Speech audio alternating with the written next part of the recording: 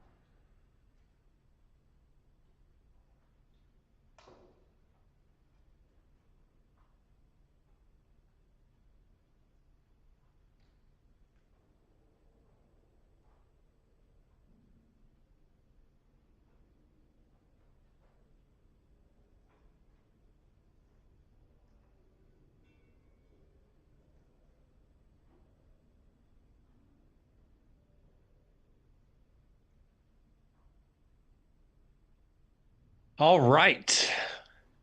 We are live. My name is Justin Noel. I am a professional backgammon player from New York. I live in London, and I am in London at the moment.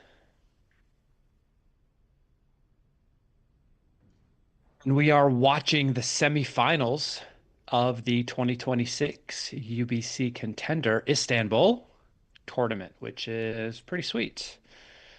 Arash Afruzian is one of the semifinalists. I am not familiar with Tanner Ali, but apparently, if he's made it to this stage in the tournament, he must be an exceptional player. Rush is very well known.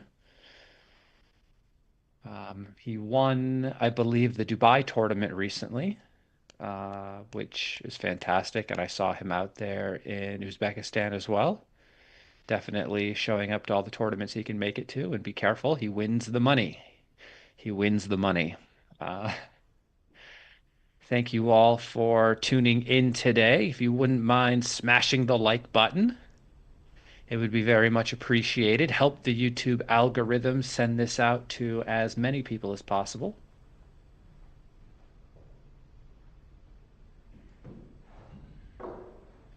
We will be starting shortly with the first match of the semifinals. I'm just trying to find the brackets on my phone to see how the players played in the quarterfinals.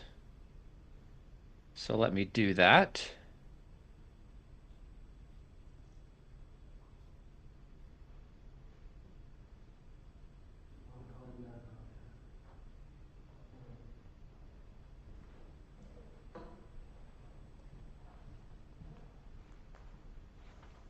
And Kander Ali in the quarterfinals played a 2.89 average PR, which is exceptional. And Arash played, let's see here, a 3.65. I guess by the end of this tournament, we will all be very familiar with Tanner Kander Ali if he can keep up a performance like that. I mean, that's exceptional. So congratulations to him. And it makes me look forward to this match even more now that I have seen some data on our new friend here. So congrats to both players for making it this far in the tournament. After this round, we'll have after these four matches, of course, whoever wins this goes to the finals. And after the finals, I will see one of these players in Monaco later in the year, where the four finalists, one from the US tournament, the Istanbul tournament. There's a Japan tournament coming up next week. And I believe the final tournament, the European leg of the tournament, is going to be held in Sweden. And the four winners of those tournaments will be playing each other in Monaco this year to see who will be the final contender to be playing against the one and only Zeniziska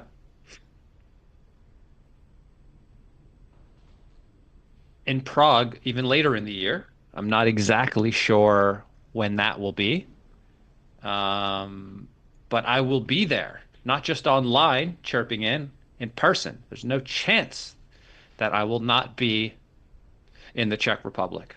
No chance.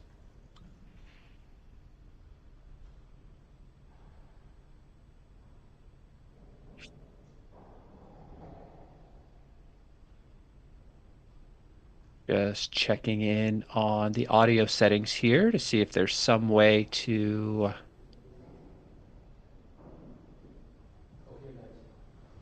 turn up the volume on myself. Yeah, anyone is allowed to play in any tournament. Michihito Kageyama won the US tournament. Uh, and I don't know if you can tell by the name, not American, though he does spend quite a few months out of the year, I'm sure, in the States. But anyone can play anywhere. You just have to show up and, of course, be master level or better to compete in the tournament. So yes, I could play in this version if I wanted to fly out to Istanbul. I could play in the Swedish version. I could also play in Japan. I believe Oliver Squire, a UK player, is in Japan now, and he might be playing, I believe, in the Japanese version. So if he wins, maybe he gets a Japanese passport. Maybe he does. Also, maybe he doesn't.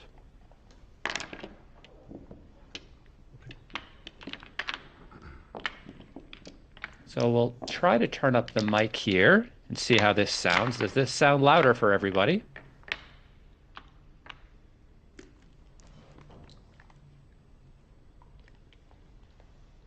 Yes. Arash is not Turkish, I believe. That is correct.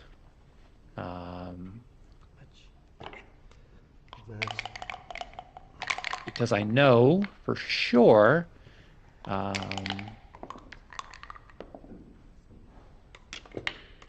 we got to the tournament in Uzbekistan recently, and it was quite the journey. 5-3.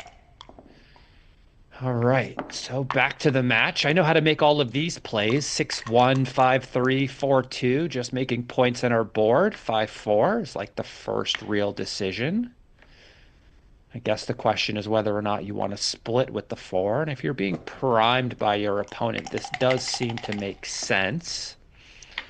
Double twos. Fantastic roll. Making the 5 point on his head. And I guess the last one would play down. 6-4 seems okay. 2-6, 5-3. These are all fantastic rolls from the roof. 2-3 might be even better. This just makes the advanced anchor. Stops a lot of the nonsense that black was trying. 3-4, and the 4 just splits.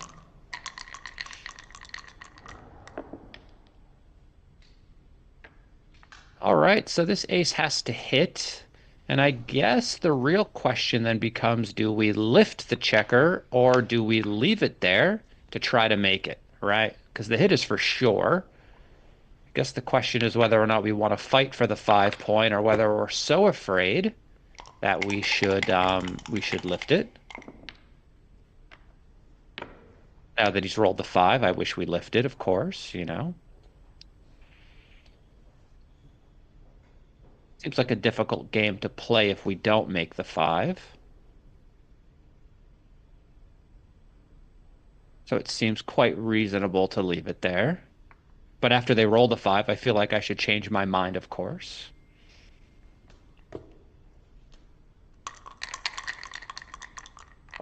See if he can grab a good entering roll from the roof. So this enters with the 1, I believe, and would hit with the 3.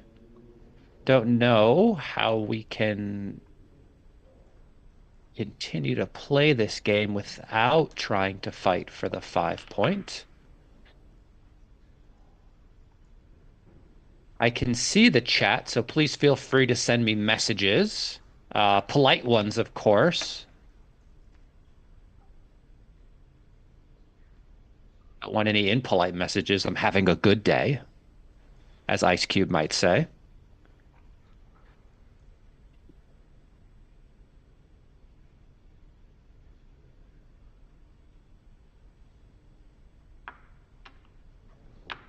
Prefer entering deep just because of the spare distribution I end up having when I get away with this. I can cover with 1s, 3s, and 6s. I have fewer numbers to cover if I do get away with this after the hit. And if we do get hit back, there's a chance that we could make a second anchor, although I hope we do get missed. But if we do get hit, there's a chance we make a second anchor. Plastic Printer 1 says, "Hey Justin, like button has been gently clicked. I appreciate it. It does not have to be smashed. It can be pressed gently. That is also an option. 4-6 misses. Okay. Arash has a chance here. This is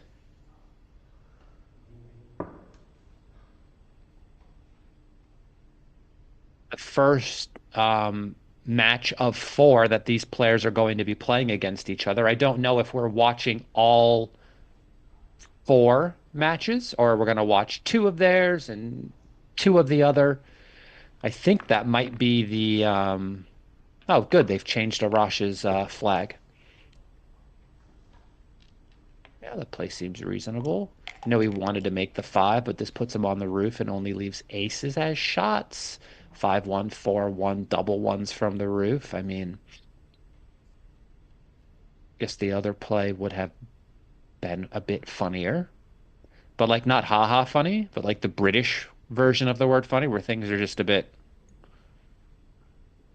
funny, you know?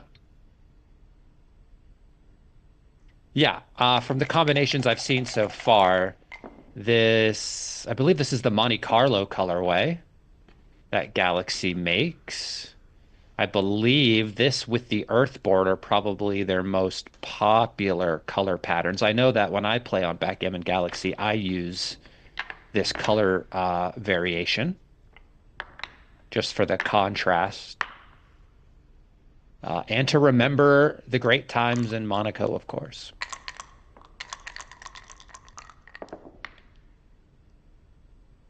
Five, 3. Doesn't really do much.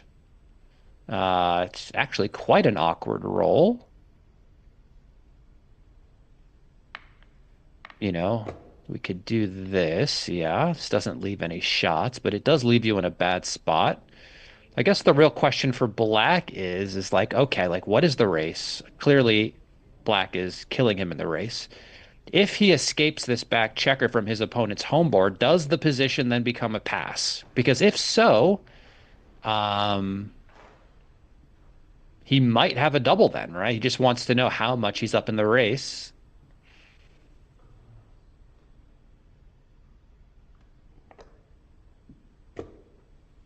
Someone in the chat says they have a mini Earth board. I also have a mini Earth board, which I love. That's the one I bring out of the house when I know I'm going to be playing with friends. Not like in a tournament setting because it's a bit small, but you know, you go to a bar or you know, you're going to go meet up with a friend somewhere and just like play some games. That's the one I generally bring out of the house. So he does double. He must be up sufficiently. And I guess the question is whether or not you want to take or pass this. God, I don't know how I could pass this. He might not get out. Doesn't look beautiful, that's for sure, but, you know, have I ever passed a position that looks like this before? Now I know that might say something about me personally that I just don't like to pass things, but I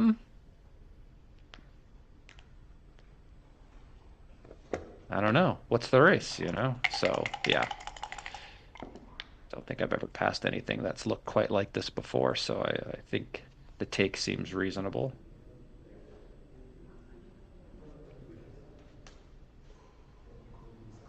Let's toss this into XG Mobile here. Match to 7. This was a 60 pass. Okay. So maybe this is a bit of a PR lead for Tanner. Not sure, based on the checker play. No idea. But I can say that this was a pass. So Tanner's gained on this decision for sure. 5-2. Okay. Another 5-2.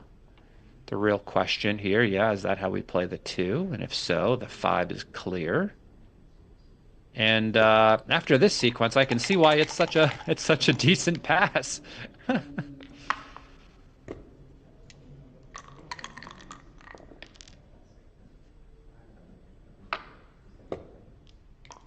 6-5's a great roll, freeing that last checker.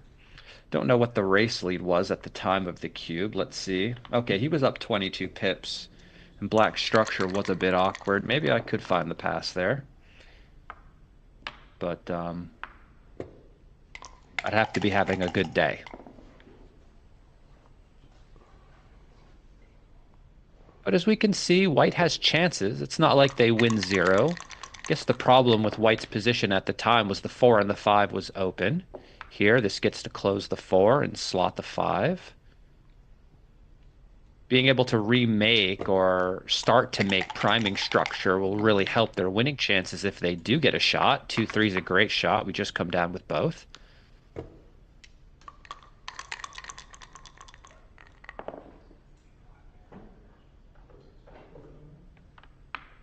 Three, and then the 6 comes down. Okay. He has himself a board now. Or 2, just cleans up the blot. 6-5 slots the ace. I like this, and plays the 5 down.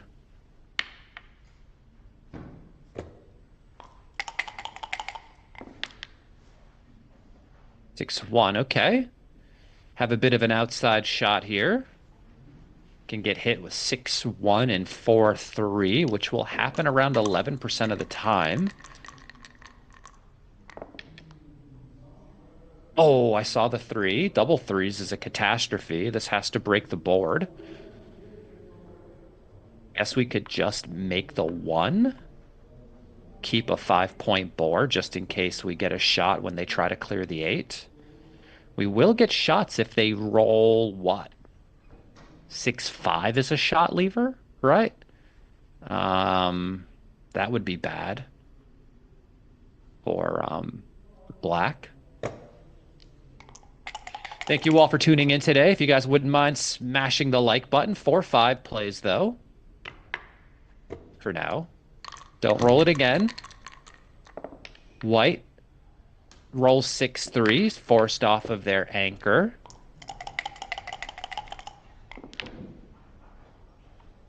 One 4. All right, well, does he have to cover and hit? That is the question. Or does he make a play like this due to his overwhelming race lead? If his race lead is overwhelming, which it looks like it probably should be.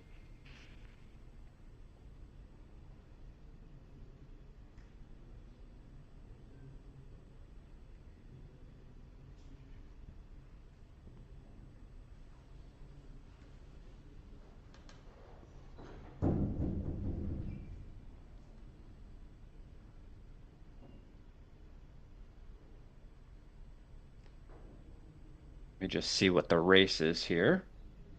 Actually, he's not up a ton. I mean, black does have wastage in their position. Before the 4-1, the deficit is 7 pips. He's actually up 7. So, yeah, maybe it's not as clear.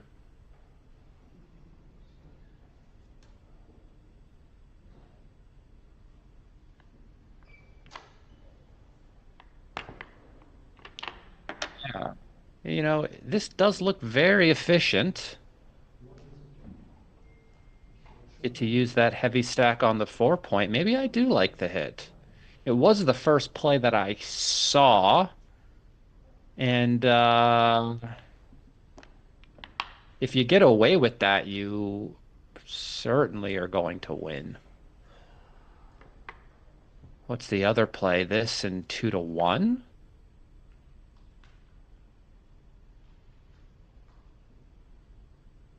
Well, this plays without any risk on your end. I mean, I guess the only risk comes from them just rolling a big number and getting out, or maybe some of your next rolls. I don't know. Maybe I do hit, actually. Anyone have the XG info on that one? Because after 6-4, I mean, it's not like your race is gin, and you have some wastage now too.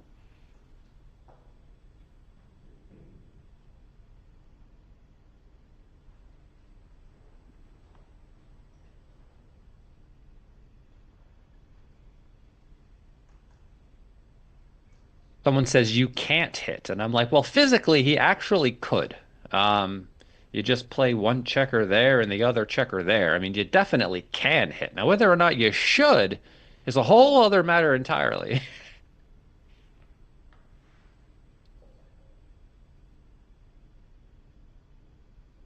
It might be close.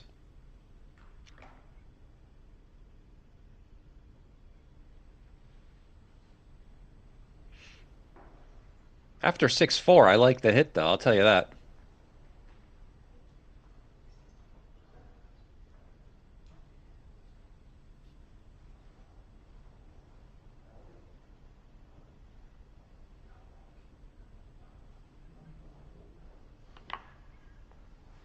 So I think you should probably run. What do you gain on? I guess you gain if he rolls a 5, right? Like 5-4, you gain. 5-3, you definitely gain. Well, 5-3 is really bad.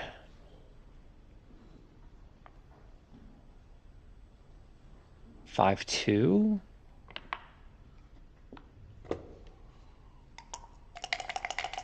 6-5, you get shots. I don't know. You kind of have to hit. You kind of have to just hit and cover and just call it a day, I think.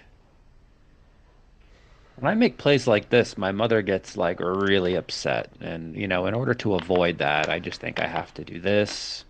And if he rolls a 3, he rolls a 3.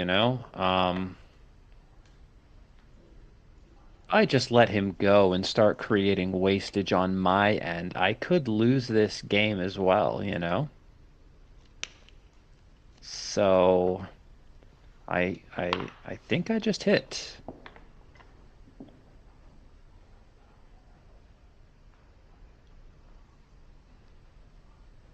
I think I just hit.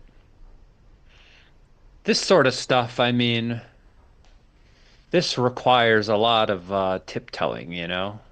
I don't I don't love it. I'm gonna be honest. Could be correct. We don't know. We have no XG, but I don't love it. But this young man has been playing a 2 point something in the last round, so you know, definitely. Marin, nice to see you in the chat. Do you have the answers for any of these? The last hit or no hit decisions would be nice to see. In 5-2, we can't run now. So we do this and we do that. Seems pretty forced. And there are some catastrophic rolls, 5-3 being one of them, 5-4 also one of them. And now there's 20 shots from the roof.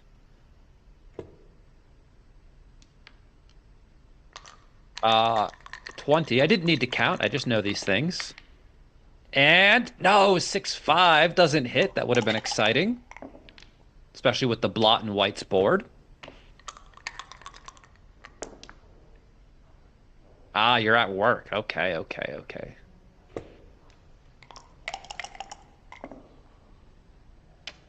4-1. All right. Looks like black is doing good.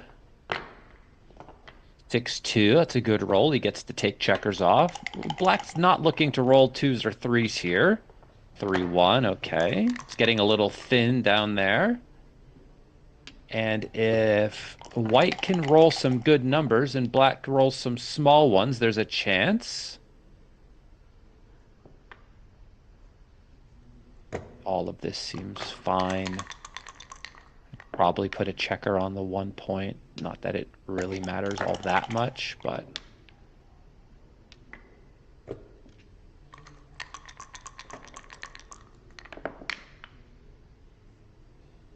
Or 2. He's trying to roll the big one there. Didn't happen. Or 3. Okay. Arash needs a big double. 6-3. Okay. At least he didn't miss. 5-1. Okay. Advantage Tanner. Unless Arash. No. And this is like the worst, because now he is odd as well. This game is basically over, barring a 2-1, 2-1 variation. Okay, and that's Jin. So Tanner starts off with a 2-point lead in this race to 7. And I know from putting into XG Mobile that he got Arash to take a pass, according to Mobile at least, whatever that's worth. So I know someone is at home transcribing this live match right now for the tournament, and then they'll run it at the highest settings or the UBC settings, whatever those settings end up being. Probably not the highest possible settings, but definitely the highest that they choose to use in thinking about the time constraints as well. I mean, you could roll out every move if you wanted to, wait 3 years to get a result, but yeah. Both players playing well. I don't really see much that I would, you know, be like, nah, that's wild. Just some really interesting decisions about whether or not you wanted to hit that last checker or whether or not you didn't want to hit.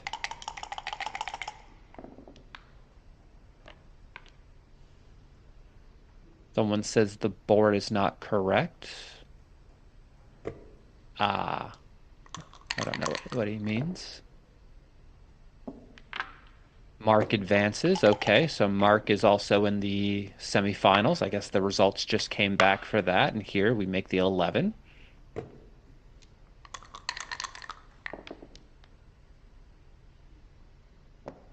Three 1 makes the advanced anchor. Plays 6-5.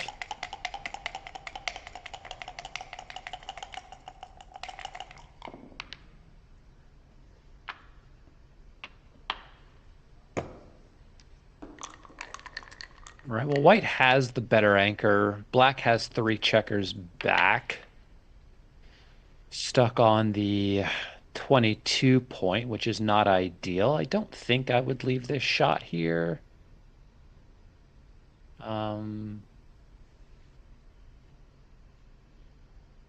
It just seemed to be winning the race, though I can see his game plan. I mean, he wants to make the 5 prime, which I understand. I just don't think I would leave it there. Or 2 just comes out.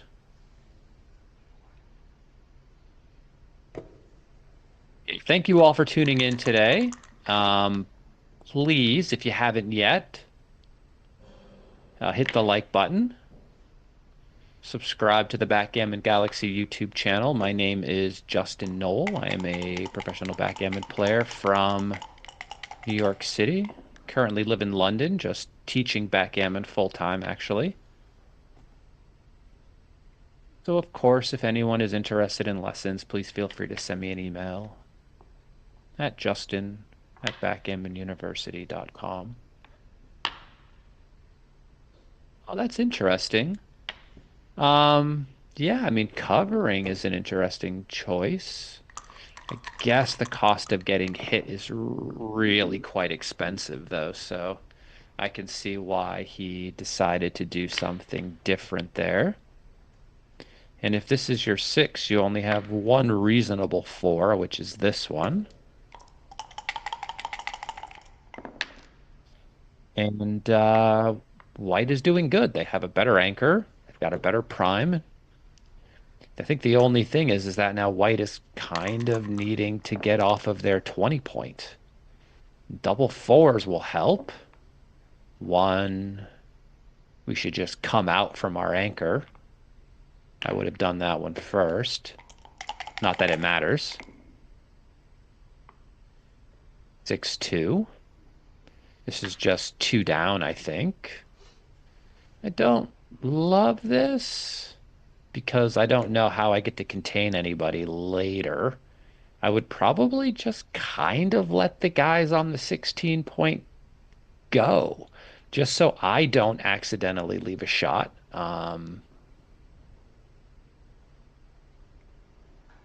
Black structure looks really quite funny now. So race dependent, he's thinking about whether or not he wants to cube. And I don't have access to the race. And I am not diligent enough to count.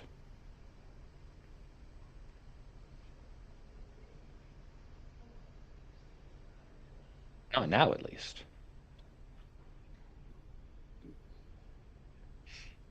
Sure.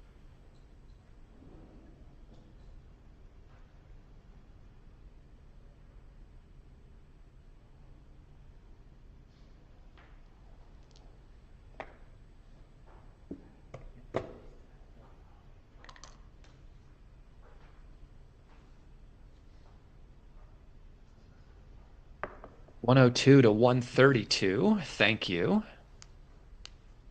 Looks like might be a pass. If that's the bip count, 32, I think I might pass. Being down 32, stuck on the 22 point behind a 5 prime when your structure looks like that does not look ideal to me. Oh my gosh.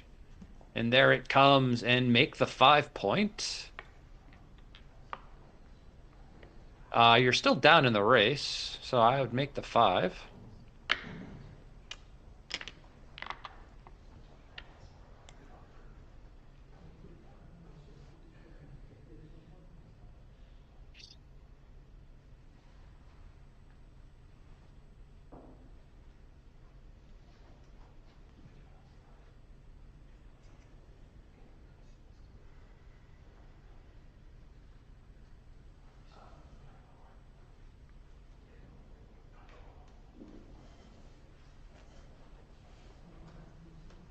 Be interesting to see some of these decisions later.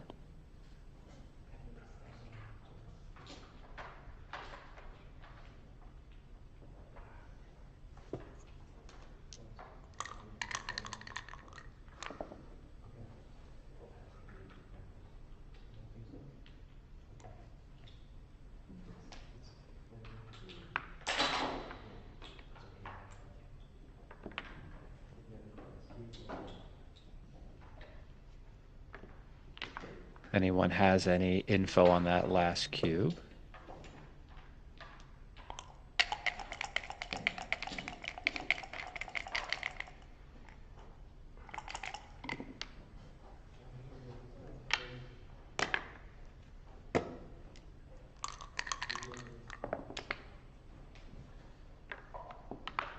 Or 3, just making the board. Um, we can see black might be the first one to leave a shot here. Guess 6-1 is probably the worst number right now. 5-2 is not great either. But 6-1 forced a shot. This one doesn't have to leave one and shouldn't leave one. Guess we'll just make the 1 and play from 5 to 3. Leaving shots would be nuts, I think.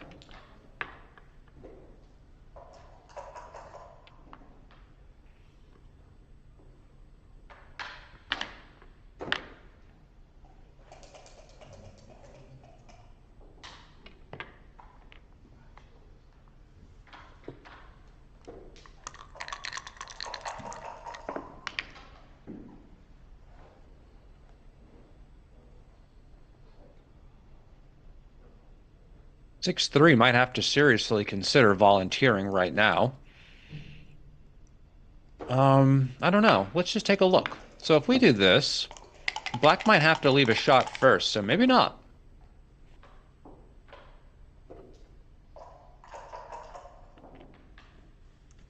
Need a little bit more time to think about these things.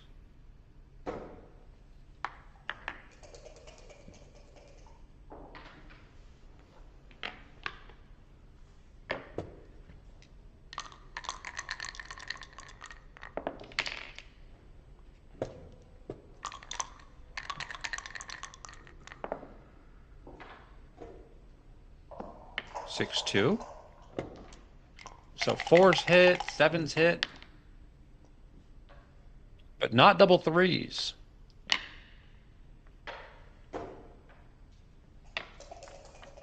Hmm.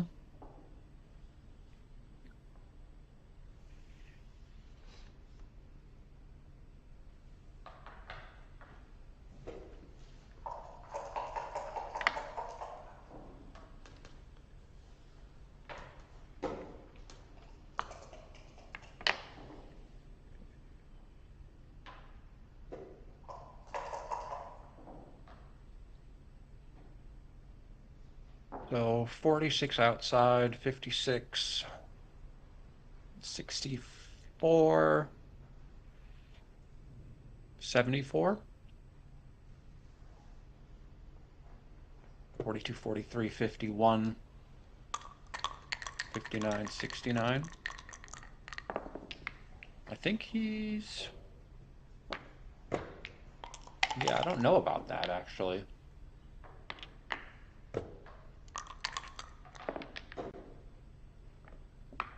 Four first, then the six off.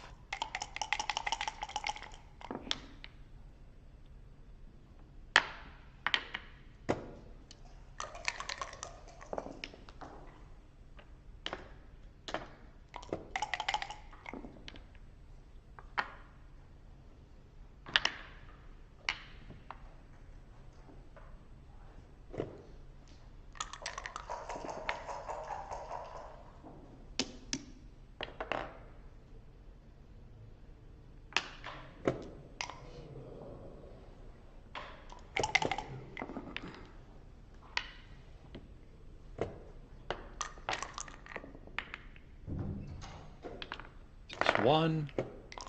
Looks like a pretty easy win for Arash here to get ourselves to a tie score. Maybe not. Double threes, okay. Starting. 6-4, okay. Still seems pretty clear. Tanner's going to need something big. 4-2.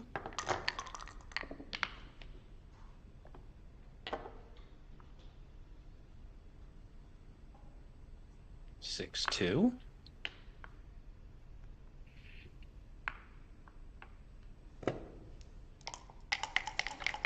Double six or double fives is how this comeback starts.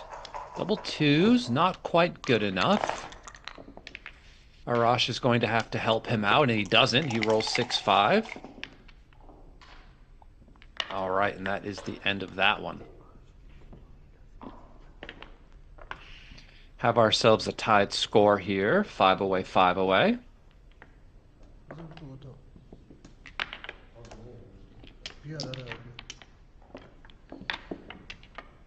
Some pretty interesting games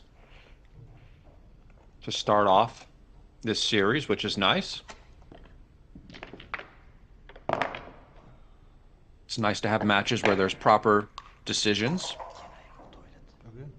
doubling decisions, pay now, pay later situations, whether or not we should hit our opponent in our home board. These are all great decisions that cause us all some pain from time and time again, you know?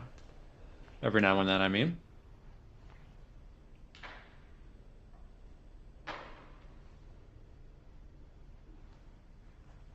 In your games, I think it's good to just save these situations when they come up. Cut out each of these positions, toss them in a folder, so you can start to see the patterns of when these decisions are correct and when they're incorrect. Save them when you've got them wrong, save them when you got them right. And over time,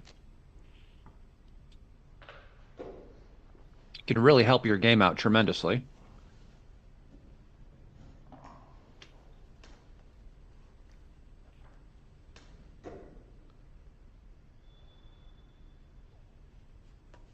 Have the players gone somewhere?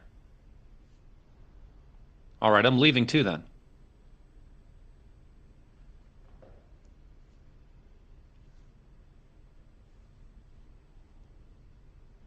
Oh, I'm kidding. I'm kidding. I'm still here.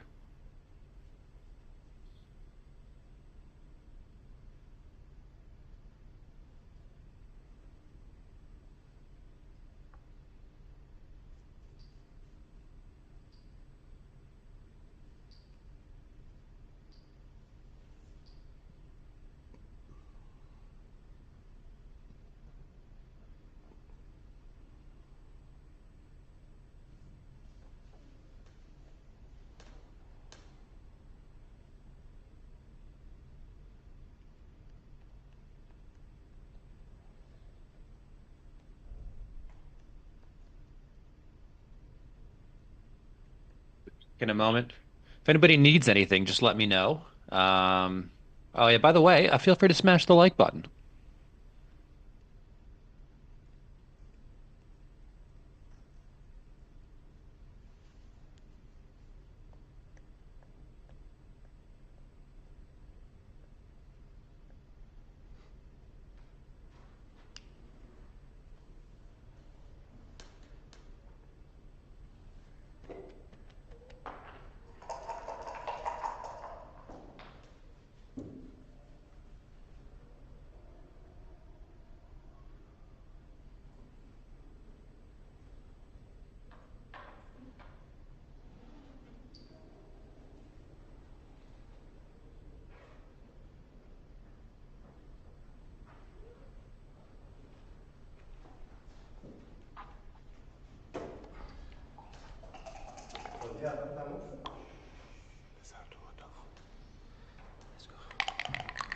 Like the players are back.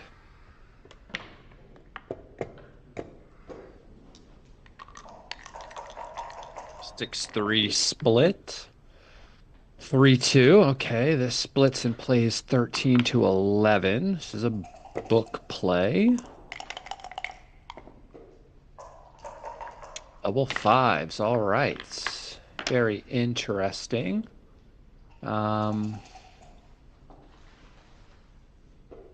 Whether or not we just want to make the 3-point here as well.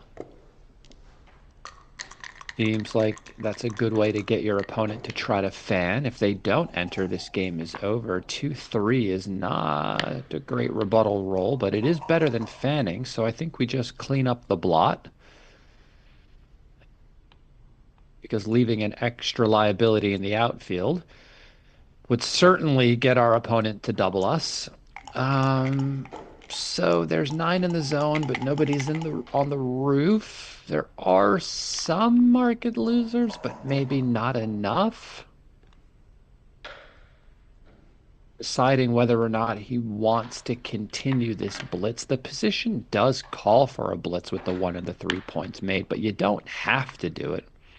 This is a reasonable alternative. This, when it goes wrong, could definitely go wrong.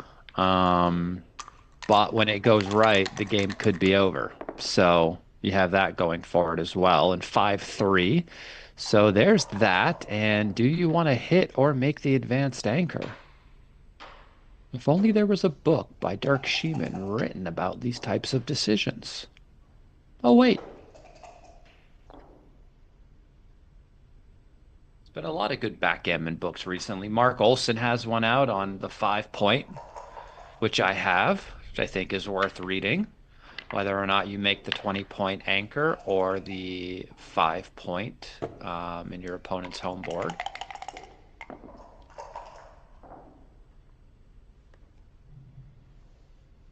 I think that decision is reasonable, and they're always tough. You know, because your opponent did just choose not to hit you with a 3, which means it does look safe to leave the 3 there still. You know, because to stick with his plan, if he didn't hit you with the first 5-3, he's certainly not going to hit you with this one, especially since this one makes a point in the board.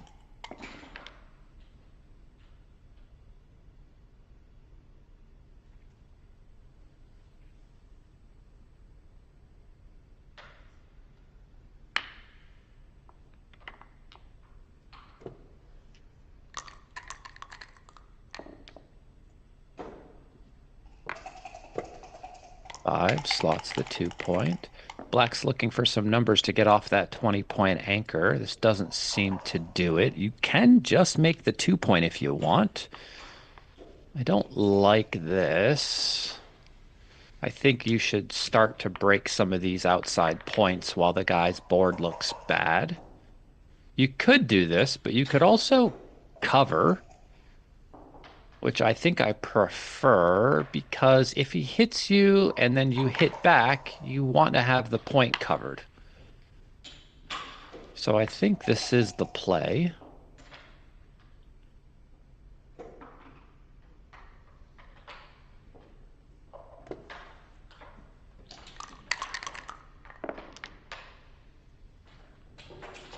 By 4. Guess we'll start by covering the 2-point. Playing the 5 down seems reasonable. 3-2 just plays safe. White's board is developing teeth. 4 and the 5 are still open. Not anymore. Just the 5. I guess we cover.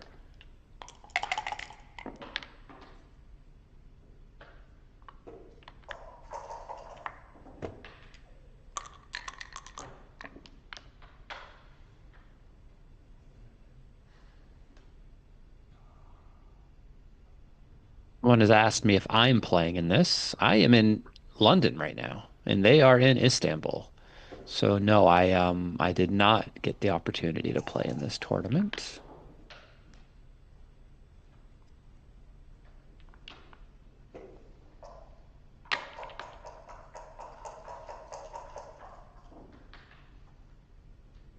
Sure, most of these players will be sticking around for the fabulous Istanbul tournament that will be played after this, which I believe still is like the largest tournament in the world. I mean, I was there one year. I think they had like 600 and something players.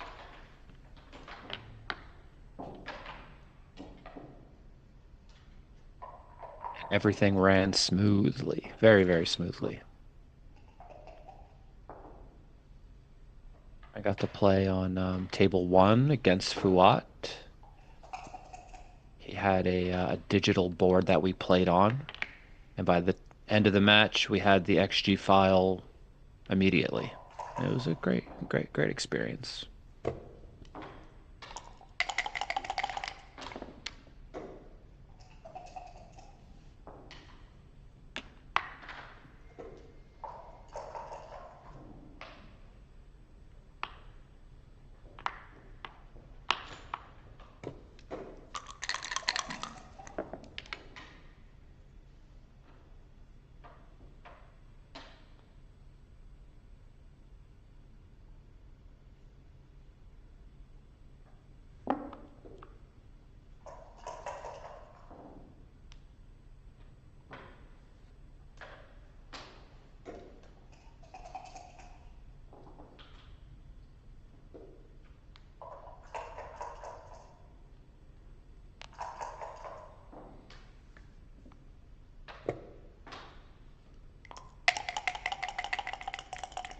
An ace would be great. 1-4 hits and covers.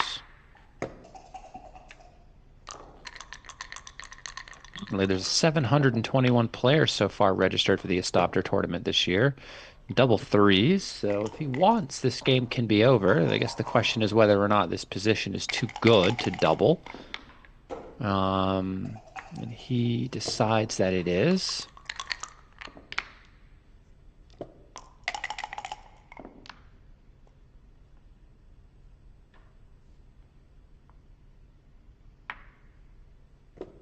Six two only pays off to 5-4. 6-3 fans. 6, and then the 4 just comes in, I think, just paying off to 5-3.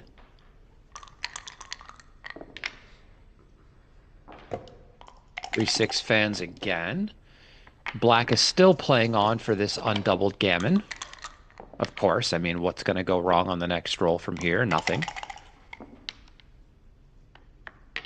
6-5. So I guess there are a few bad rolls, but there's enough gammons to make up for it. 6-1, 5-1, double 6, double 5s all leave shots.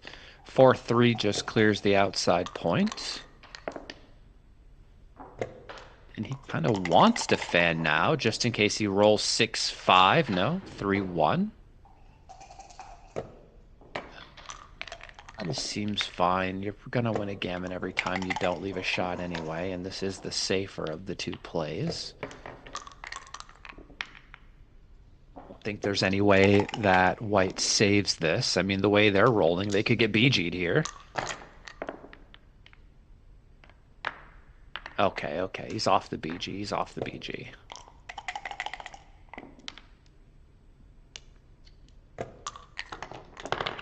But he's going to stay there because this is a PR competition, and as long as the threat of the BG still exists, he gets a decision every time he doesn't get off the BG.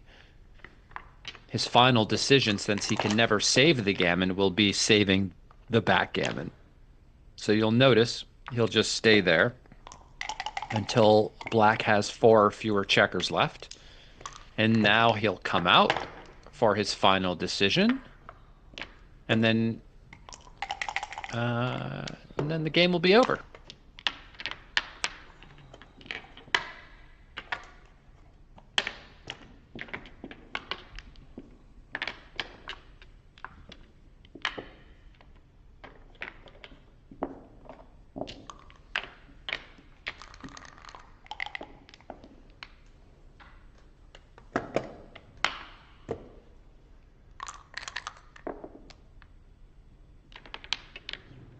One.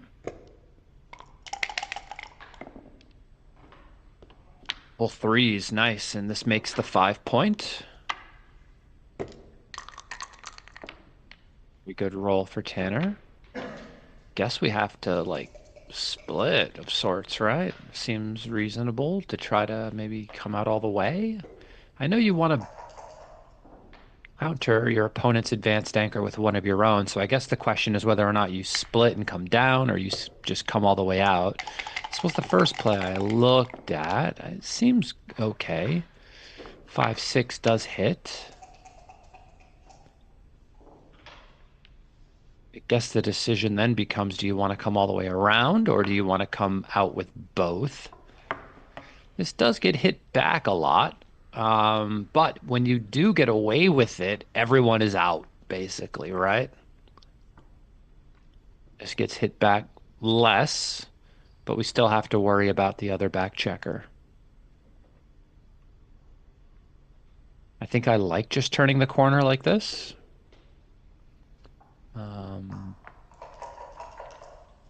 But the other play has its upsides as well.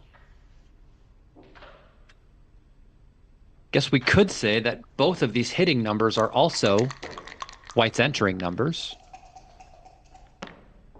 And he's gotten away with it for now.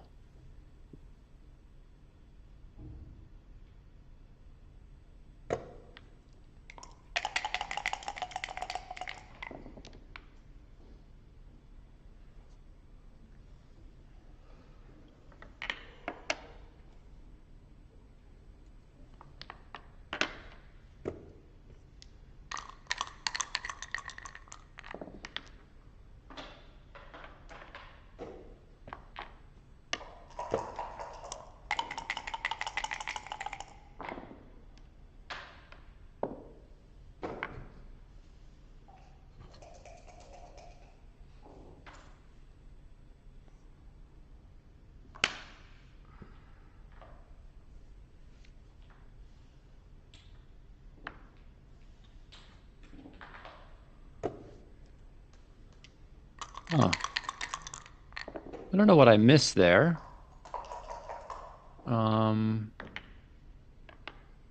Wish I could rewind this to see a second what was going on. How that position came to be. Just give me one sec. Just curious about that.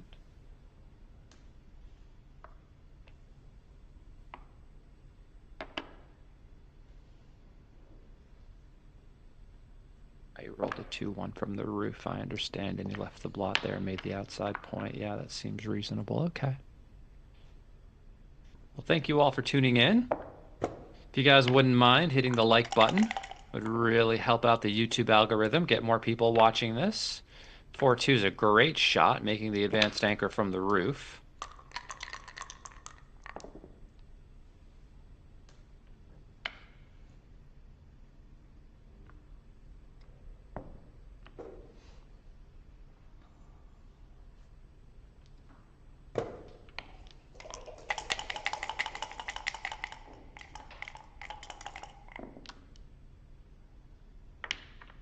Six one makes the bar. 6-5 also seems reasonable. I would have, yeah, no, I think this is better. Part of me was thinking we could spread the outside checkers to try to make the 9 point, but maybe that just leaves 6-5 as a shot as well. But I think I might have done it just because all of the extra numbers to make the 9. That's like really the point we end up wanting to make here. Would have given us a few extra numbers to make it.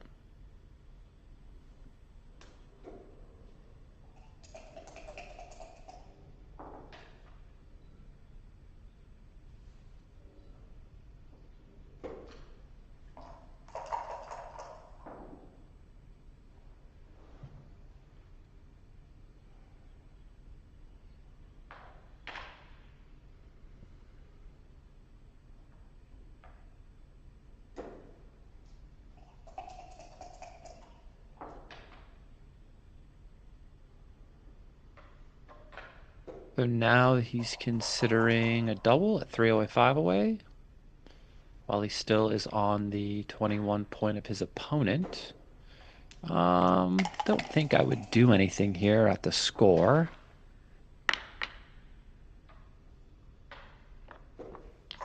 And hate, yeah, seems like a good play. He does hit back, fantastic shot. 8-6 was the final one. And 4-2, okay. Yeah, I guess we could do this.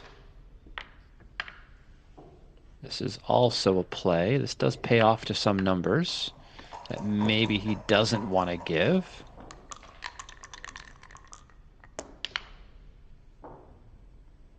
Double twos is not great. This makes the 1 point. Guess it's not that bad. He would have preferred to have hopped out with some stuff. 4-2 does not hop out. Guess we have to play both of these.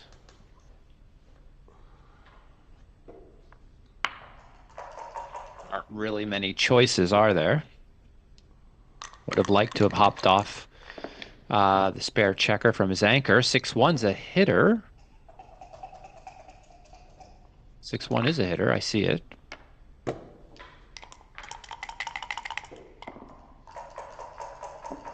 Enters, okay. And does it do this? Okay, yeah, sure. Just thinking maybe we could hop out. 5-1 is a great roll. This does escape. Of course, we should do this. We can't just concede the outfield to our opponent. 5-4 makes the point on his head.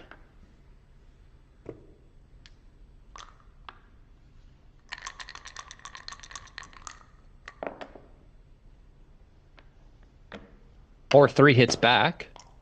Nice roll, and this game could be over depending on what he rolls. No, okay, he rolls a 4-2. Maybe he should still cube. I don't know what the race is. So 20, 40, 60, 80, 105. 1, 10, 20, 30, 48, 157 for black.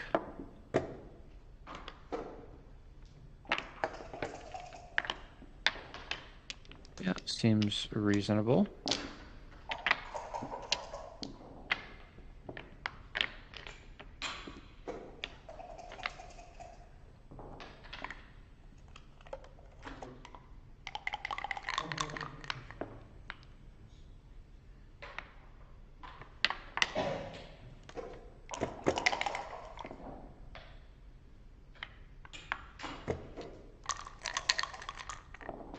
Three away, four away. So we can look for a few earlier cubes from the trailer here if he ever finds himself in a gammonish position. Because it is a four away score, I do kind of like the double hit in this spot.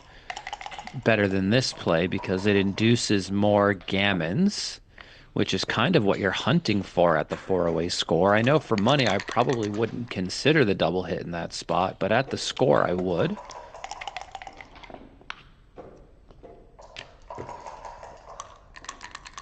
And now we're just in a straight race with everything even, except white's on roll. And he rolls a 5-4, so I'm assuming he's up 9 pips. Uh, and now white is up 1.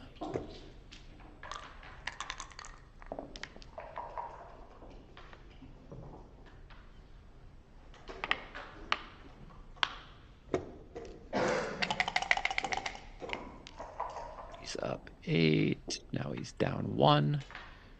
Just working on the running count here.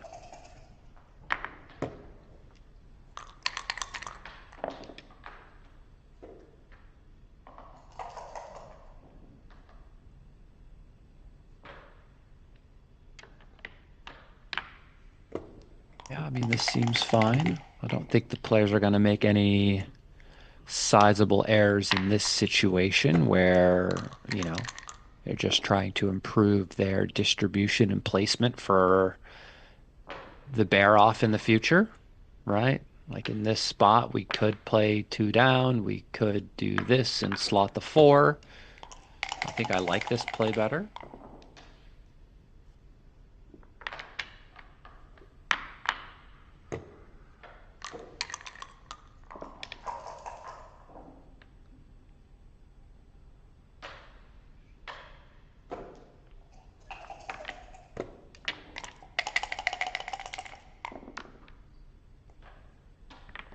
Well, 2s should get him a couple crossovers here. Notice the distribution they're trying to achieve is this like triangle type of pattern. You know, with the majority of your checkers well distributed between the 6, 5, and 4 points. This ends up being a very efficient position when it comes to not wasting a lot of pips during the bear off.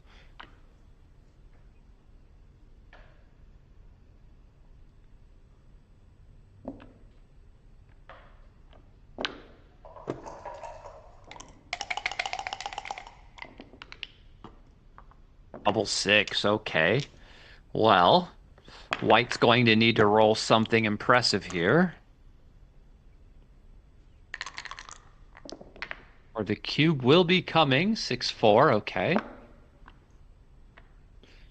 The checker on the deuce and then count the race, right? So 10, 20, 30, 40, 50, 62, 67 for black and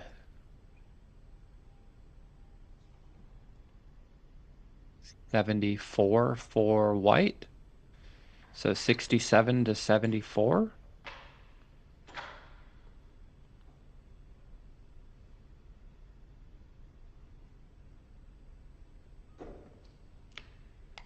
Okay. What is his point of last take at 3 away, 4 away as the trailer? So, I mean, you should probably double this, I think. Seeing as how it's like, I don't know. I mean, it is a redouble for money, so maybe you can get away with the cube here.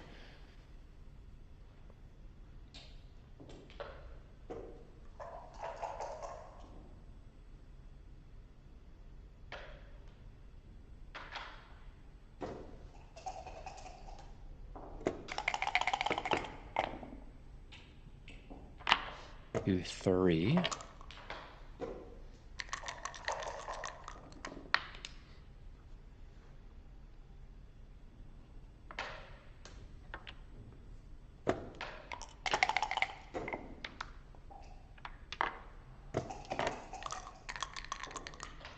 Which would love to roll some 6s here. Not that 6, though.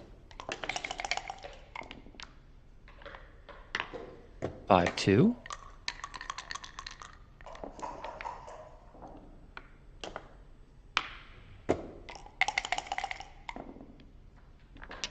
Oh my goodness, double 6 for Tanner. Brutal.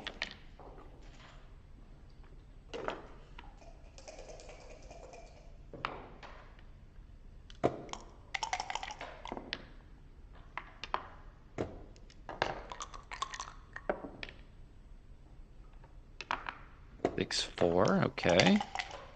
I like Black's chances here. What do you think? 5-3.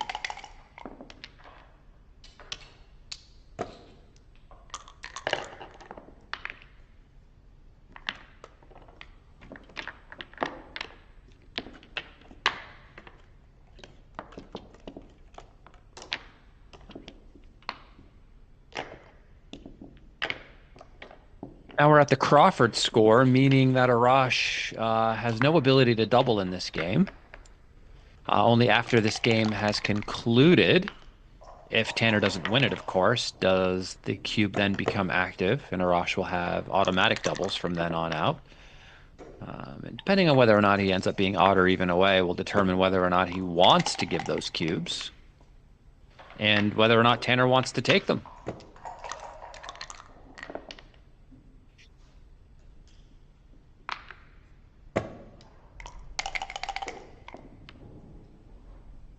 Double 1s, great shot. I guess the question then becomes, do we switch or do we just hit loose on the 4? So what is the cost of losing a gammon at the score? So to get to 3 away versus 2 away is a pretty big deal. So maybe the switch ends up being better. If white wins 1 point, they get to a score of 4, which makes them 3 away, which means they'll likely need to win 2 games in order to win the match. But if he wins a gammon at the score and gets to 2 away, then he only needs to win 1 more game. So losing a gammon here is a pretty decent catastrophe for white if it happened. Sorry, I mean for black it would be a catastrophe.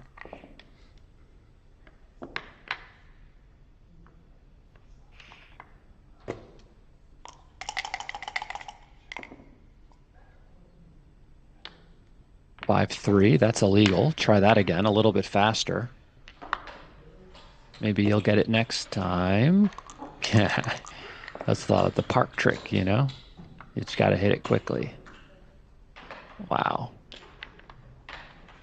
Yeah, this also seems like a very reasonable play versus just making it. Because if you get pointed on the 5, your winning chances are going to go down. Yeah, I kind of like this play. He could roll a 4, and that's not the end of the world. But if you rolled that 3-1 on your head, that might likely be the end of your world. Double 5s. Yeah, seems okay. You might even play 13-8 here. You're getting killed in the race anyway.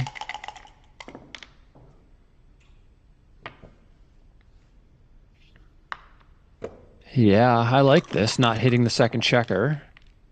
You're up a ton. So why do you need to send him back and maybe allow him to, like, time this game? Or 3 makes the 3-point if he has the time to see it. If he has the time to see it, he does. Okay. He's got plenty of time, I think. Minute 27 seconds. I'm looking at the chat. Some people are like, tick, tick, tick. Like he's going to run out of time or something. But he's young. I think you only run out of time when you're older. When you're younger, you think you have plenty of time. When you're older, you realize you don't.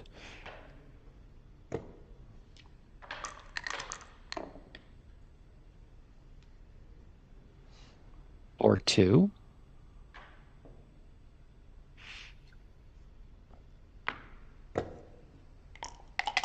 Thank you all for tuning in. Please, if you haven't yet, hit the like button on this video.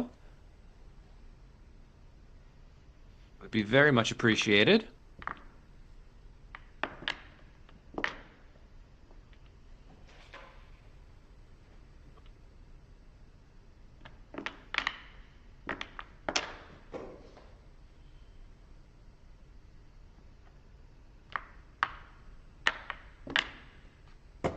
I think I do prefer this play. There's no risk here. White's board is pretty good. Just think black wants to just find a way to come home safely, of course. Not incur any additional risk. Double 3s just brings this down. We don't make the 1 because if he enters, we're going to be in trouble. Yeah, this is a nice play. Good spare distribution on every point.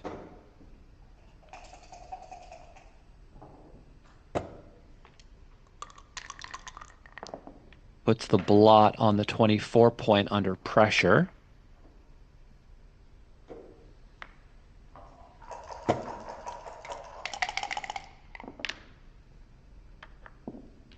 Five, 3 makes the ace.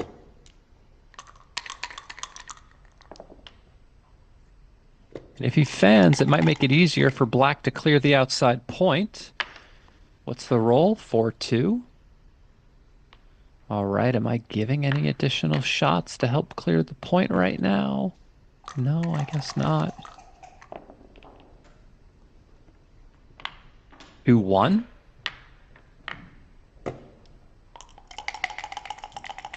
And will white get pointed on? 6-5. This is the worst. This might be a... Yeah, this is like 2s and 5-5 from the roof. So that's 12 numbers. Will he roll it to keep this match going? Drum roll. 2! 2-4, though. I mean, it's better than no 2 at all. But, yeah, leave all that stuff there. Leave it there. Just leave it. You can't lose a gammon. Right? And that gives you lots of covers. Cleaning this one up doesn't really help anything because I would just play down. That'd be closer to a 6 prime, keeping all my ducks in a row. Have a good 6 to play, but here's the 5. The 5 covers, I think, right? Why wouldn't I want to cover? I guess you might not want to cover just for the G's to save a game at the score. I mean, that line of reasoning can make sense. You could also lose. And winning must be good. This comes out. Yeah, this is only double 1s to hit. That never happens, right? Okay, 2-5. Thank you all for smashing the like button. Feel free to do it some more. Yeah, I guess we can come out again. Offer some protection over double 1s maybe, but this all seems okay. I think, you know, he wants to get in position to attack on the 1 point in case he rolls it. I also wouldn't mind doing stuff to try to make the bar so he can hit loose on the ace with impunity.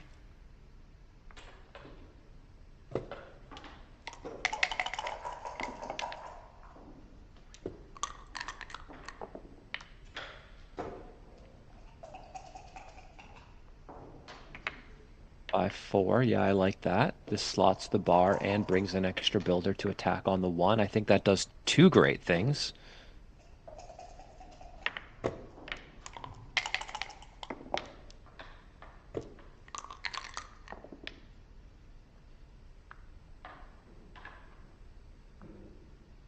think I'd make the bar, even though I know I could. I like this. Gives me more numbers to attack on the 1, which is what I really want to do. Once the closeout is achieved, he's going to win more than 40% gammons in this position. Black's board doesn't look good. He also has 2 extra checkers outside, 1 pip away from bearing in, so I wouldn't be surprised if he won, like, depending on his inner distribution, you know, 45, 50% gammons here. 2, and then the ace here, okay. 3-1. Doesn't want to roll a 6. He'd rather roll a 5 to take a checker off and keep the board closed. This is okay. 5-1. Not ideal. Making the safe play.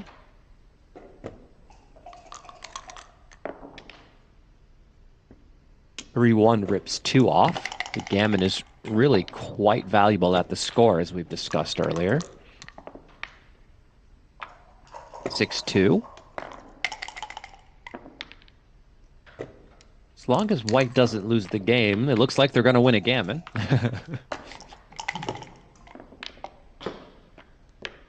Okay, he's come in with 1. He needs to come in with the other really soon, or else there might be problems. 6-3, okay, here's his chance to fight off of it.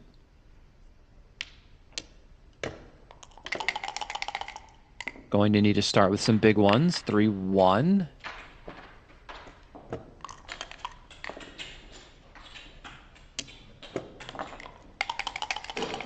Be really big for Arash to win this gammon here. Double 6 again. Oh my God, he just owns that number.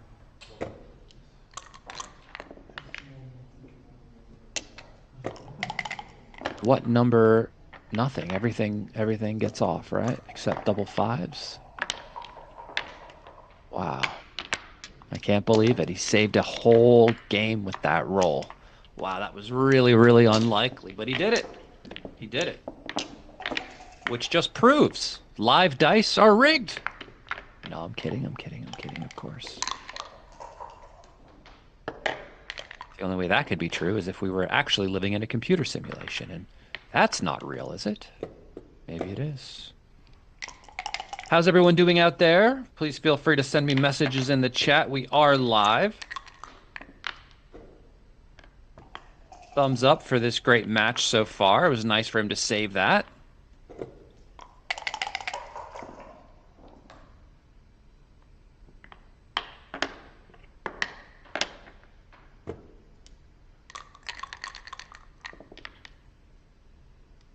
Six fans. Arash owns the double 6s in a different way, apparently.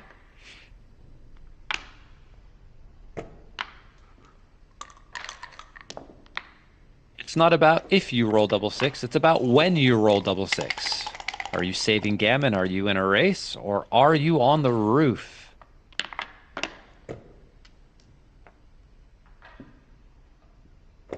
Here he goes.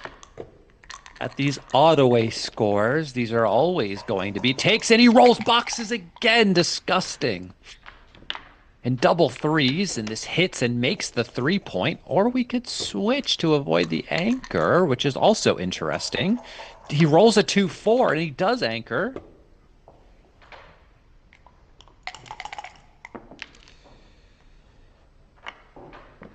Or 1. Yeah, we might as well hit that guy. I think Mark is still in. He should be playing now, actually. Just on a different board.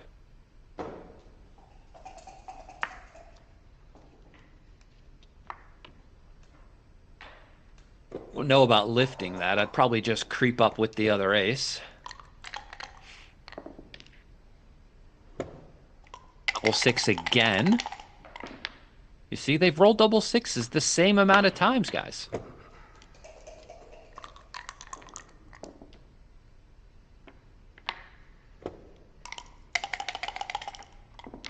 Fives and 2s hit on the 4, but this does not do that. So Mark really, sorry, not Mark, Arash, they're talking about Mark in the chat. Arash would really love a 4 here. No. 4s and 2s attack on the 4. 3-1 is a 4 that attacks, denying the second anchor. He rolls a 4. Okay, Arash lives to fight another day. Or first, then the 6, I guess, just comes out with one of them. I don't know why you would choose one over the other. This gives double 2s, which I would not do. Double 2s is like a sick joker. I would have done the other one. 3-1. If at first you don't succeed, try again. 5-1 fans. Okay, 2s cover, 9s cover, 10s cover. So this is a 4, and yeah, I like this.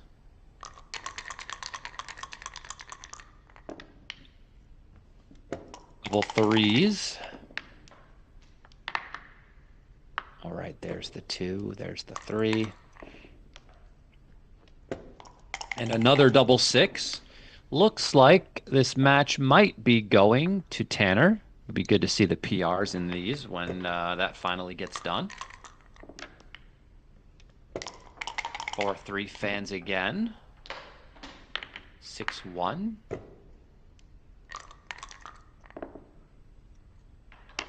2-6. He enters one of them. There's a chance, you know, he enters quickly and starts to build, gets a 2-point game, 2-point anchor game going on. Gives you some chances. Better than nothing.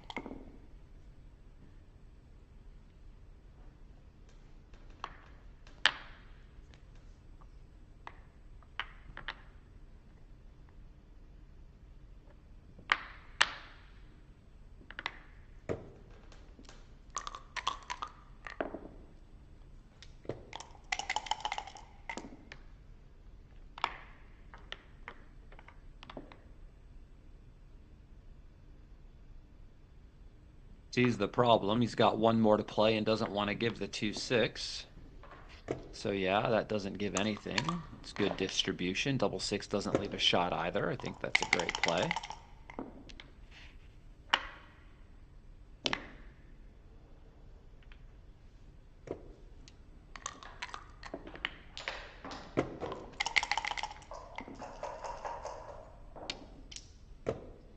By 4, just takes 2 off. 2-1, he's in. He's in. Better late than never. 2-1 just clears the outside point. There's no gammons to win, so there's no reason to play aggressive. You just want to clear from the rear. 5 out, 6 down. Slotting the bar seems reasonable. 5-1 takes 2 off.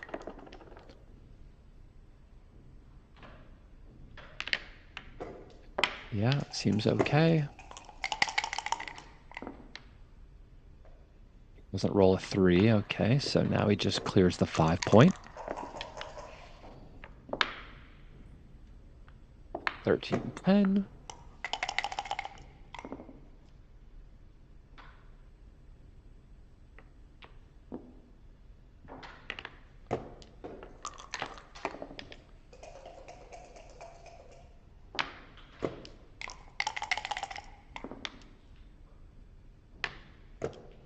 Three. 2 and then 6. Okay, there's a chance for some shots here. 6-2, 5-2, 4-2. 6-3 just clears it. There's a really good chance for a shot next roll. This makes the 6 prime. Black does leave a shot. White needs an ace just to keep this hope alive. Does he roll it? No, he doesn't roll it. And unless black rolls double 1s, we have a winner of match 1 here. And he rolls a 6, and the win goes to Tanner Kandarali. And we will see what the PRs are when they're done with them. We'll keep you updated on that. I'm going to take a few minute break here. I'm sure the players will as well, and we will be back in a little bit. So don't go too far. My name is Justin Knoll, of course, professional backgammon player from New York. I currently am living in London. I'm currently sitting in London as well. while these players are in Istanbul. Of course, feel free to send me an email at justin@backgammonuniversity.com if you are interested in lessons with me. I'll see you guys in a few minutes. All right, have a good one. We'll be right back.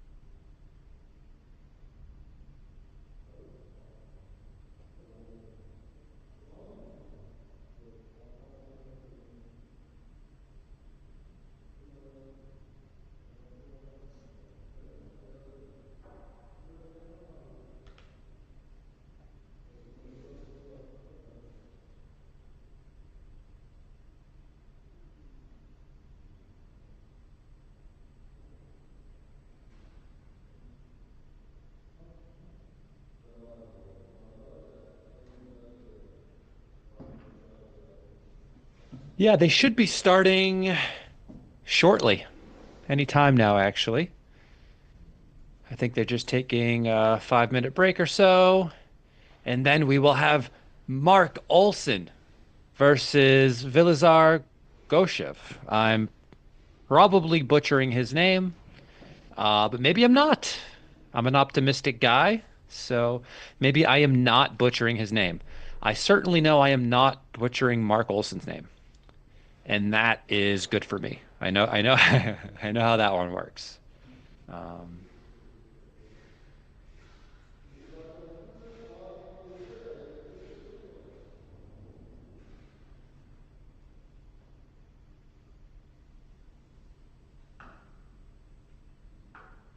it looks like we might have a co-commentator as well. They are looking to enter the room. I have reached out. I reached out to one person. They said yes, so that's great. You know, so once they enter, they will be introduced.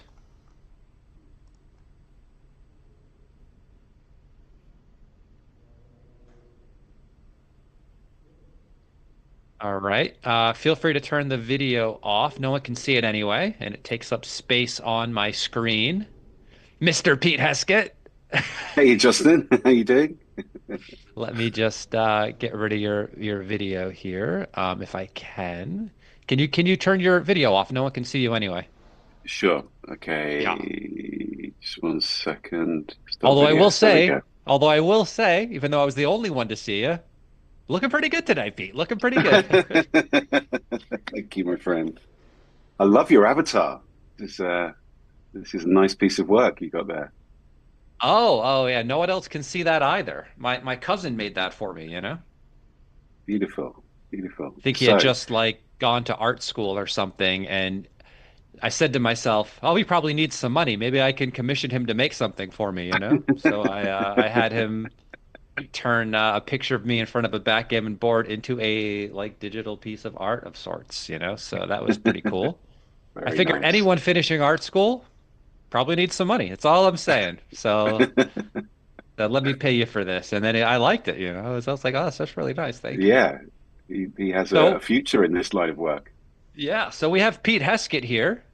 I heard Pete Heskett with Sebastian Wilkinson at a tournament recently, and I was like, oh, this guy, not only does he live just down the street, which is nice, he's not at my house or anything, but he's pretty good at this commentary thing. And to keep myself from having to blabber away endlessly for, I don't know, 6, 7 hours by myself, figured we would invite Pete Heskett along. He, a very, very, very strong backgammon player, grandmaster from the United Kingdom. Welcome, Pete. But thank you, Justin. It's great to be here. I'm a massive fan of the UBC tournaments, sort of debating whether or not to attend the Stockholm one at the moment. So really Well, happy now to that be you're here on the commenting with you. commentary for this one, you kind of have to go to that one because now the players Yeah. are now the players that watch that one are going to be really rooting for you, Pete, you know? Well, I hope so. I hope so. Yeah. So that's part of the plan at the moment. I guess Wait, you attended the to one go to Sweden or to think about going to Sweden? to go to Sweden. Yeah. Okay, good. Yeah. I mean, I would have loved to have gone to the one in Japan, but obviously it's a huge Oh, trip. yeah. I think Ollie It's a Squire little from the UK is over there and is going to be That's competing true. next week. Uh, but he's a single guy. He can do what he wants, Correct. Correct. you Yeah. know? Yeah. You and I, All my right. friend, we are tied down to a particular location. Indeed. Indeed. So, Justin, this is the second match between Mark and Vilazar? Is that correct? Or I believe it will be their second match. I did not watch their first match. We had another match on for the first match. But these are the final four players. Arash great? Afrusian, and there's a Turkish player whose name I'm blanking on, but I think he plays really, really well. I'm looking it up right now. Tanner Kandarali. I'm not familiar Ah, with him, but in the quarterfinals, during his quarterfinal that he won, he played like a 2.89. wow, that's amazing. And what happened Yeah. to Amirali? Because Amirali, I think, was top on the first round, if I'm not mistaken. Well, he So, must have lost to Vilazar Goshev. So let me look wow. at the PR. So they both had four PR points. Sorry, not four PR points. They had four total points in their quarterfinals. Yep. And um, Vilazar Goshev won on average PR. Wow, that's Yeah. huge. Yeah, he played a four, and uh, Amirali played a 4.61. So they must have been 4.6. some tough Wow. games. Yeah, yeah, sounds like it. Sounds like it. Yeah. Well, exciting stuff. Yeah. So we have Mark and Vilazar Gosep. So that should be good. Yeah, Somebody I tell don't know somebody tell Mark to Vilazar's get to the name. board. Where is Mark? We can I hear him hear his talking in voice. the background. That's for sure in the background. So I don't know how Justin, many other Danes are there. Go ahead. Yeah. tell us about Vilazar because this is I don't know you know, anything about him. I haven't seen any of his yeah, games. okay, I've seen nothing. But I mean, he's made it to the semifinals of this tournament, which is not an easy feat. no, absolutely. So, wow, what a great start to his backgammon career. Impressive, And wouldn't it be an upset as well if he could like I mean not maybe not an upset. He beat Amar Ali who had like the best PR going into the right? quarterfinals. So I mean but I mean if he beats Mark and makes it to the finals, that would be incredible for him. Yeah, wow, what a story that would be. We can see some people throwing up the Bulgarian flag in the chat, rooting for Vilasar. But there's also somebody throwing up the Danish flag, so I mean, that's good for them too. Although to be fair, the people throwing up the Danish flag, their names are things like Jens, you know? Kind of gives it away a little, right? Gives it away a little bit. Gives it away. Gives it away. That's for sure. So just want to say hi to my man Jack and also to Merrin in the chat. Lovely to see you guys. Hi to everyone else, of course, as well. But uh, Bill Riles in the chat as well. hi, Bill. Good to have you here. He will be doing the streaming, I'm sure, with Tara, by the way. I believe for the playoffs of this to see who will be playing Zenek Ziska in Monaco this year. I mean, I know for sure they're going to be there streaming the Monaco tournament, so I assume they're going to be doing the this Yeah. tournament as well that Michi's already made the finals of, so that should be good. Yeah. There's one question I've got, Justin. I don't know what the answer to this is, but if an Iranian player makes it through to the finals, um, I thought that the Iranians weren't able to get visas for Monte Carlo because obviously, last year when I was there, there were no Iranian players, and there's so many strong Iranian players. You would have assumed they would be attending the World Championships. So that, I just had a question about whether or not, it would be possible for them to attend the final if they qualified. That is a question for a .gov website, not me. I Justin.gov. Justin JustinKnoll.gov. I am not, we got Michi, not Michi, sorry, we've got Mochi in the chat as well. Nice to see you today, Mochi. I look Hi, forward Mochi. to watching the coverage of the Japanese tournament coming up next week. So Yeah, tune in for that. Hopefully, it'll be streamed here on the Galaxy channel to make it easy for everyone to find as well. I'm pretty sure they have their own commentators, though.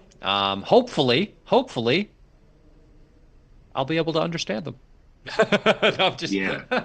if it's in Japanese, I won't know, but hopefully they'll have an XG feed and everything going on. I look forward to that event. I mean, that's going to be a strong event for sure, right? I mean, Yeah, I'd love to know. I mean, obviously, Ollie from the UK is going to be attending, but I don't know if Mochi is able in the chat to give us any more information about some of the other players attending that. Obviously, I think we'd all love to see Hideaki and Kazuki and some of the other strong Japanese players playing in the UBC. So, yeah, any updates that we can have on who will be playing would be great, greatly appreciated, I'm sure. looking through the chat for some answers. Although I can't move the chat because I'm realize I'm looking through Wilson's screen, so I'll have to go onto YouTube here on my actual phone. I was trying to scroll for a minute. That if anyone saw that, that'd be kind of funny. Didn't have to say it out loud, but I have no shame. I have no shame. Uh, So, Justin, I had a question for you actually. Now we're having to do a little bit of what we used to call in advertising jazz hands whilst the players are waiting to get to the table. But having Spirit played in the fingers? UB, yeah, that too. So, having played in the UBC yourself, I'm interested on your observations about the sort of, I guess, the pressure of the occasion because I think we've seen in recent times many sort of strong players, get into the UBC and I suppose underperform versus what their BNAB is. And then we've also seen the opposite happen where there are players that come to this for the first time and tend to overperform. So just interested in your observations on what it's like to play in There's one of these events and what it does to your game. there's certainly like decision luck involved, right? Like you get Yeah, decisions you're familiar with, or you get decisions you're just capable of seeing on that day. I mean, there's some days where your brain is just not locked in. I mean, when I played in the USA UBC this year, I had like the worst day one I think I've ever had, right? right, right, And then I had like the best day two of I think almost anybody. I think the only player that maybe out PR'd me on day two was Michi, and it was by like 0.06 or something, right? We both right. played like very, very, very low twos, right? Yeah, that's great. And I don't think I had ridiculously difficult decisions on day one. I just wasn't clear in my mind Sure. about these situations, and I, just kept on Yeah, pressing the wrong button, basically. yeah, yeah, yeah, And then day two, I pressed the correct button and played significantly better, and then played really well to beat Petco in the next round, and got a little unlucky to not make it to the finals, but. yeah. It's a grind as well. Six Yes, matches lots day of one, games, isn't six it? Lots of matches day games. two. Then you play with do four one in the beginning of one day, and then four in the afternoon, right? And I mean, all of a sudden you've played what 24 matches, and then you make the finals, and then not Yeah. 20, sorry, 24, but 20, and then you might play 24 matches over 3 4 days. Wow. It's It's intense, right? uh, it's a bit much. Like I get excited to play, and I figure it's like having children. Like I get excited to have a kid, then you have the kid, and then you go, what did I do this for? Well, I Like did it I'm three times, excited. so Yeah, I yeah. learned my lesson. It's like a biological like delete, control alt delete, or you just forget all about it. You're like, oh, this looks like a great idea. I'm gonna go play UBC. Then you get there, and then you have to play all these matches, and you go, what am I doing this for again? So I think the players commence now. The Yes, I players are at see the them table. playing. I see them playing for sure. So let's get back to the backgammon. So Oh Black is man. very happy to make an anchor there. And Mark will anchor up himself. We love to sort of replicate an advanced anchor once our opponent has made one.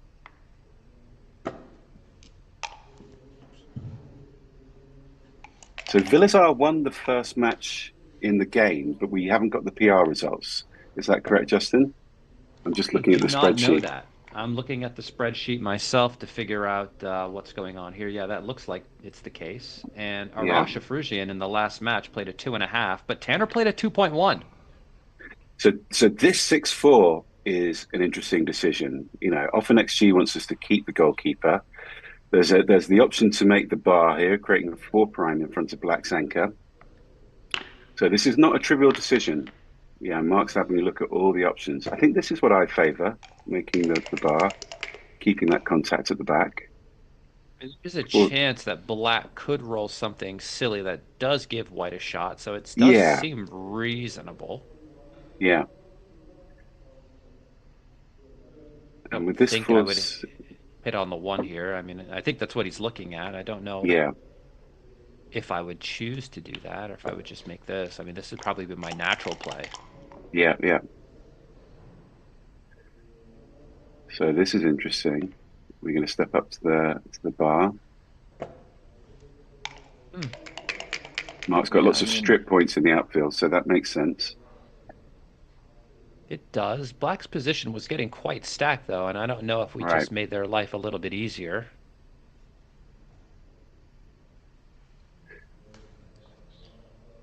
So here, do we unstack to the 2 and the 1 or to the 3? I personally would unstack the 6 point here, going to the 1, which is generally not what we would usually do.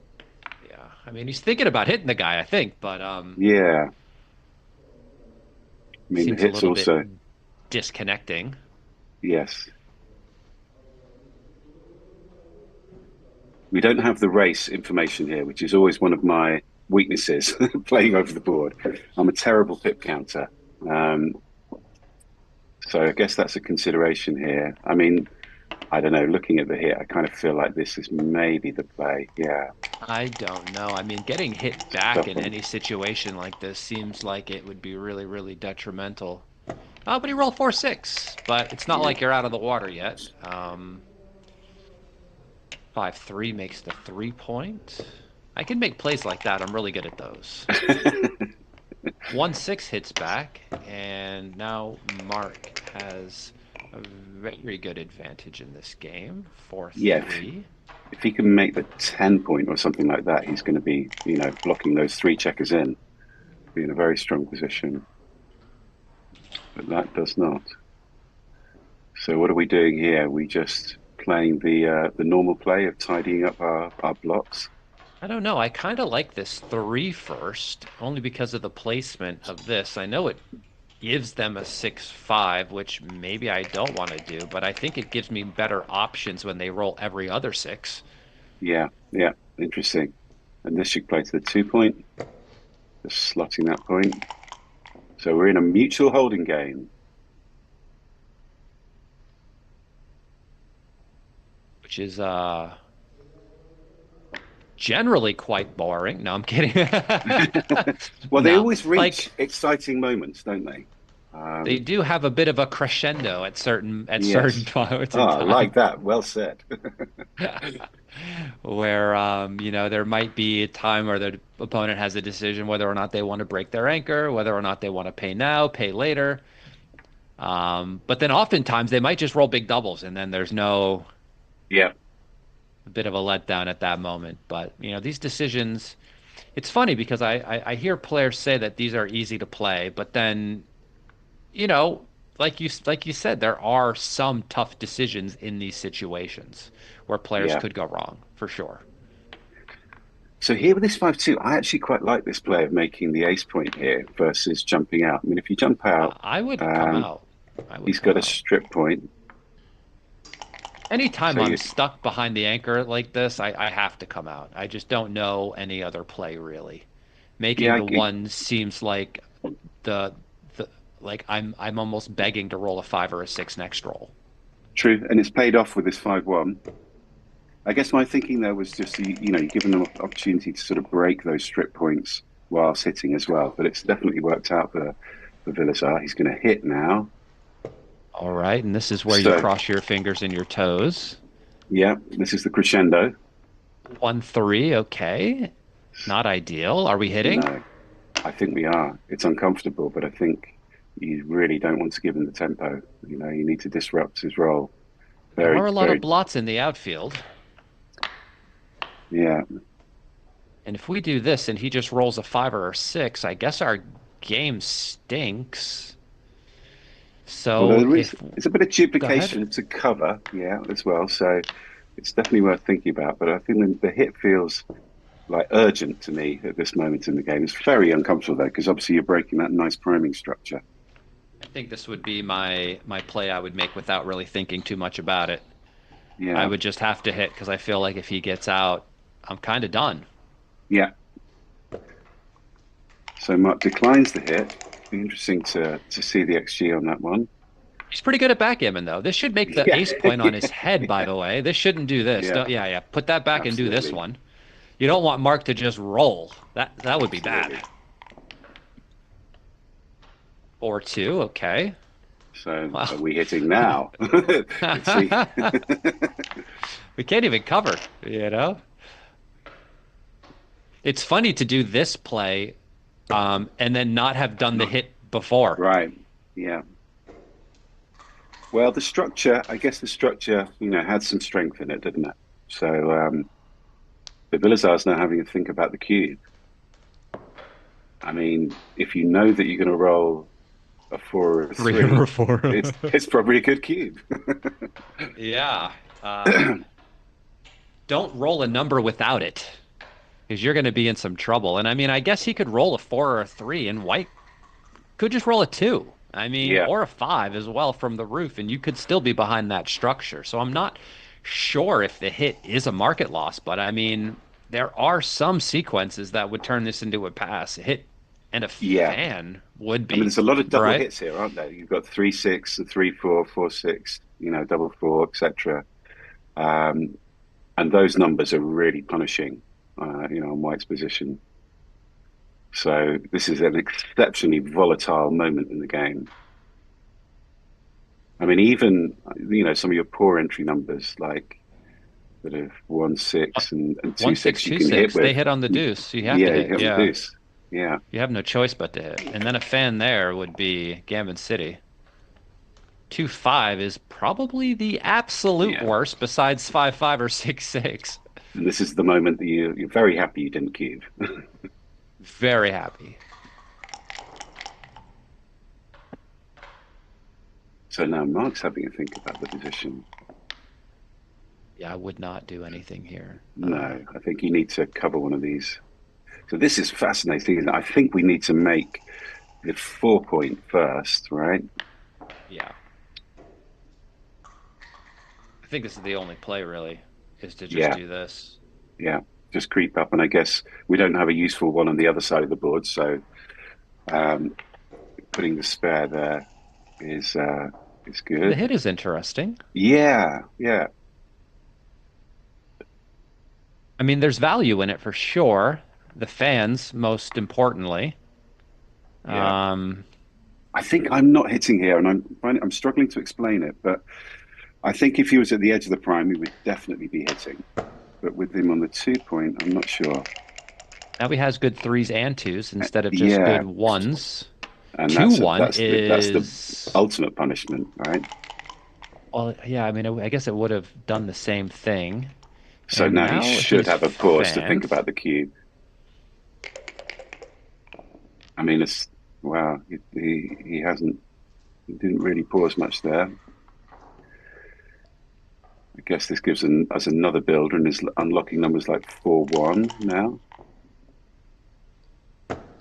Threes Mark again. dances again. So he really should be thinking about the cube at this point. I know Mark's got an anchor, but there's a lot of gammons in this position.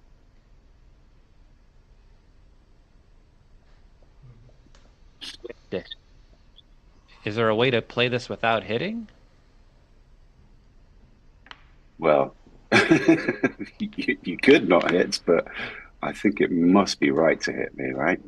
It's annoying because I don't know what else you would do besides that. Like, it's like Yeah, there just doesn't seem to be any other play. It's just also a little bit annoying that the six is duped to hop out and to cover. But I guess if he fans, you should just double, right? I mean, yeah. So this is very big. I mean, there is a massive value in not letting white anchor on the 2 point here, which is, I think, a big part of my reasoning. I think if he'd sent the cube, it's much easier to hit because you're pursuing the Have to gammon. win He the does game find it. Yeah, because you have to actually win. yeah, exactly. So will he find the cube now? Two on the bar. I mean, I have to say, I wouldn't really be I fancying would the have take to now. double this one. I would have to double this one. My Yeah, Too many people would be upset at me if I did not, you know? and this is a very brave take. I have to say, you know, I would not be. I know we've got the anchor, but with ones to cover in what was that, four, five, Well, nines it was a as well. massive double before the 4-3. Yeah, So I just think that now, I mean, I don't think you really yeah, can and take this at all. yeah, I think this might well be too good as well, Justin. We might have I'll bet reached that against point. it. Yeah, Yeah, because you might not you're still behind a five prime. yeah, And fair. your sixes are duped to cover and hop out. So like maybe you just don't cover and the guy rolls a two, you know? Yeah, yeah. But Wow. Well, that I was a think tough first game. For anyone who yeah, says that holding games are simple, there's some I know. evidence to. Just as I went on my tirade about these are boring, silly, Yeah, all of a sudden, you know. But yeah, I don't think it was too good, but I think the cube was very, very clear there, and Mark was quite happy to get out of that game for 1 point because if he doubled before, Mark would have taken, I think, yeah, and then he would have been in a significantly worse spot than he is now, just only down 1 point. That could have been a 4 point game. yeah. That was a great 6-1, by the way, by Vilazar. When your opponent rolls double five second roll, you don't want to split, so he played the slot, which was correct, I think, by a lot. Yeah, this is a very typical blitzing structure after like double fives in the opening to make the 3 point. You just don't split against that sort of structure. Uh, this book that kind of mentions these things, Backgammon Masterclass, available on the Backgammon Galaxy web shop, you know? Throw out the plug for the company, you know? Who puts on these fantastic events, you know? Yeah, absolutely. I think the whole backgammon community needs to be very grateful for the running of the UBC. For me, I this love is it. it's the highest level of our sport, you know. For sure. This is when all the nerds come out of their come Yeah, out come out of the basement, you know? yeah, Myself included. I haven't seen daylight exactly. in weeks. My eyes, I gotta put sunglasses on, even in the playing room, you know? It's just like, I'll feel like a mole person, you know? I finally get to leave the So, my dwelling. Not even my home, my dwelling. so this double four is interesting as well because naturally we want to step up to the golden point, but then what do we do with the last four? There is an argument for making the 4 points and then splitting. So again, not a trivial decision at all. I think But I'm gonna very, make the anchor, for sure. And then I guess I'll just play to the 3 point, you know? I mean, I just feel like not much can really go wrong for me after making the 20. yeah. I mean, it sort of massively reduces gammons against. It stops your opponent's sort of blitzing and priming strategies, doesn't it? That's one of the huge values of it. But this is a weird position that we found ourselves in again. Just So I find think myself he, trying to do whatever I think is the most important thing first, and then find a yeah, way to play the other number. yeah, I think that's a very sensible approach. And I just know that there are some numbers that I will regret if I do something like this. Yeah, He yeah, could I roll double thought he might twos, be he could roll tempted double by this. threes, he could roll double ones. I Yeah, don't know. well, he's Did he roll double punished. ones? He Oh rolled my double one. gosh. I call it. I call it all the The time. I curse of the can't help it. commentator. I can see about 1.5 seconds into the future, uh, about about 12% of the time. So So I would step up with this final one. Although Mark's having a look at sort of how many are putting three checkers on the bar. I mean, this is a really interesting play, isn't it? Wow, what he's a trying to break decision. a record, I think. I think he's about how many checkers Yeah. he can put on the bar with one dice roll. He, he's trying to break a record. Wow. I I mean, mean, it's it's a it's tough funny play, because this. I would insta make the five, I think, although I can Same see here. some of the logic behind it. But if he rolls a random four, I mean, maybe he's just in the game anyway, you know? So, I mean, there Yeah. is some merit to it. Well, I guess, for me, the cube is obviously a big consideration here. Um, and I just wonder if the other one is sort of zooming us past when it goes well for us, then we're into sort of too good territory. Um, so he does roll the four and makes the anchor. So um, now we don't have a cube. We're nowhere near one. Then got nothing. So that makes the Five would be bar. really useful here. Yeah, absolutely. He Five and a does hit it. six, okay. So Hmm. some might be tempted to hit on the ace here, but I don't think that's the right play. It'd be really nice to actually make the 10 points. So I would actually play there. We've got the anchor protecting us. Five Six, a six going to help misser. out. Yeah.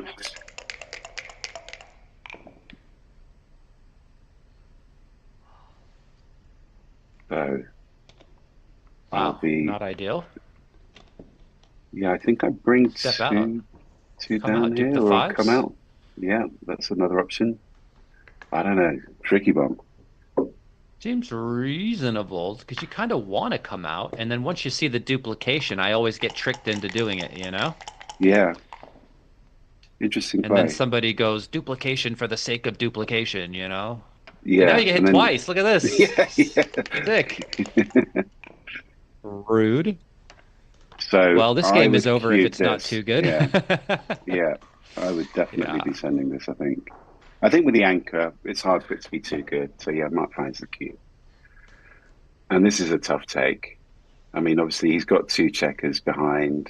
Um, but yeah, this could easily be quite gammonish with that blot on the 2 point. So I'm sort of inclined to pass it, I feel. How about you, Justin? I know you like to take deep, my friend. Oh my What do you goodness, I say here? love it. You know, I learn the most from my bad takes, you know, because I have an Yeah, emotional attachment to the moment, and then I'll be able to set up that position that I did that thing from, yeah, maybe for yeah. the rest of my life, you know.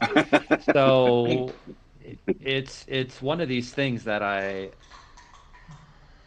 kind of am a little sick sometimes. Yeah, I'm not gonna lie. I do like an adventurous sort of take, especially in a game for no money. Yeah. So I don't think it was a simple decision necessarily that because obviously with the anchor you always feel like you've got a game. So those positions where you've got an anchor but gammons are high are tricky to evaluate. You do have four guys back. One is on the roof. They are Yeah, building quite a decent prime in front of you. You yeah, could just also have the other checker just blitzed off the board as well, while the other team just saunters around the board afterwards as well. So, yeah. um, this is an Jack said interesting in the 4-4. in the chat it was a big pass. Yeah, thank you, Jack. Okay, that's good. Um, yeah, this is interesting. Because a part of me always likes to try to make structure with some of these. And I know you entered and hit. And there were two blots in the outfield, but a part of me was like, should I just make the nine? You Yeah, know? I was with you. That was my instinct as well. Um, Should I just make the nine? You know, because structure over everything is how I live my life, you know? When it comes to backgammon. Seriously, you know? yeah, and well, investing in the assets in a game that can go on for a long time has a lot of sense to it, doesn't it? You just, build stuff and then you get hit and sent back and you build some more stuff. And hopefully, once you get that final shot or something, it ends up paying dividends and you end up winning the game. I mean, Yeah. The 5-4, I think the race is going to be very close here, so I'm kind of inclined to step up here. I mean, after that I, double five, what are you thinking? yeah, You I gonna think keep the you're contact? probably up after double fives, right? Oh no, because they Yeah, rolled double fours as well, so I'm not sure what the race true, is actually. true. Because they did enter and hit back and get missed, so I'm not exactly sure what the race is. I could put it in real quick on my Mark's phone having to a see what the count here, race isn't he? is. Yeah, I'm sure he's just curious. I don't think he's anywhere near a cube, but he just wants to Yeah. know. Yeah, and this is a sensible thing to do in these kind of positions to get the count now and then obviously keep a running count from this point on in the game, now that we're in a fairly low volatility position. I like to keep a jogging count. So on the roll, Mark was only up 4 pips. Ah, okay. Well then, Yeah. yeah, interesting. Yeah, I think, it's interesting. The value of the goalkeeper on the 23 point is not quite as high as the value of it when it's on the 24 point. And if it's a close race, um, then having that spare on the 18 gets you into the race, which you can get stuck a little bit when you keep the goalkeeper. So those decisions are tricky ones in backgammon. When to keep contact at the back and when not to. Big Black is really hoping to roll a 5 now. Yeah, exactly. And that's the thing with the goalkeeper; it can become a liability as well as an asset. So I'd actually This should inclined probably come to out. jump out. Yeah. Yeah, Just seems like you're going to get pointed on quite a bit back there, and yeah, you didn't roll a 5, so it's not entirely safe to come out there. But I mean, if you are hit with a 4, you're likely going to enter anyway. But yeah. you might get missed, and this Exactly. And even if liability you can get is hit with free. 4-2 or double 2, where he has to leave a shot as well in front of the anchor. So, those are other possibilities. I'm also trying to think of what numbers you gain on by staying back besides six Yeah. five. Yeah. I guess 6-1 as well. You get a shot on 6-1 and 6-5. I think another consideration for me, Justin, is that if you're playing that sort of to get a shot kind of game, you've made your ace point, you've made your 3 point. Wow. So Mark's cubing on the value of having a shot and a small race The up and advantage up. feels yeah, I'm surprised. I wouldn't cue this position. Definitely a Maybe he take. knows what the race And is. with 4-2, which I mentioned before has happened. So here, double two, 1-2, 3-2 gets a return hit, but he dances. Mark's So very Mark was happy to see only that. up 8 pips, I think, before the play. Yeah, would be fascinated to see that. I guess It was Filizar a has a little double. bit of wastage. It was a double. Wow, excellent cube. Hmm. What an amazing Nice cube. cube, Mark. Great one. Yeah. Wow, I learned something there. 6 away, 6 away. Nice cube, according to mobile, which I believe Yeah, I sometimes. guess the score is a factor as well. But that would be a small factor in leading us towards being more aggressive. And there was, this is mainly a 2 points opportunity, but I guess there are some 4 point sequences as well. It was a nice find. Yeah, beautiful. This will enter and just step up. I think that guy writes books too. A 6-4. This is not good. Wow, what are we doing here? I feel like the play we're gonna see is like the only play besides potentially making the 2 point, but that would leave like two blots, which I don't love. Yeah, And the guy's got a 4 point board on the other side. He does not roll the ace. this is two down, I think, isn't it? I think that seems to be the only thing worth Just considering. get some builders. 3-1 This is going to makes the point on. ace. Fantastic shot. Yeah, so some gammons are creeping into this position now. So I think this is where we see the sense in Mark's cube. Excellent decision. Really impressive. Double twos or 2-6 hits back. Oh my gosh, I Whoa. did it again. No one sees You double twos did there. it. Ah, so brutal. Absolutely brutal. Does Mark roll it We back? see No the dance. So is advance. he going to recube here? I mean, no, he's rolling through. Didn't pause. I would have paused to have a think 3. about it at least. Think it's a good decision to not cube. I think it's a good decision to not cube because you really need a Yeah, 5. Mark's board is good. You've got two it's points strong, open isn't and it? you're playing with Yeah, like 5 or 6 blots. yeah, My question after this is okay, like if Mark fans now, is it a cube? And yeah. if it's still a take, then I don't think we had a cube before. But Oh, wow. double twos. What a double two. Oh, okay. If it's good for the goose. My gosh. 4-2, 4, and then yeah, I like this. 8-6, staying a Okay. little bit further back, giving yourself more numbers to hit. And then this hits all of them. Wow. The power. Well, I guess BGs are a thing at this score, aren't they? We probably won't Yeah. see one here, but there is a small chance now. How many BGs do you think he wins here? Probably what, like I five, I would go, 5%? yeah, four-ish, yeah, 4-ish percent, something like that. But it happens. Yeah, I mean, it could start zooming up.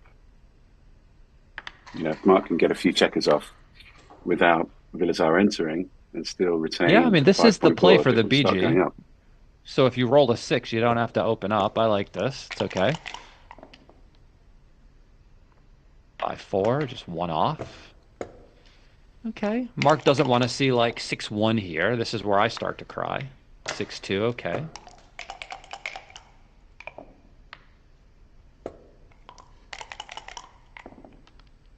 Wants to keep things nice and even. It's odd on the outside, but still doesn't have to roll two big numbers. But if he does, Black will have a chance. Oh, and that's a shot lever.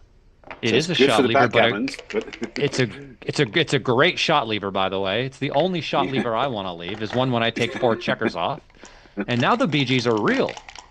yeah, absolutely. Another double, and it's almost guaranteed. I Wow, take that's a two good off for roll, the actually. BGs. Yeah, yeah, me too. I think you have to go for it here.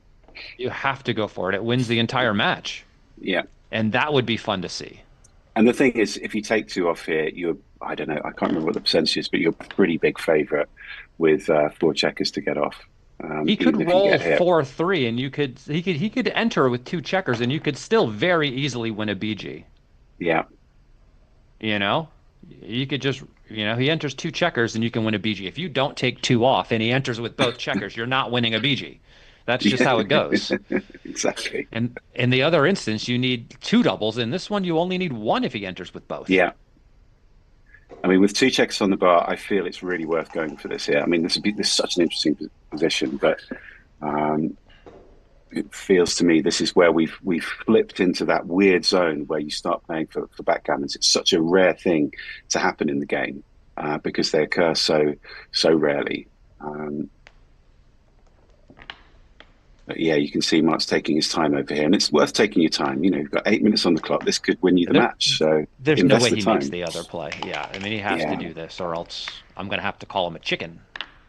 And fanning is great. This is what Mark wants. This is how you get the BGs. yeah. And he rolls an Oh, what a ace. roll! Don't fan again, my friend. Do not fan again. 6-4, Oh, okay. so Mark needs a six double. num Double, five numbers, five numbers. yes. Double Yeah. twos are better. No, he doesn't Oh, get didn't it. see it. A double shot? No, I'm kidding. I'm kidding. I'm kidding. Still a decision to The, play for here. Good one, the Vilazar. ace. Yeah, there you go. Wow. He almost had it. Yeah, that was an incredible game, and Mark getting massive reward there for a brilliant cube. Um, yeah, and I guess he, Really he nice find. To spotted. have that be one roll away from a BG, I wouldn't have believed it. No, exactly. I think he spotted that there wasn't just holding game value there. There was some gammon value in the position, which was really, really smart. Which is interesting to see if it was a correct decision to step up with his first five, because the race was close then. Right, exactly, exactly. Yeah, like these decisions seem small, but they can have a huge impact on the game, on the actual outcome. Yeah, I mean, the equity difference between the plays at the time might not be large, but that's just because the sequence where you get punished sometimes is so rare that it's not likely to occur to make a difference Yeah, sometimes. Not because it's not like a decent misunderstanding, it's just like it's not likely to hurt all yeah. that frequently, but sometimes it does hurt though. I don't know So why I like here, making the 3 point. It just looks yeah, I'm efficient, but well. I think. I mean, my rationale would be at this score, we want to send a gammonish cube, and I think this is the more gammonish play. The priming play, had less three gammons in stops it. the cube. Absolutely. So here, Vilazar just wants to get into a race. He's praying for like a 6-5. He can escape that back checker. But this will just come to the 8 point. 6-1 is going to make the bar. That seems clear. Nice outside hit Oh, will no. do him You wonders. you I keep called it calling it. again. I know, I know. Two You've done four, this and before, my friend. I don't know. Maybe the cube comes now. Yeah, I think I'm at the not sure. I score. mean, No, the score. I okay. think this is a I nice 2 points opportunity. I guess the question then becomes is like, let's say we bring that checker to safety. Have we lost our market? And I'm not sure. I don't know if I don't know if we do, but Yeah. um, you don't have to worry about it now. So No. we do this and we play 8 to 7. There really isn't another play. Well, I You're was only just actually concerned. wondering about 13-8 here, Justin, because he's got stripped points. No, If he has to hit with a five, no, in a way, he's very happy to step up with a five, isn't he, from the back? So no. if he has to hit with a five Yeah, from the but mid, the you're three he's not disconnecting happy him. to play. The three he's not happy to play. That's the point, I think, is that the three is costs him something to hit you with it. So yeah, the five plays well, but like the three does, it Yeah, forces him to break his anchor to hit you, so it costs him something to do it. And then when you don't get hit, you get to make this and you've solved all your problems, I think. yeah, yeah. So So he's so this, having a I look mean, at who's this. to say you don't just get stuck out there anyway next time? True. And I guess, we are very happy to make the bar if he misses. Yes, You can yes. use, Then the game is done. wow, so the double six is good for the race. I'm not even sure if I would do this versus just playing down. I don't Yeah. like making the 1 point in this situation. Um, but Makes your pip counting easier though, right?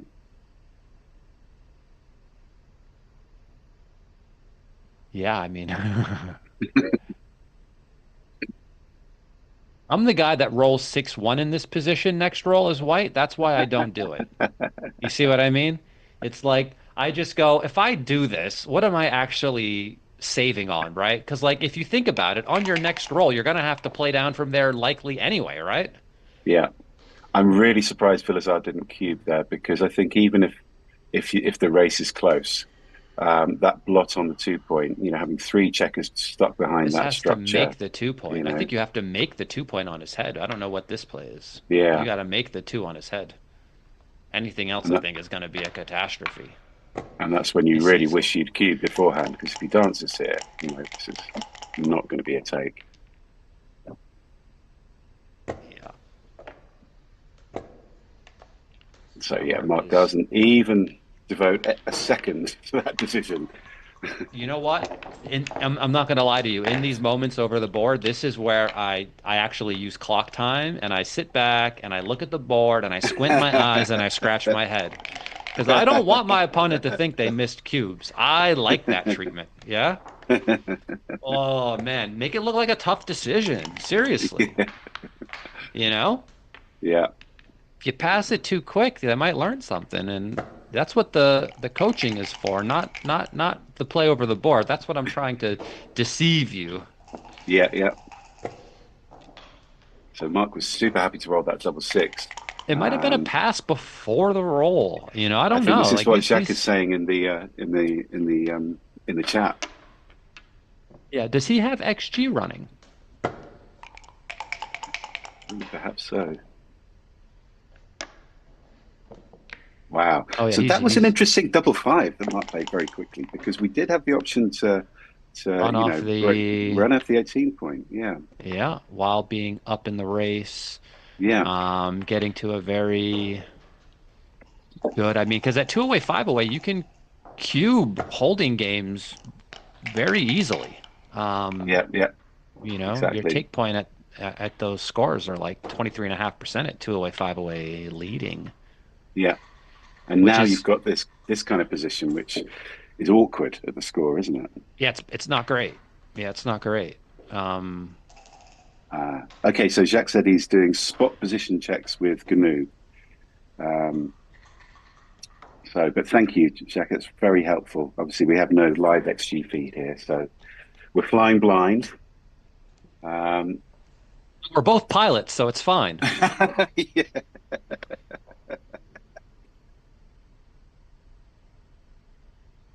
So this is this 5-1 for Mark here?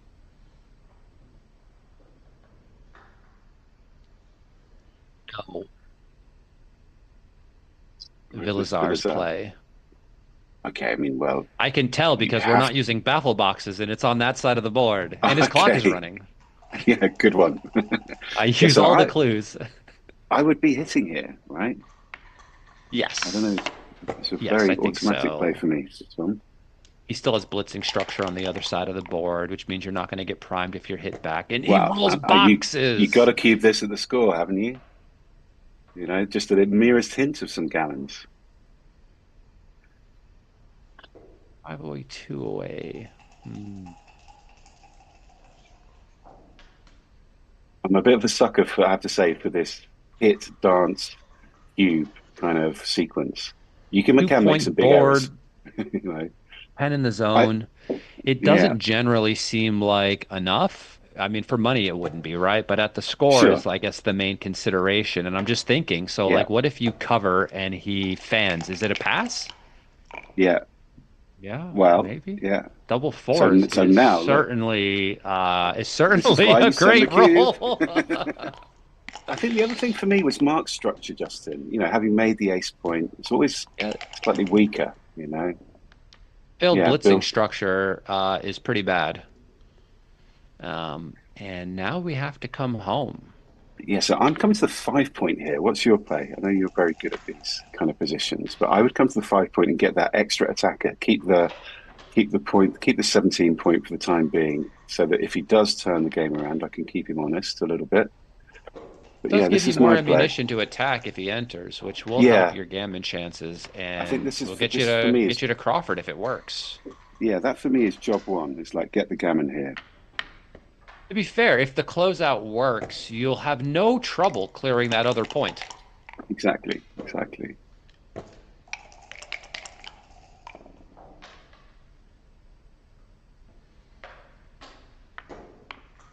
So now he brings checker in to the 5 point and steps up.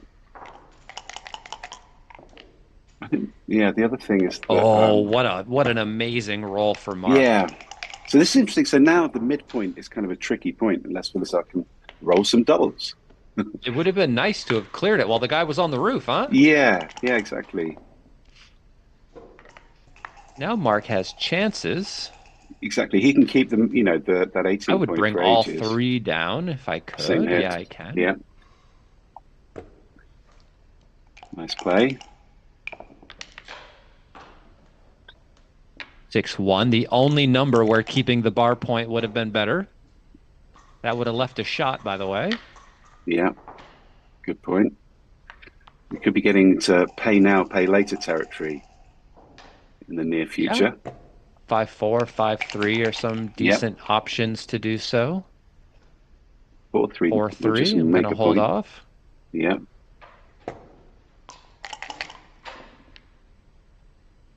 5-5. Oh, And, well, what's the race? I guess he's stopping to count. I mean, I So think that's this looks like the play to even me, Justin, by the two. distribution of checkers, but I'm not sure. It must be super close. I guess the only other play would then be to do this and make this. Yeah. And I guess once black clears the 8, maybe we have a little time? I don't know the exact race, so what would that be? 42, 50 plus 36. So what is that? 86 for white?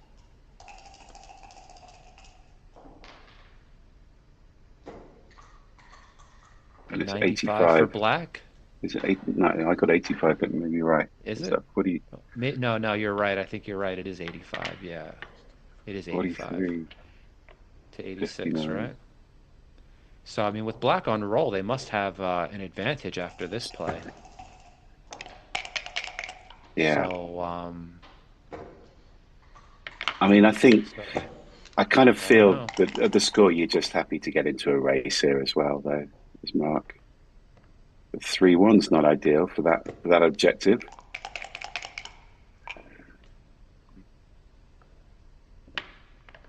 I feel like you really don't lose any gammons by trying to do that the other play for the contact. Right. I don't know. Still have a checker outside. You probably won't leave a double shot. You'll only leave one. Probably give yourself a bit more chances for the contact. I'm not sure. Yeah. Could be. Could be.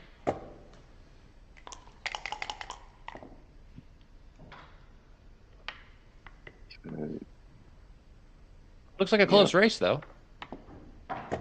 So Blizzard's distribution is a little bit better than Mark's until this roll. And now it's till this roll. uglified. 5-4 for Yeah, Mark. one off the 4 point.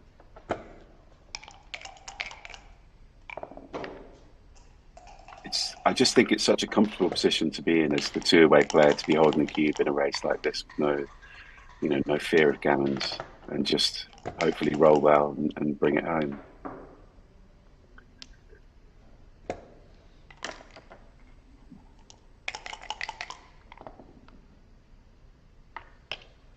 Two, take two off. Now Mark's got a gap on the 5 point. He's going to be wasting his fives to the ace. That's Oh, should be a boxes. game winner unless Mark can respond in kind. Close.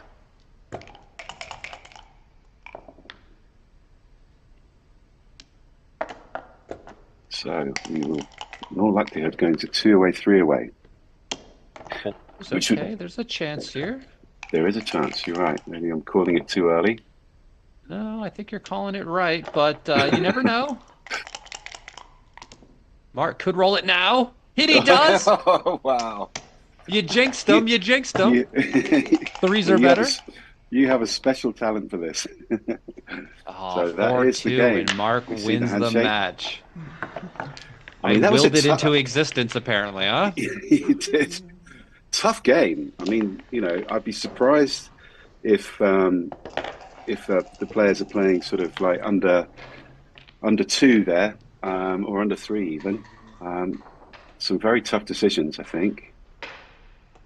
Yeah, it's nice when because in this format you really are walking on a knife's edge, right? I mean, you really Yeah, are fearful, not necessarily fear, but like you are concerned about making a play that will be a blunder, which, I guess when you're playing a normal tournament, that's also a concern because that will directly affect your winning chances. But here it yeah, affects your winning chances twice. yeah, yeah. So we don't have yet the PR results either for this match, obviously, or the first game between these two players. But The first one isn't from done yet either. yeah, it's not done yet either. So it's 1-1 as far as we know so far. I predict Mark won the PR in that match. Justin, I don't know what your feel was for Because it. of some missed cubes Exactly, by Villazar, exactly. you think, yeah? Yeah, exactly. Um, So I have the PRs on my sheet from their first match, do you? Ah, okay. I and it looks refreshed. like Mark played a 2.5 and Villazar played a 4.6 in their first match. Okay, very good. And so Mark has, well, we don't know because it depends on who Download the Backgammon Galaxy app now. Scan the QR code to get started. the PR lead. And now Mark has 2 points, but we don't know if Villazar has 2 points or if Mark has three. So we will find out shortly. And if I just kind of like pull down and refresh, it doesn't always update for me. Sometimes I have to actually click on the address and like redo the whole page for it to update sometimes. Okay. Yeah, I'm refreshing like crazy, but mine's not updating. I can see that Somebody if somebody said 0.46 versus 5.2. Is that a guess? Or is that like a what? number you have somewhere? Wow. Because that would be amazing. Yeah, incredible. I mean, some people throw numbers in these things, and I go, "Who are these people? Where did they get this number from? You know? And where were you the whole match if you were doing a transcription, you know?" Yeah. And why aren't you working? Yeah, it's the middle of the day somewhere, you Yeah. know? So if the listeners want an update on the other semi-final, in that Tanea won the first the first match, 7-4, and he also won the PR point with a PR of 2.13 versus Arash's 2.51. So Tanner has a 2-0 lead in the points on in that matchup. It's pretty good. Yeah, Pretty good. to quote Larry David. Yeah. So Tanner is All another right. player that I don't know well, but I guess he's he's registered on BMAP. I'm just looking him up at the moment. Got a 3.97 PR overall. Um, hasn't yet made a grade, but I don't think he's had enough experience points yet to Sometimes get you a just haven't grading. played enough tournaments, you know? Yeah, exactly. He's only on 72 XP, so needs to play a few more matches. But clearly, a super strong player. Um, He's very good.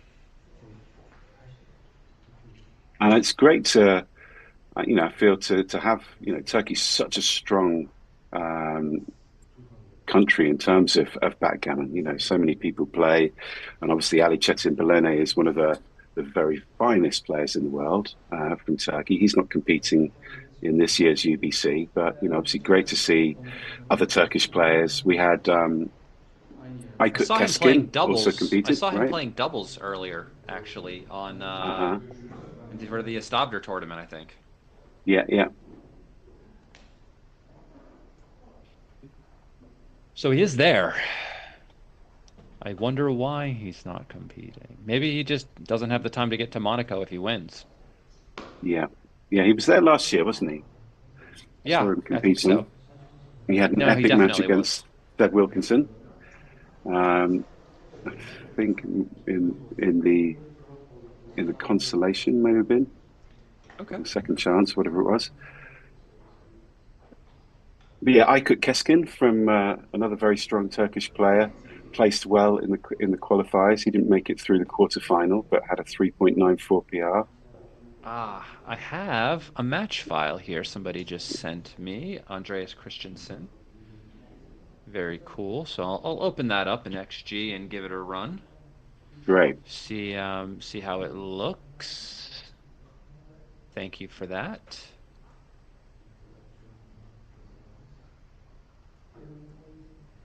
Just download this file. Ah, it's a virus. No, I'm joking. I'm joking. Ah, okay. So I've just seen Orkun Sahin has very helpfully put into the chat that Tanner, yeah, was one of the players who, when we commented on the doubles final in Tashkent, Tanner was one of the two players who played this insanely good 0.7 PR against the Japanese team of Michi and Tanaka-san, Oh, Tetsuya really? Tanaka. So yeah, so clearly Tanner is a super strong player. Yeah, I have to apologize, Orkan. When I was in Tashkent, it was very difficult to read Tanner's surname, so I didn't recognize him this time. So yeah, thank you for reminding So me. apparently Mark played a 0.45, so that was Oh, a correct wow. number. And Wow. Vilazar played a 5.05. Yeah, and I think there was some miscues there, right, Mark? Right, Justin, sorry. Um, yes, it was a double from the roof in the first game when he had the two blots in his board in the four prime there. Um, and then after he fanned initially, after hitting and he made the five prime, that was a cube. And then after, right before he rolled the 4-3, it was a cube. So yeah, there were quite a few missed cubes in the Yeah, first game. But to be fair, there were a lot of really tough decisions in that match from his perspective. So it is actually, not bad that he played a 5 PR in that instance I mean, because it was there a were tough many, game. many, many, many, many tough decisions. Yeah, exactly, exactly. And, we've all had that experience. It's easy to see things when you're relaxed, looking at the board, commentating and that sort of stuff versus actually playing. in a And tournament, you know. that 5-4 we talked about, whether or not he should have come out to the 18 and played the four down or the four into the 5 point instead of staying back in the game where he almost got backgammoned. It was Yep. correct to hop out with the Okay. Yeah. 5-4, like significantly. It was a 5% error to stay back. Wow. Wow.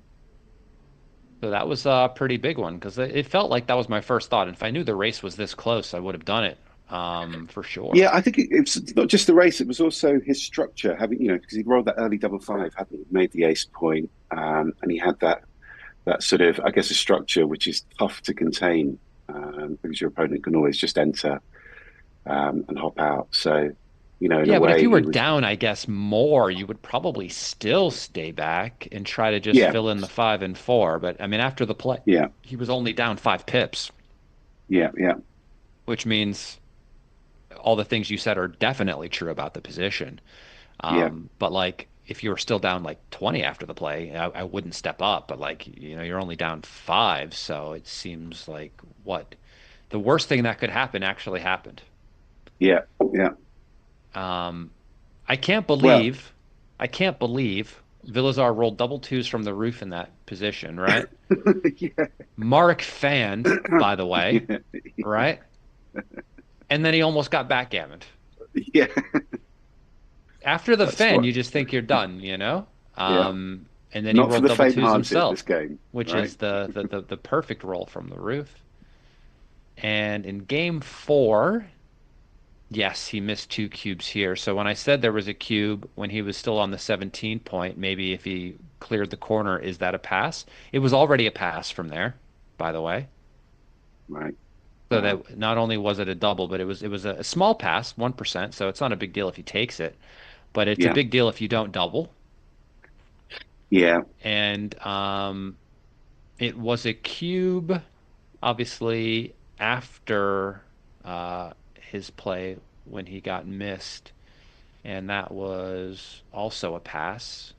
Um, But and Justin, just a question about UBC play. As double someone who's fours was competed in wrong, it, by the way, right? making the 2 point because it left a shot and everything is just going to be a pass. So he didn't After that, want to yeah. So even it's leave the about the one cube. six five 5-2 Yeah. or whatever from the roof or 4-3 or whatever it was. But yeah, what was your question? Yeah. So obviously in match play, um, you know, when we're using the cube, obviously we want to use it efficiently. You know, we like to, you know, strong players will always like to make the decisions that XG recommends. But there is a school of thought which is, you know, don't give easy cubes and try and give your opponent a more difficult decision. And I'm just interested, given obviously that part of the competition in the UBC is the PR points. You know, is that a consideration that's crossed your mind in play when using the cube to try and, you know, give your opponent a difficult decision with the cube as opposed to sending I easy think, cubes, you know? well, if it's an easy correct cube, I mean, sometimes it's an easy cube because you know Right. that the other player is good and you know he's not going to mess up this decision, right? Yeah, yeah, yeah, Um,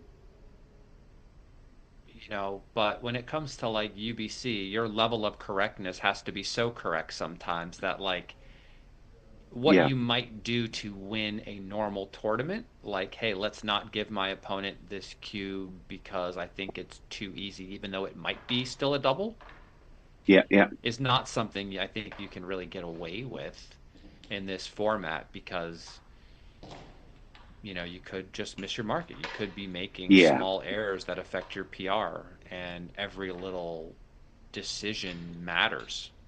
yeah. So in your head, you're playing against XG, you know, primarily.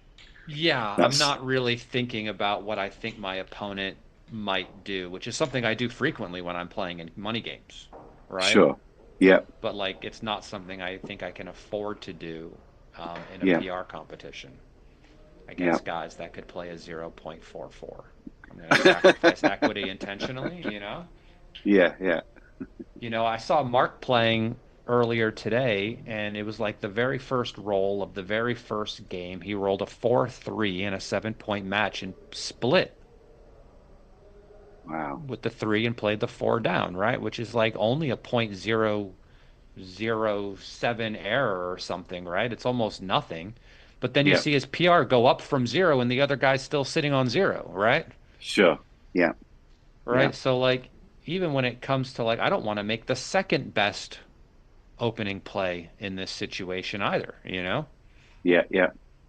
But then I hate it when I get into situations and these sorts of matches against players whom I think I could just beat if the games were complicated, and then they end up being simple games that players of their caliber aren't going to mess up.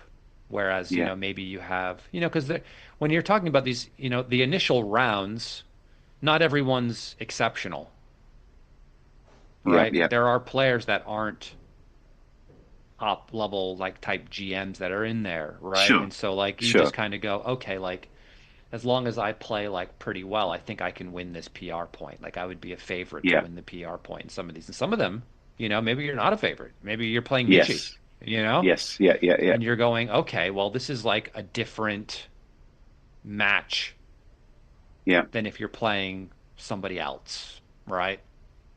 You really have to be on your P's and Q's if you're playing a guy like Michi, Yes. Yeah. you know? Um, so yeah, like I don't want to play 4-3 split on the first game against Michi. It's too much. Yeah. Yeah. But against someone else, it might be fine, right? Because maybe certain opening roles lead to more difficult position types for them to play later, which may or may not favor you depending on who you're playing. Yeah. Yeah. So yeah, it's really interesting. I mean, I guess I would have assumed that you're playing XG essentially in this format. That's you're playing against yourself ultimately. Yeah, Um, that's how I think about it. Me just playing against yeah. myself. I'm not really considering what I think my opponent, like I'm considering what I think they should do if I were them, because that's how I'm coming Sure. up with my best play. But like, I'm not thinking about what I think they would do with a cube decision at all. I'm just thinking about whether or not I think it's an actual double or not. Yeah. Just thinking through the rolls, how many, sequences where if I roll half decent and they underperform, does this just turn into a pass? Or how many sequences where I underperform and then, they take and now this position becomes a no double for them and now they're happy that they hold the cube, like Yeah. you Yeah. want to make sure that there are enough sequences, you know, that could lose the market at the score. And the score is the big deal, like Yes. Yeah. some of these positions we've seen like might not have been a double for money, but were passes at the score. Yeah. So this is always I a think the thing. players are coming back to the table now.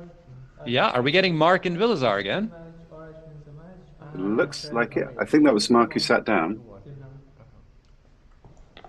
So I was just looking at the spreadsheet, Justin. Mark started on a 5.17 in his first match today, then did a 2.34, 2.45, 3.46, 3.46, 2.5, and then a 0.4. So his next PR is actually going to be a minus on this four. I'll take the over. I'll take the over. Yeah, but Mark's PR has been pretty good these past two matches for sure. This will hit on the outside. So yeah, Mark has a 3-1 point lead so far in the match overall. Yeah, so I guess this will be the decider. I guess. I mean, think there's a good chance Mark could lock this up with a match win right here. Yeah. Cube. Yep, absolutely. Anytime my opponent fans, I'm just thinking, oh, should I double this guy right now? Or Yeah. girl, I like double anybody. I don't care. Anyone can get it. Anyone can get it. I think this is a fairly simple take. Trivial take. Yeah. Trivial. Only 9 in the zone here. 9 in the zone against a 2-point board. Seems pretty trivial. So here, can we put 2 on the roof? Yeah, I think. Or we play 1 down? Yeah. I don't know. Seems Interesting. reasonable. I have a preference for priming plays. So Yeah, nice to get another checker in the zone, but not happy when our opponent rolls 6-5. But the blitz could still be on here. 5, not a 6 great power. roll. No. And I think we just probably making the bar here, or are we hitting on the ace?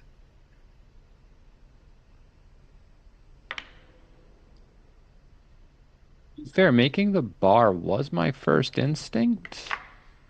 But two on the roof is two on the roof. This does take away the most momentum, Yeah, probably, but it is anti-positional for sure. You have the 4 point made, so it's not like you have to blitz. You only have yeah, 9 checkers in the zone now, so not sure how strong it is, but it's been done. yeah. So Villas are very happy to anchor there. This will, I think, hit again. And then, Just make the point. yeah, just tidy up a bit.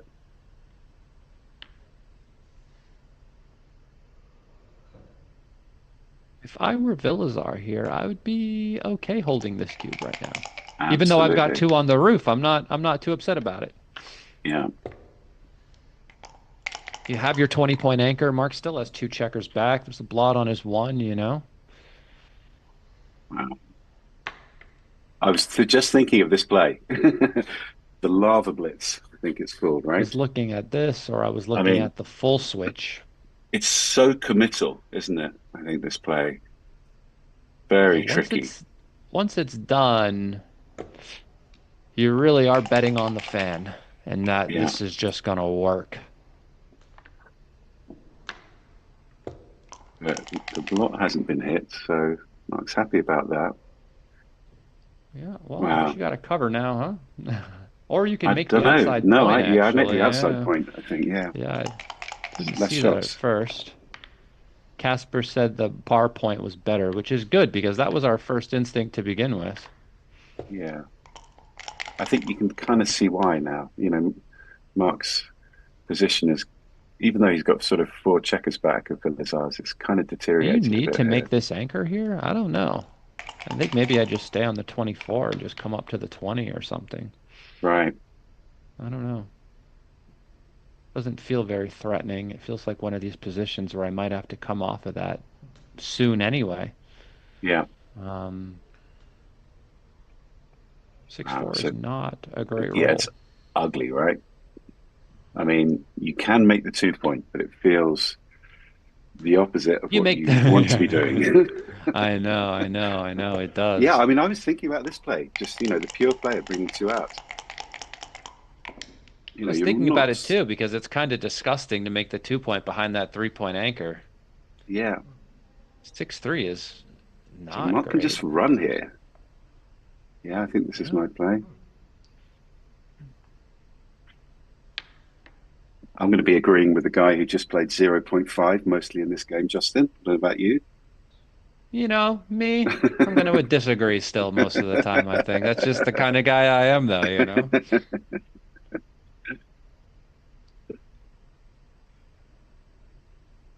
Although I will say Mark looks like he's found his stride.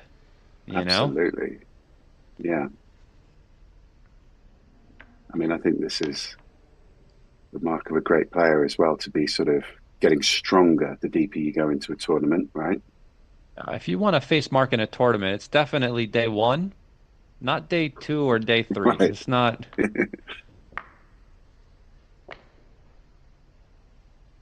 Yeah, this play feels very, very natural to me to just get off. It's the butterfly anchor. You must be up a lot. Yeah, exactly. I think if we can just clear that last checker from the back, it's a very simple game to play there. Just hang out, hope to roll some doubles. We've already cubed, so there's no sort of stress there. I just feel I don't know what the future is in this play. I'm not Yeah, sure. that's the problem is because, okay, so he enters, and now maybe he Yeah, enters low and makes it harder for you to get around, right.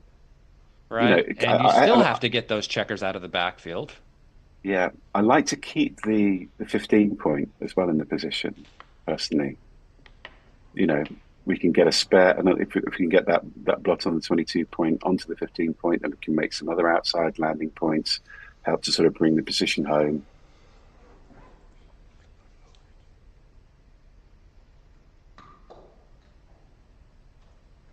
I guess maybe Mark's thinking that the 15 point might be difficult to clear in the future. So if you can sort of hit and gain a bit of tempo that way, it can be useful. But I don't know. This was his first instinct, this running play. I think he should stick Yeah, with it. I think this is right. Yeah. He's firing on all cylinders now, you know, so you might as well. What is this Wow. So do we 4-6? make the two outside points here as an option and lock down the contacts on the 15 point? Sheesh. I mean, everything else looks worse, right? Yeah, I mean that's the thing. You would never normally jump off the anchor when you're down in the race, but I have to say, like, what else are you playing here? You could slot the 4 point, but you know that gives him sixes, fours, and twos to hit you. You can make the 2 point, which we didn't want to do before. I mean, it's a tough play this because I think we're just so trained to keep things like the golden point, and you know for good reason. Um, but yeah, I wonder if this is correct to bring those checkers out. Be interesting to see that one. Again, if anyone in the chat is able to run that one, would love to see the results that on that play. What are we playing here? 13-8 and stepping up, or are we hitting? Again, Mark's got this decision about whether or not to break the 15 point and hit. I think he should just stick with his plan, you know? If you did the thing Yeah, the first time, why would we do something different this time? yeah. So he's looking at it again. But I I don't mean, know what the now, race is. I just assume he's up. oh, I think he must be up by a fair amount. Then I don't think he should be looking for more contact. You want fewer checkers back, not making plays that might leave more checkers back. And like I said, he could just extend the contact zone by Yeah. rolling a deuce, you I mean, the know? one's nice here because then a six gets you to the 15 point. Um, oh, wow. So 6-4-2 out was correct. Beautiful. Thank you, Shomer SS. The take was a 177 blunder. Really? Wow. What position? In the position in our game that we're watching. The first game. Interesting. Seemed clear take to me. Wow. To see it. So we're playing on the Monte Carlo board here, but just seen in the chat, if you're interested in an earth board, I'm an earth board owner. Very happy with my earth board. Been,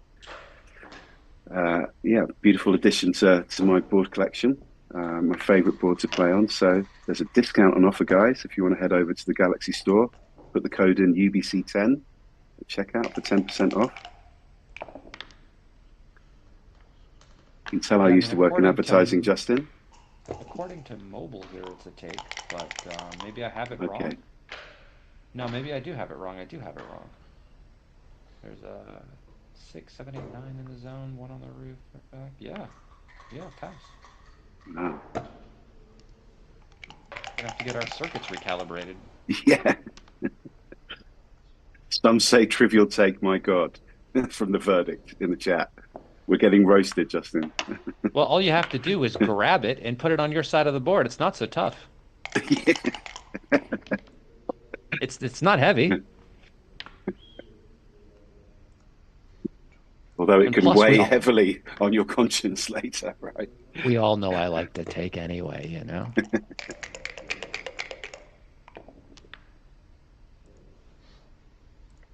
This hits and covers. Yeah.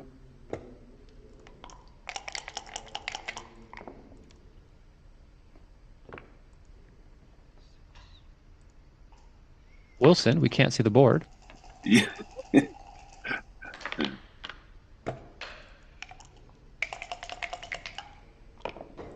So sorry for the listeners at home. The commentator's board is being obscured at the moment by Wilson. Wilson's doing some configuration here. I'll have to message him. He must not be listening.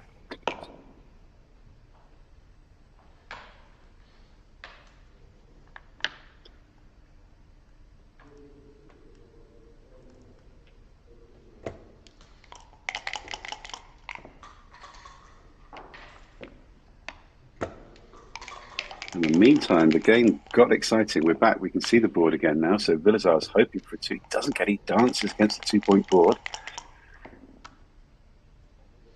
Mark's happy that he's sent the cube in a position that I feel gammonish. He's putting 2 on the bar now, and is he going to... I think I would play 9 to 8 if I'm playing this, just to keep a bit of structure.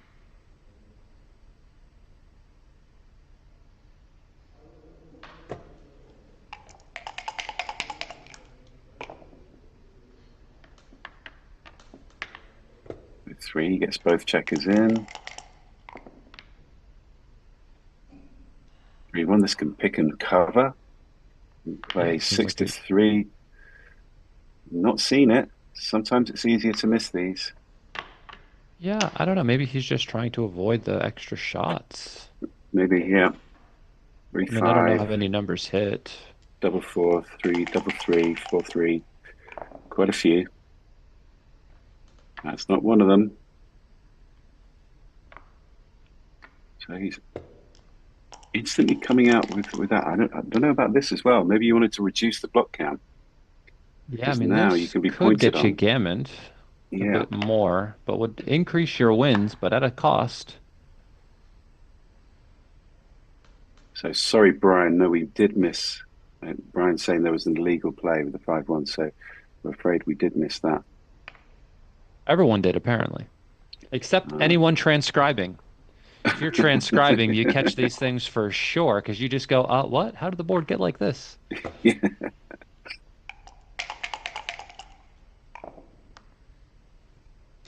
So double 4 is a dance. Wow, so this position is getting very gammonish. If Mark can get the other check on the bar, he does with a 1.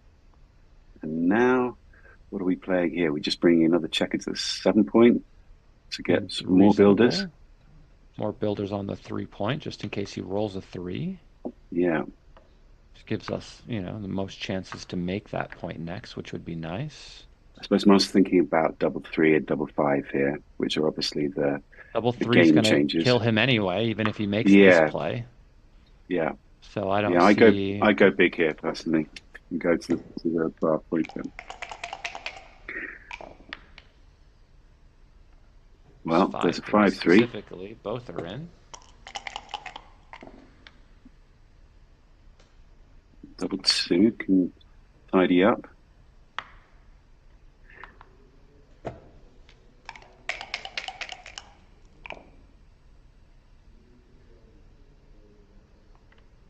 think we should get rid of that guy. Yeah, he's now worried about the gammon. So a sensible play there. He remembers what happened last time. So it's a bit of an ugly play, but I think correct. Better to clear from the rear than to clear the 8-point. Double 4s. Ugly. Wow. The worst possible roll. Yeah. 6-4. It's going to bring 2 now in. Mark isn't even worried anymore. No, you can leave shots. 5-3 turns the corner.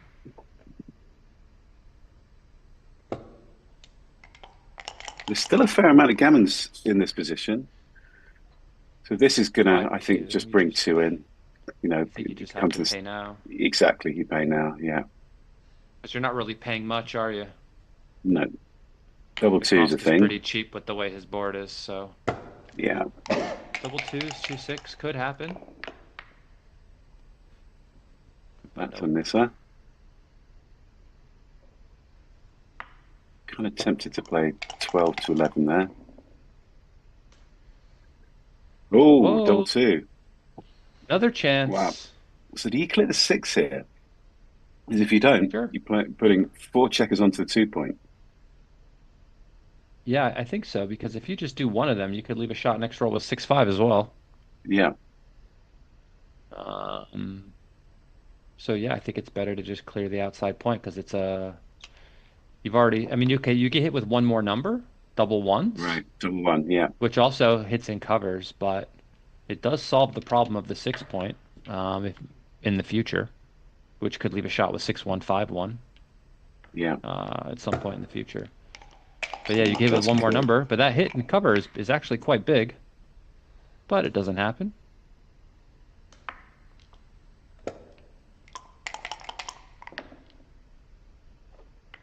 I think this is probably a 2-point game, but still some good chances of a gammon here. A lot of wood to bring around.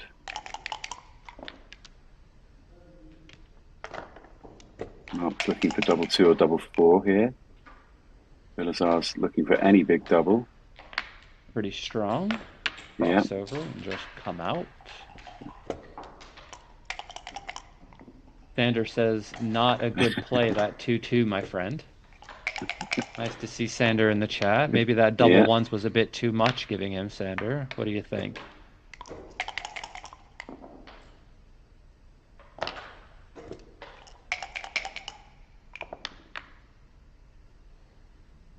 Sander judging his buddy Mark. Yeah. The best thing to do with your friends. That's what I do with mine. They get the most crap from me, that's for sure.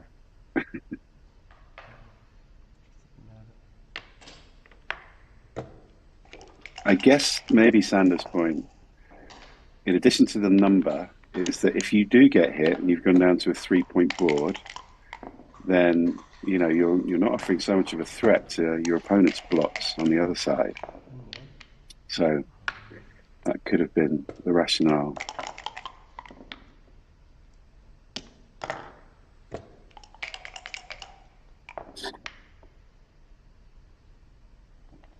Like the end of this game.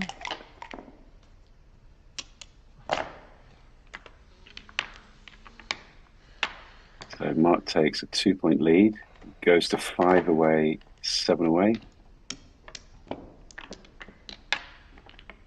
So it looks like Sander saying he's going to attend the Istanbul tournament. Oh, that's pretty cool. I think, isn't that where, did Sander play one of these in Istanbul one year? And then he won it? Was that the year? I'm not sure.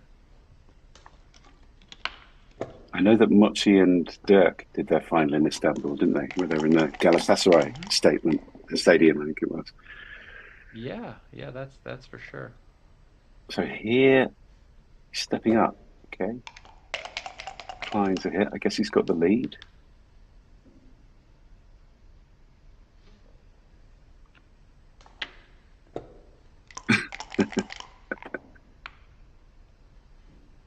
So 4-3, hit the outside checker. This is the kind of game that you like when you've got a match lead. Lazar's happy to anchor, so he's also got a strong defensive game with the 20-point and the goalkeeper on the 24-point. 4-2. I like to make a point here, although we can come to the 8-point as well. Better to just make the 4. Yeah. Gonna be a long game, maybe. Exactly. Either way, if you just play 14 to 8, I mean, there's no guarantee that you just get to bring things home anyway, right? So yeah, might as well make good stuff and see what happens. This will make the 11-point. Now his game is looking good. Yeah.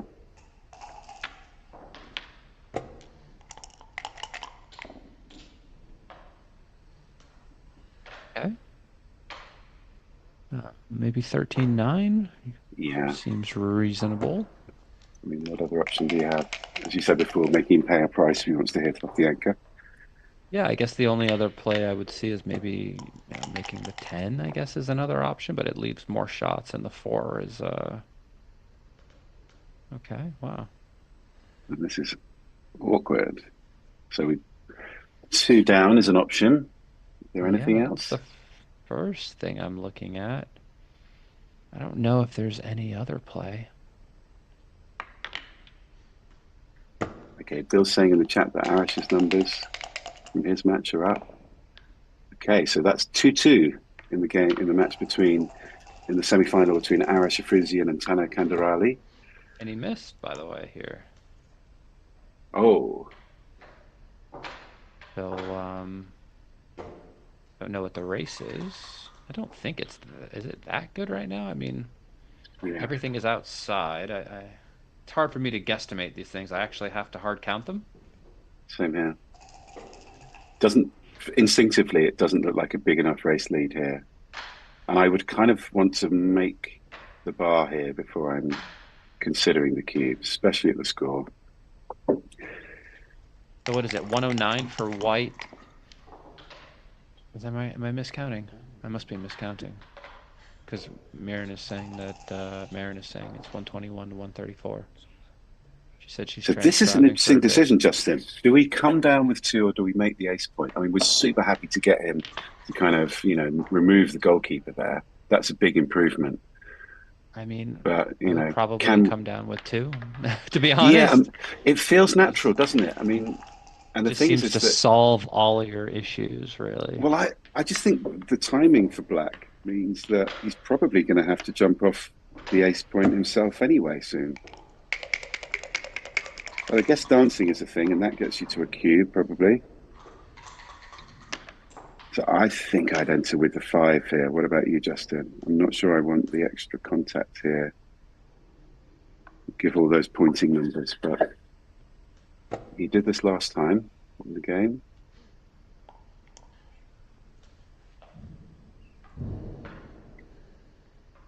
But Mark's definitely having a think about the cube now, and he finds He it. should be up enough after the 6-5. Yeah. Yeah, so Marin says it was a blunder. 2 down was best. And she's actually transcribing, so that's good. Both our circuits are somewhat firing. Yeah. I would come down with the 4 initially here and then think about the 1. Because there is a logic 5-3 to playing. is no 5-3 hits, 2-6 hits, 4-4 and double twos are blocked, and you also get hit with what 4-6. So what's that? 6 numbers. The other way it's 5-2 and 4-5 only. So it's actually less, right? Yeah. Well, and you almost want to be like 6 away from a point as well. Going down to 12 it's actually points, 2 nice. fewer numbers. Yeah.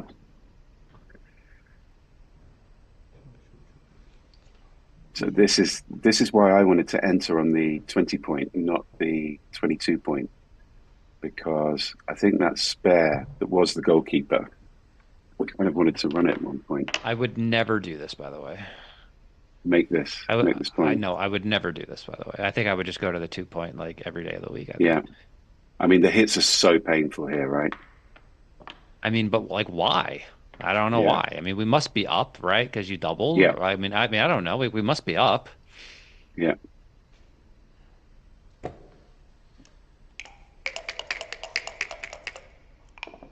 you rolled a number to hit me back, like I would lose it.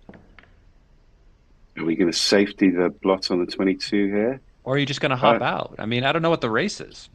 Yeah.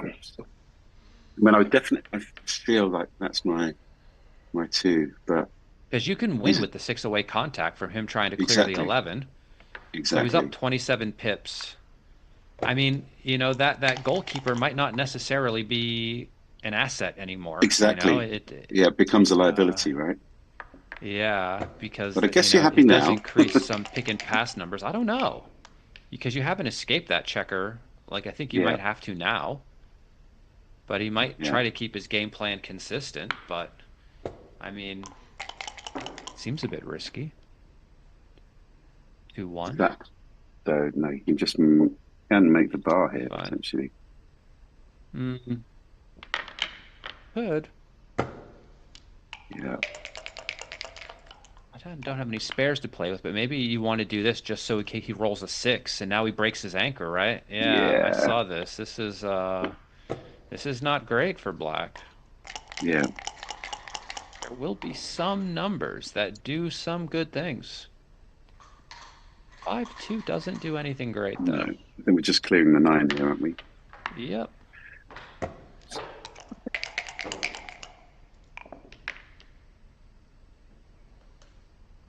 Or 3 seems okay to run with this 1. I mean,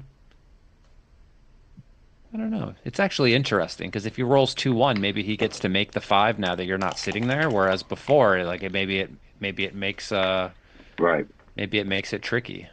Yeah.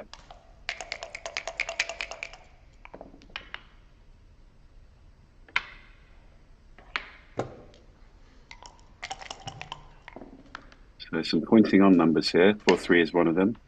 That is one of them. A few gammons creeping into the position. I don't think there's many, but still an outside chance if Filizar keeps dancing.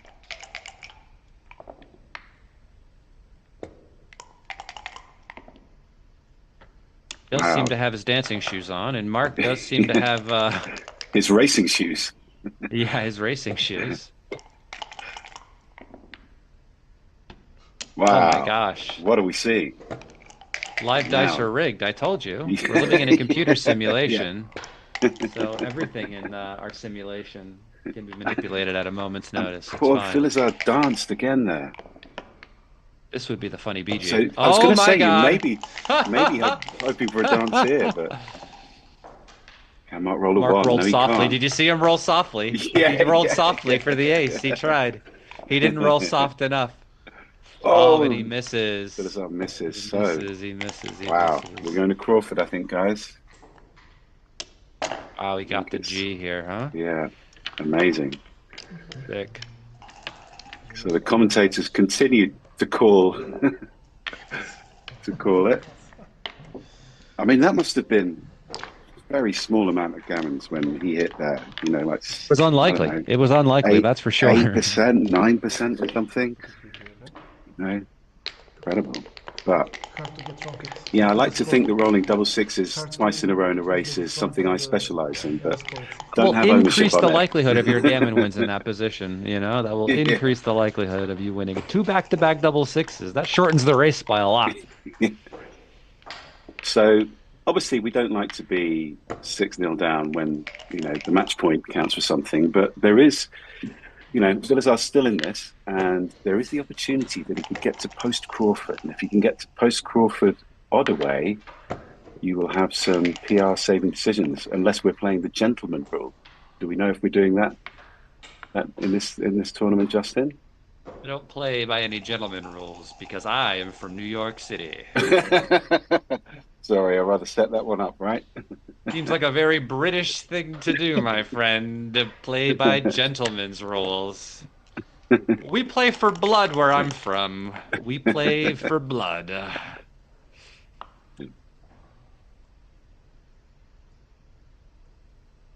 So I think as white, we're very happy to be playing exactly this kind of game at Crawford. But black's still in it. It's not over yet. He's double slotting to build his board down in the race. The match is very close on the other board with Arash Afrouzian and Tanner Kander Ali. Their average PRs are 2.56 and 2.65 respectively, with Arash narrowly winning the PR at the moment, with both players having 2 points each. Right. So nothing will be decided after their third match, which will be a nice setup for the fourth match if it's very, very close. Oh yeah, by the way, smash the like button. And subscribe to the Backgammon Galaxy YouTube channel. My name is Justin Noel, professional backgammon player from New York City, currently living in London, here with Pete Heskett. Hi, everyone. So that double six was straight from central casting. And I think if Mark takes the PR point, I'm sort of assuming he's going to win this game. It's looking very likely at the moment. He may have won the tie. Yeah, I mean, if Mark can win just the match outright, right, which it looks like he's going to, he's a massive favorite overall. I just, yeah, it would be very, very difficult. But you never know. I mean, if Filizar does win the PR, we might have another match of theirs as well. Yeah. I kind of feel like Filizar's had the trickier decisions as well in this. That's a big thing. I mean, decision, you know, but you know what a difficult decision is obviously dependent on what your knowledge of a situation is, right? Like, Sure. not everyone is fantastic at every position or every situation that Yep. arises. So, I mean, there are some things I see that I just go, huh, I'm not sure. And then someone is just like very, very clear on their understanding of it and vice versa. So, I mean, Are we I jumping don't, out with two here, Justin? I no, feel like I no would. chance. No. No chance. No chance. I mean, you can't be gammoned. You must be down Yeah. a trillion. Like, probably not a trillion, but like close.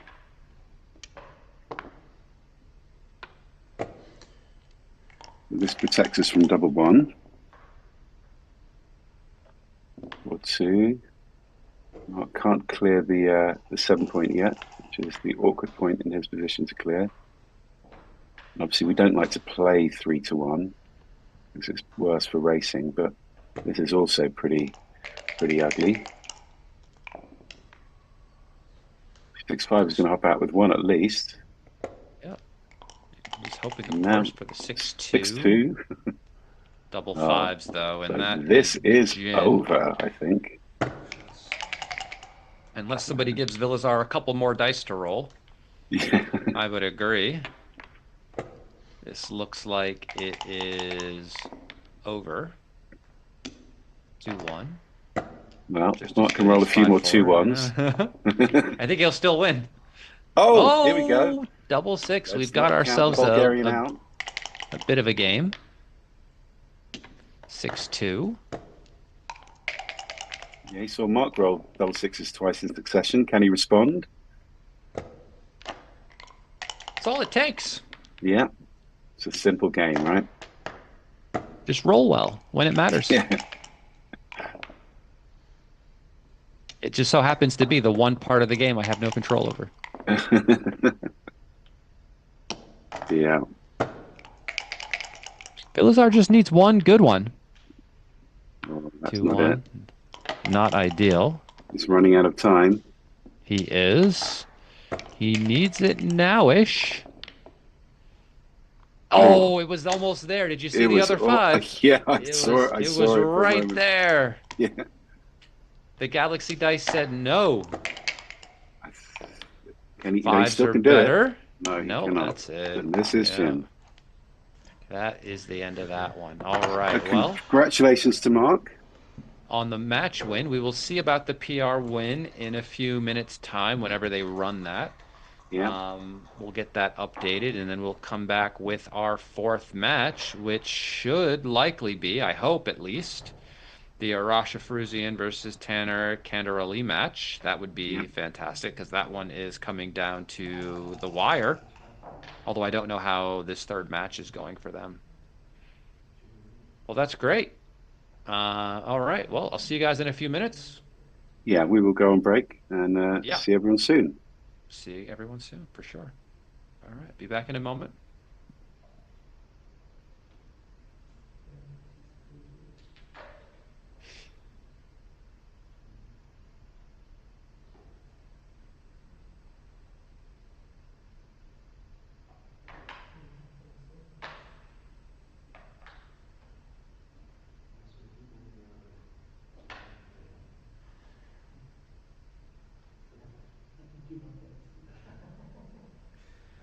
So I'm just coming back onto the stream because Merrin has put the news into the chat that whilst she didn't catch the first game, Vilazar was actually ahead in the PR overall.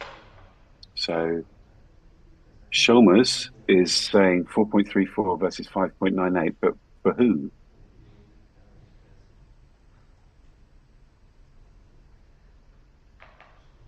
So, Brian, just to answer your question, illegal plays don't cost anything in terms of PR.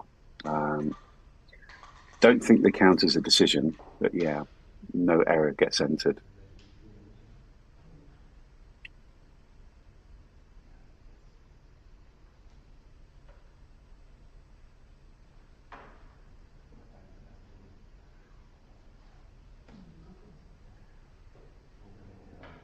So, Shomers, I don't know if you can update us on whose PR was 4.34 and whose was 5.98. I assume that you're saying it's Mark that had the lower PR. But if you'd be able to confirm that, that'd be helpful.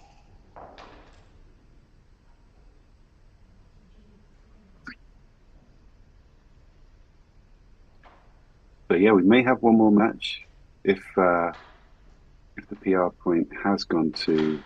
So Sean was just saying that Mark has won the PR. So that means that Mark is through to the final. So congratulations to Mark Olsen.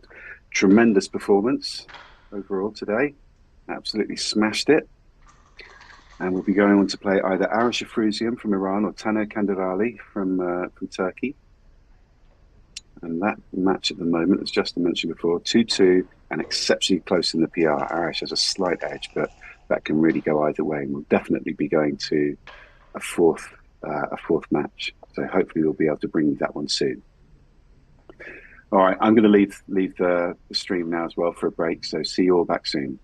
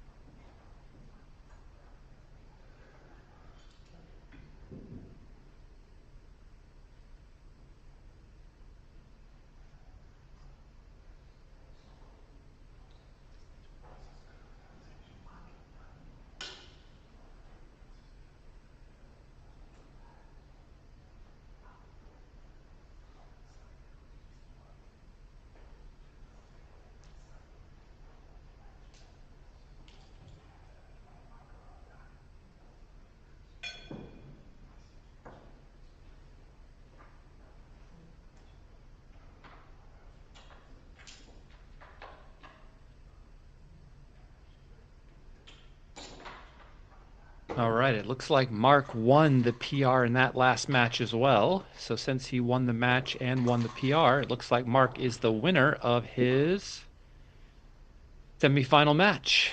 Mark played a 3.8 and Vilazar played a 6.15. So congrats to Mark. And I guess I know who we get on stream next then, since this match is effectively over. So congrats to Mark. And it looks Yeah, like many we will congrats be to Mark, and also looking congrats to at, Vilazar. He yes, of may course, not, of course. may not have won the match, but he's done amazingly to get this far. Real brilliant performance in his first UBC. So hopefully this will inspire him to to continue with these tournaments, and hopefully we'll see him again. It's a very great showing, especially for a first showing at a Amazing, tournament yeah, like this. All right. So I don't know when they're coming back. 'Cause, we don't know if the other match is still playing right now, right? So it might not even right. be anytime soon. And then plus the players, I'm sure will want like a 5 minute break or so. So I'm definitely not going to stick around this computer and wait for that. Well, not just sitting here. I mean, I'm going to be here for the fourth match, but I'm gonna. Yeah, I've been going up and downstairs and working out in between. So we're like doing pull-ups and we're lifting weights over here. So nice. Wow, you're putting me to shame. I just went and got a glass of water, but I hear you. I got that too. Don't you worry. I got one of those as well. All right, so we shall reconvene soon with more news Yes. on the other semi-final. All right, speak to you soon. See you in a bit.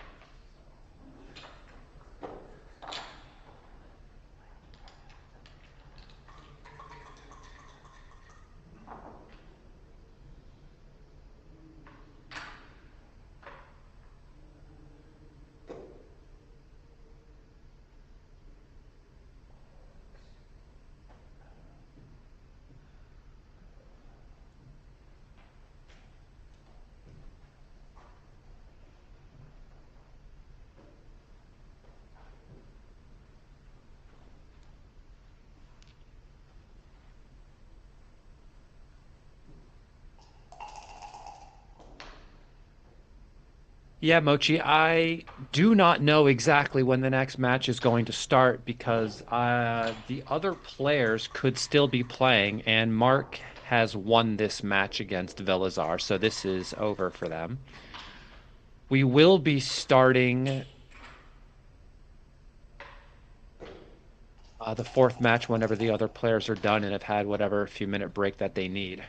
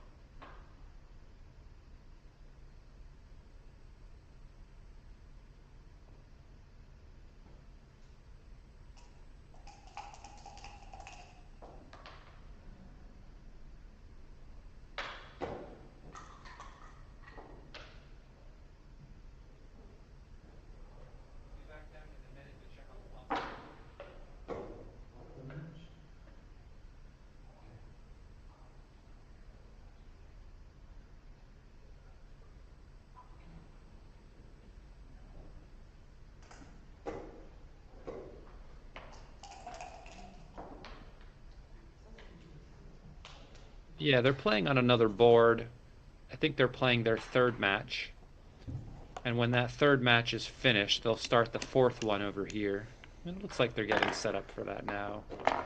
I hope, at least. And they're not just shutting down without letting me know. Maybe they're changing the board colors? I have no idea what's happening, actually.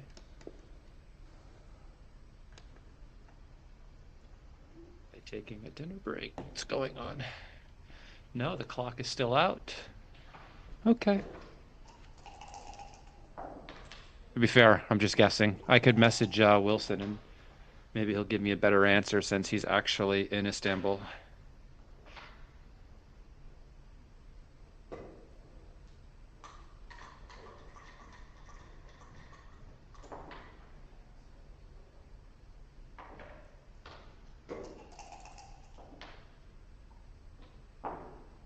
Yeah, that's what I thought. Cool. So they're playing their third match right now, and once that match is finished, we'll bring the fourth match over on to this stream here. I don't know what the score is in that match, as that one is not being streamed. Score is currently 4-2 in a race to 7. Arash is leading. Okay, cool.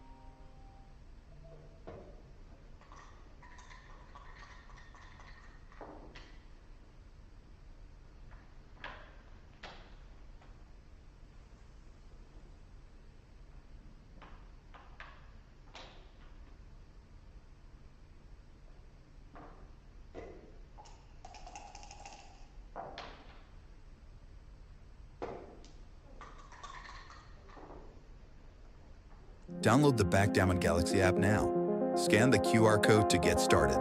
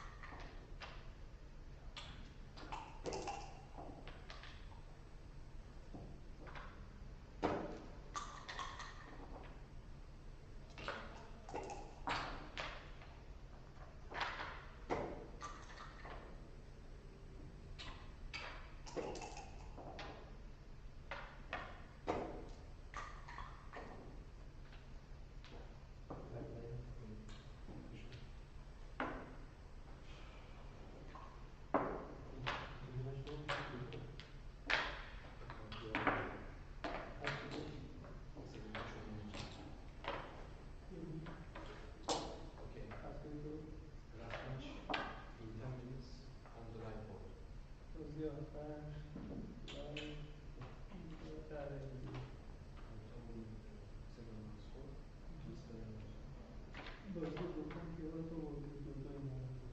Ora trovo il seguito, il seguito, alla fine la vedo.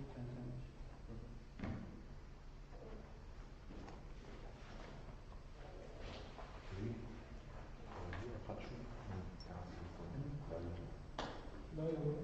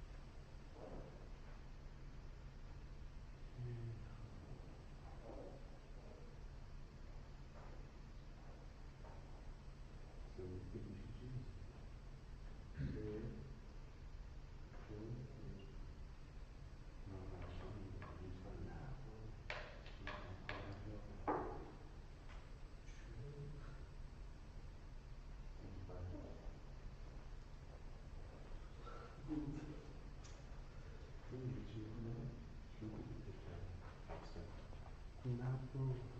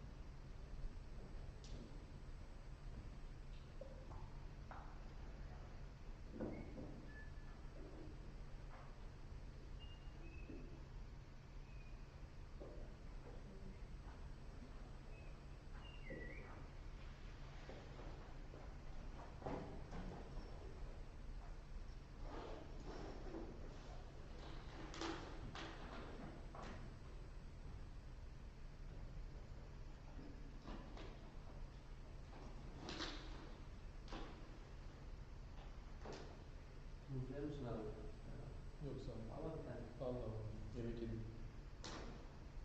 Nasıl hissediyorsun? Hiç bilmiyorum. 4-3'e ne diyorsun? Ne zaman? Sonda. Dedim ya. Ha. Keşke daha fazla vaktin olsa. Biraz emin olamadın, saate baktın, basmak zorunda kaldın. Yani yarışta öyle olduğunu fark ettim ama okullar oraya gittikten sonra ben gideceğim, çıkacağım. Şimdi tekrardan bu formatta şey sağlanıyor. Tekrar zorlanmak kolay olduğu yapman gereken şey şu. Yani ne hissediyorsun piyasada? Sence alır mısın?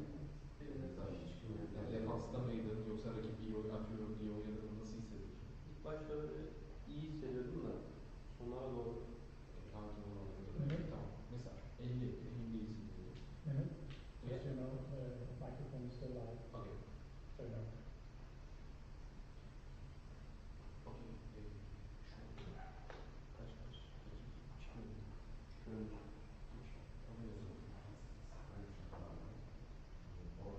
şöyle geliyorum ben. Çok iyi.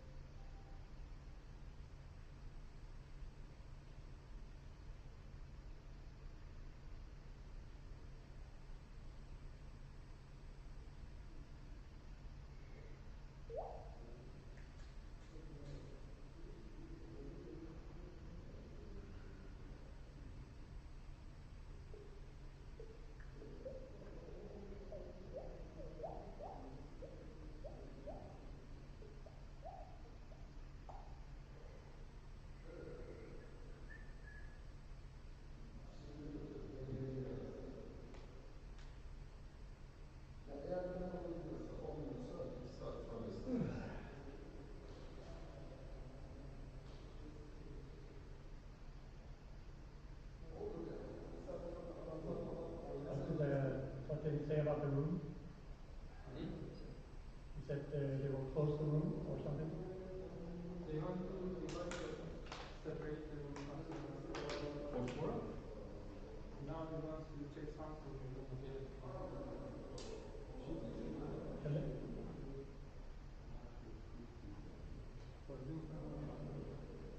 Maybe they can wait until we finish.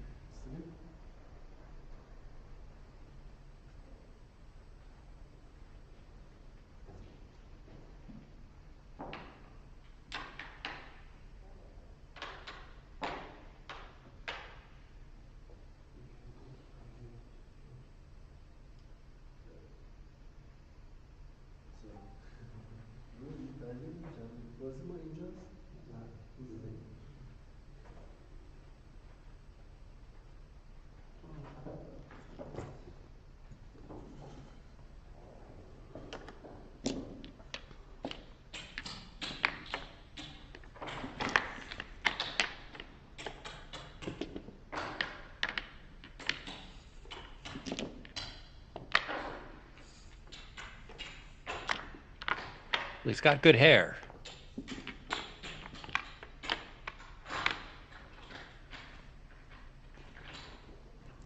And that's for sure.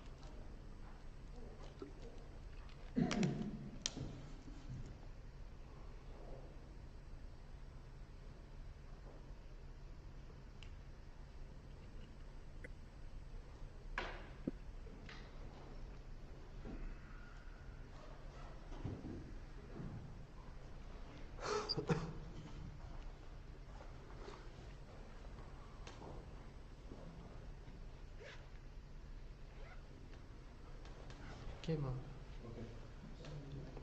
Ready? Good match. Okay, guys, we're about to get going again with Ayrıcalıklardan playing with the black checkers against Taner Kandarali with the white checkers. That is true, Pete. I'm here to state the obvious.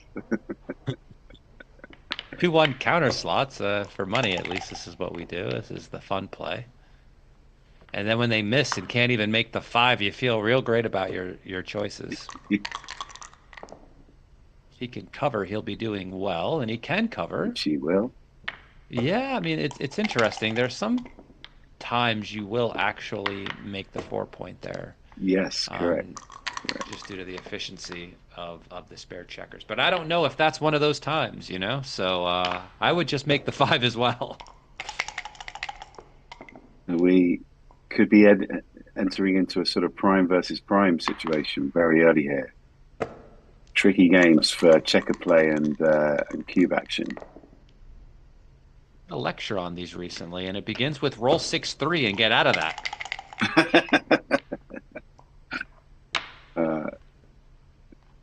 Tana replies with a 6-3. Picks up the blot, and I think you give him the cube. Your game is pretty good. The guy's got 3 guys back, and you only have 1 back, and you have a better board, and you make the bar. Yeah. This thing is well over. Black structure is much better, isn't it, than white? Significantly. And the number of checkers back makes a massive difference.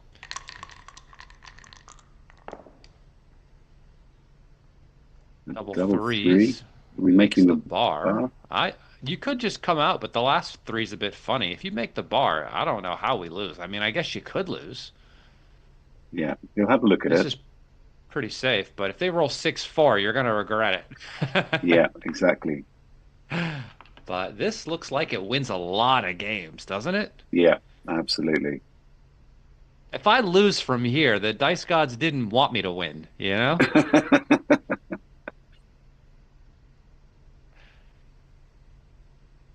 Yeah.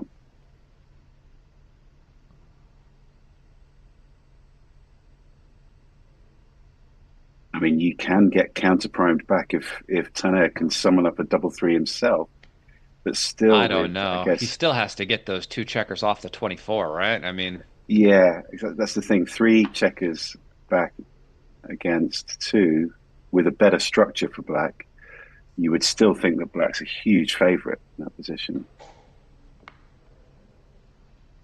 Here, I mean, if he just rolls a 2, you might have trouble clearing those outside points, you know? I don't know. Yeah. Making the bar looks pretty good to me. It's good that he's taking his time. It's a big decision. I think the problem is, too, like, you just played so much backgammon. Right. You know, and you're just like, depending on 1,000-yard stare. Yeah, it could be difficult. you know, just based on how many matches you've played in the past, like, you know, 2 days or so. Here you Yeah. should, wow. I mean, wow, look at that. You can hit, you can make the 4, you can make the advanced anchor. Jeez Louise. Crikey.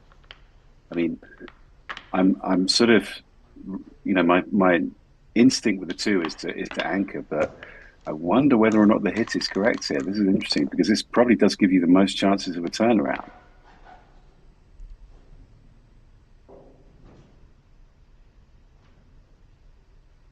And I Difficult. guess we weren't facing a massive immediate threat on the 22 point because Black I wants to mean, keep the do we just structure. want to split? I mean, I know I I would mean, split sixes here. and I think, yeah, yeah, sixes and twos anchor, they hop out. I mean, you the thing is tubing if he twos. rolls it, if he makes the 4 point and you're stuck back there anyway, that's not ideal. Right, right. Um,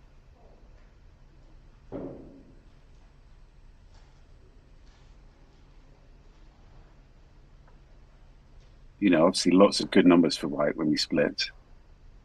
But I think in these positions you have to trust in the prime, right? yeah, for sure. I made a joke one day because I have these positions for this lecture on prime versus prime checker plays that I made, and the question was whether or not, you know, you keep your anchor or you just hop out. You just roll the 4-6 from the roof, and you're playing with like 5 blots, and it looks very, very dangerous. And I just said, remember, the position is called prime versus prime, not prime versus anchor. Yeah, very good. Yeah. So that was a pretty good roll, but it, you know, even with all of this happening for White, I still look at White's position and go, this is going to be difficult to win. Right. Oh, six But, three is a nice start. You could make the wow. bar, which Yeah. seems like it wins a lot of games if you can pop another 6 quickly. But you do need to roll a 6, and this needs to hit loose on the 3, I think. I mean, this is really vindicating Tanner's decision a few moves ago, Justin, to hit with that 2-1 rather than anchoring. Because he has got a game now, you know? It worked. I mean, so the question is do you want White to roll? And if White rolls, but they don't roll a 6, they could break the 7, which would help you leave, right? Exactly. Yeah. I'm with you. I But think we if have to they hit here. do roll a 6, double threes makes the 6 prime, which is crazy. And now you want to fan. For sure you want to fan. 1-6 Don't is want the to roll worst. 1-6. So concentrate on rolling a 6 if you're Tanner. 2-3. Wow. You have to make the advanced I anchor. think Just you've got give to him the anchor here, 6. right? Yeah. You just Agree. have to give him the 6. Yeah. Because if he just breaks the 8, there's no chance. Like, there's a chance you just don't get to leave next Yeah. roll as well. I mean, 5-2 Yeah. is catastrophic next roll. I mean, If he rolls a 6, you haven't lost instantly 5-4. either. I mean, my Yeah. God, what if he rolls 5-4? What if he Wow. rolls 6-4? Does it? Huh? That's pretty good. Wow. Some I mean, fireworks you had to here, do it. this You game. had to do it. I was just praying for double 6, but 6-4 Wow, is 6-4. good. I mean, there was a chance he could have had a recube at some point, like Yeah. very soon in the future, but Yeah. not anymore. 1-4, No. disaster. I I don't just placed think you 6 to 2 banana here. split. Yeah, No. banana split looks a bit much. But I mean, I mean, there is you could this this in the UBC. You know, you don't want a banana split here and get into a snake game, do you? You know, is that your well, no, strategy? that's bad for the PR. But the problem is, obviously, is that you have no time to play this 1-3 game either, right? Your timing is gone. Like, Yeah, what is your only hope to win this game? I mean, yeah, basically, I would prefer to resign no gammon right now. I mean, this is yes, this yes. is where I'm at. Can I resign no gammon, please?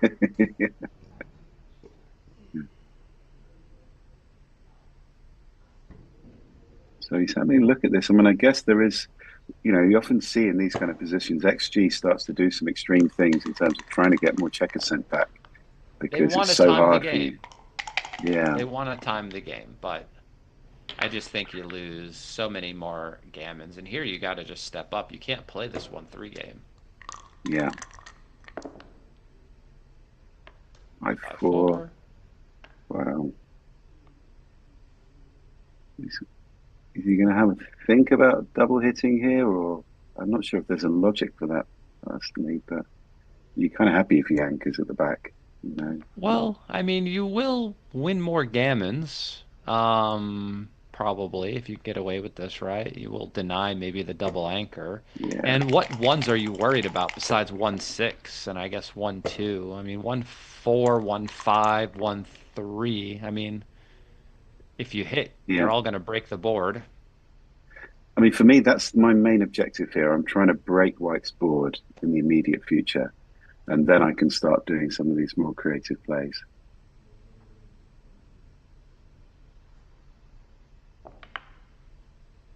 So he's having to think about the slot. This is fascinating.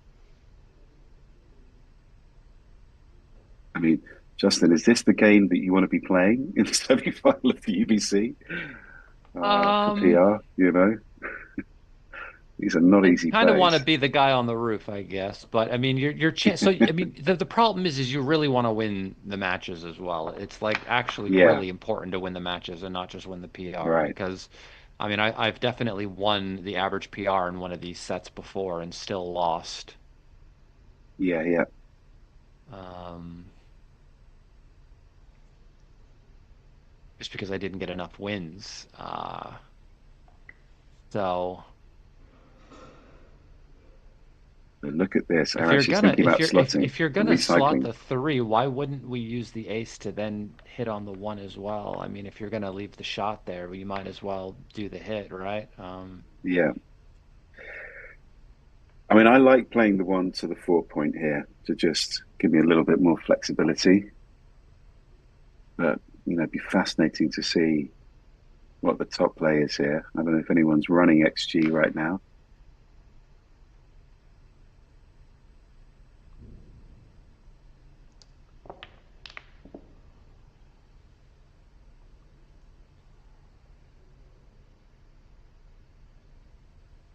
I think the problem with hitting on the 1 is he didn't do it originally with the first 4 he rolled, right? So now he's like, can I really do it now? Yeah, One of these things where if you might get stuck into the wrong plan. 3-2. I mean, my opponent doesn't have time for this game, so I really would just make the 2 point here. I mean, I guess he could gain time, but I don't see the problem with it. I just think I'm trying to win as many gammons as possible, and so if my opponent continues to fan for a long time, how could I have an issue with that?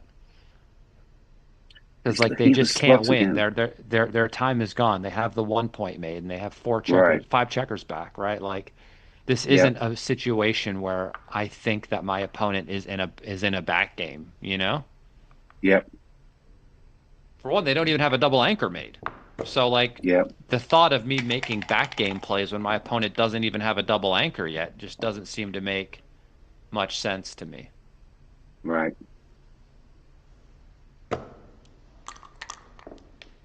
So yeah, Aris jumped off the 20 point as well, which I guess there was a logic to staying there in case Tane has to break the 6 point. You get another shot, another opportunity to send another checker back. Yeah, definitely there was a reason he was staying there for such a long time, right? But I Yeah, think I don't know when he slotted, maybe he got concerned. like with 4-1. Yes, of course. He would have fanned. No, Now I'm kidding.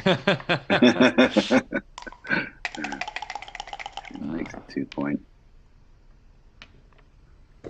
So White's board continues to crunch here, desperate for a 6.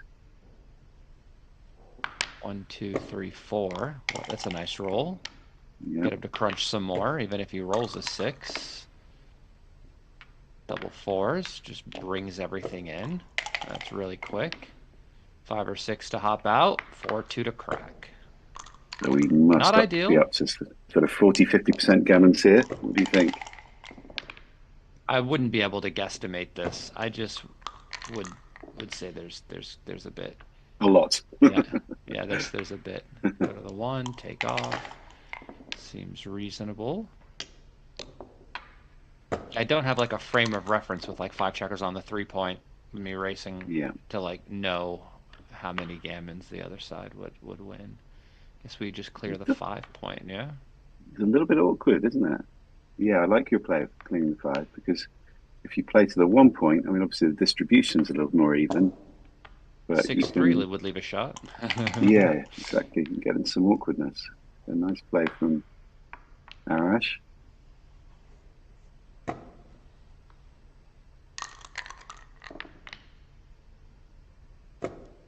5-1. And she's not delivering the big numbers that he'd like for the gammon here. And you wrestle one up. 2, just going to take 2 off. And he can be aggressive in his bear off here, right? Yeah, I mean the trigger for this is your opponent's broken board, right? We don't need to Yeah. play safe plays in a situation like this because it's very unlikely you lose if you win it if you leave a shot anyway. Yeah, the biggest change you can make is to your gammons as opposed to your wins.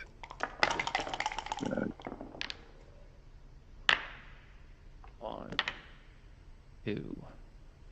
Yes, we come off the anchor. Yeah. I mean, unless you're looking for a double shot on 6-3.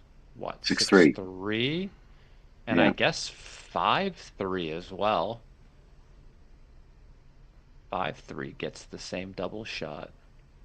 But do you get Or the do double you shot anyway wanna when you jump out? I think. 6-3, 5-3? Yeah, you do, because they would have to Yeah. hit you now, right? Yeah. Double fours, Ah, on the other hand, is just another nail just in what the the doctor had coffin. ordered for black. Yeah. Because you don't want to get BG'd, so you use that 2 to step up.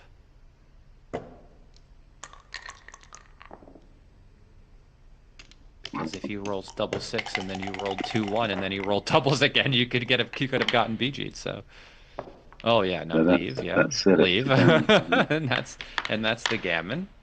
And Arash takes a 4 point lead in this race to 7, so that's a great start for him, obviously. Love to see the PRs at the end of that game from his perspective. He had some tough decisions. Very Tanner, tough. on the Yeah. other hand, just got to sit there. Hey, look at that guy right there. Justin Dole Plays BG. That's my YouTube channel. Backgammon University. That's where I teach backgammon lessons. Go figure. That's really nice. And if anyone doesn't know, Pete Heskett is here with me. If you're unfamiliar with the sound of his voice, I'm sure you'll become more familiar with it as time goes by. Hi, You'll be in everyone. Monaco this Thanks year for as having me. well, right? I will be. Yes, I will be. Yeah, you were there last year. I remember seeing you. Yep. Got to the final of the seniors, which got accused of sandbagging, but I am over 50, in case anyone asks. Wait, seniors is over 50 in a backgammon competition. Yeah. At It's some one of the backgammon great. competitions, that's the juniors event. Yeah.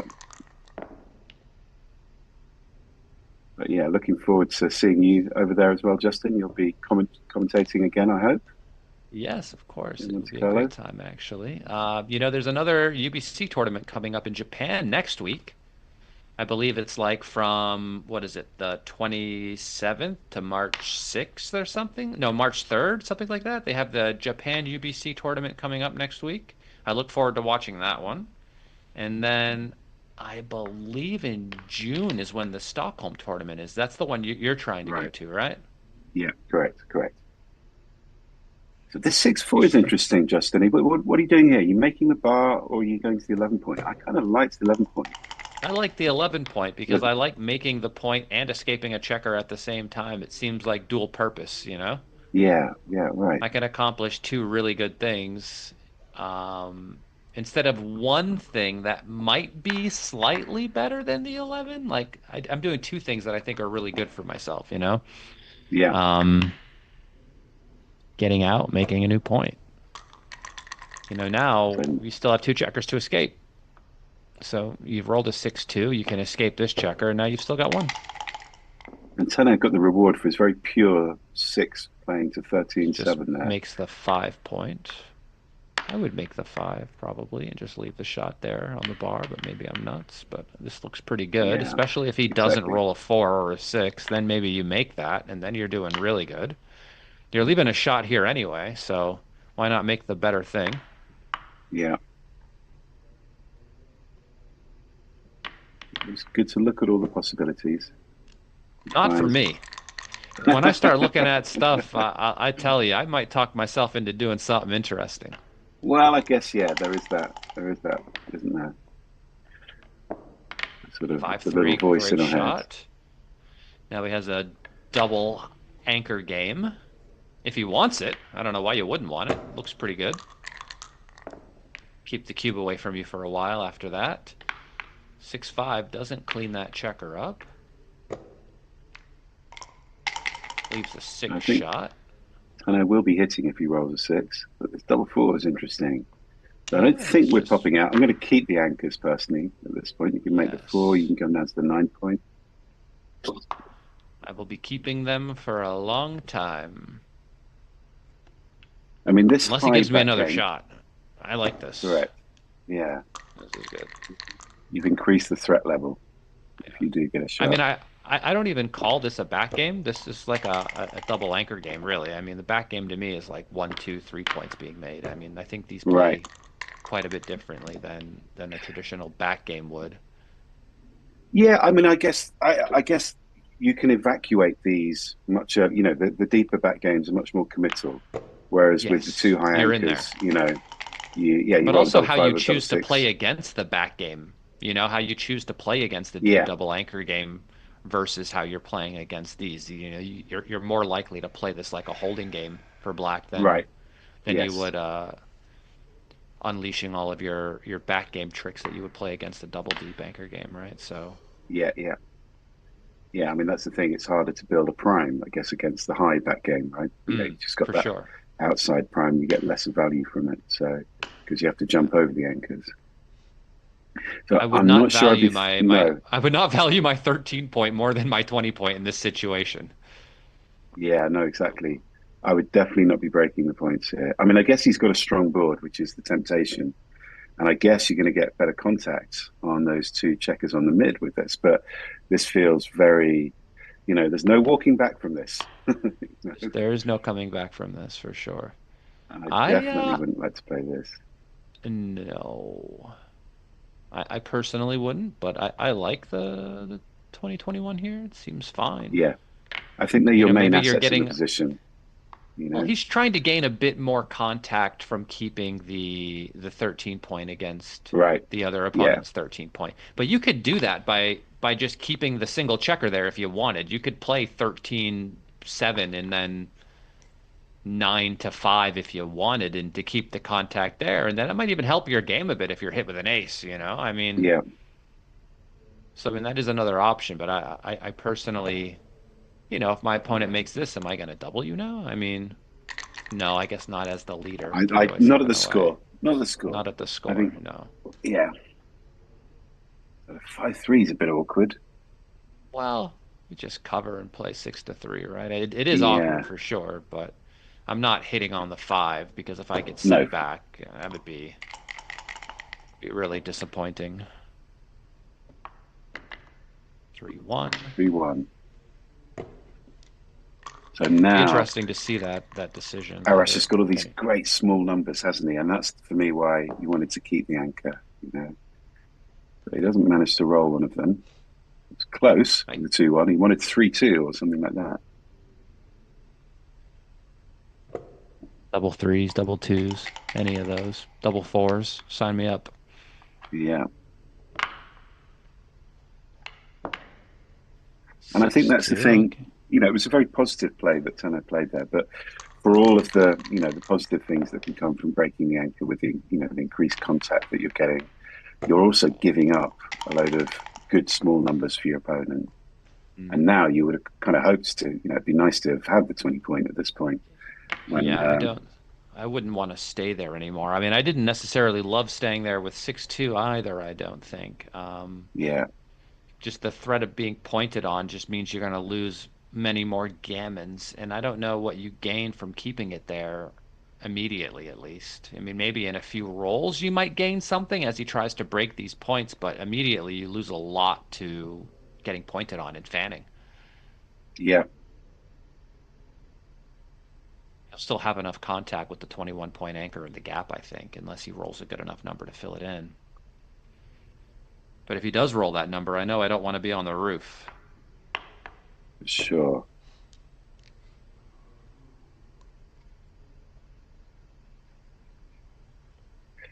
So this is tricky. I mean, I think, at normal score, we would be having a cube, but at this score, it's black. I mean, if it wins It's got to enough be, games, then you should be fine, right? The question is like, how many games do you think you win here, and what's your opponent's yeah. take point at the score? I mean, I think a normal score, this is probably a pass, Justin. well, then you should probably cube So, it. so maybe this is a cube, yeah. Jens in the chat is looking for a cube, and I guess the reason Jens why he's not reaching for it very quickly is the score. He's 3 away, 7 away. There are some gammons in the position anyway, because he's got a race lead. So you want to be very, very judicious with your cubing at 3 away, 7 away.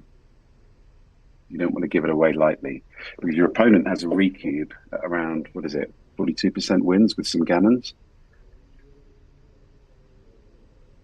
So if it's a pass for money, I wouldn't be overly worried about giving it at the score, right? And so if you correctly assess that you think this is a pass for money, then I would double at the score. And I guess the real question then becomes whether or not Tanner chooses to take or pass the cube, right? I mean, if you're getting enough wins, just straight wins from a position, right? Yep. And a lot of your equity just comes from wins, and you're close to what you think your opponent's take point is as far as like the doubling window is concerned, then you should just cube this thing. And I think Arash made a fantastic decision here. And I think the agree. really difficult decision comes from white deciding to take or pass. Yeah. And I think, guys, for people listening, it's good that Arash took his time here. And it's also, I think, the mark of a really strong player to be able to use the cube when you're leading.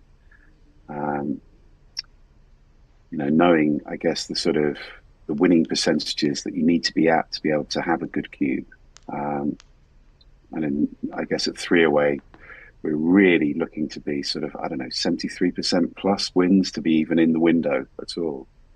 And obviously, if there's any gammons in the position, that can have an impact as well. So tough cube decision, this one for white. I don't know. Yeah, I mean, it What do could you be feel, a take. Justin? The Yeah, gap, easily. that Yeah. silly checker on the 23 point that he has, that like dilly builder there, as far as Yeah. black is concerned, the gap in the, it could be a take at the score. I agree with you that I would drop it for money.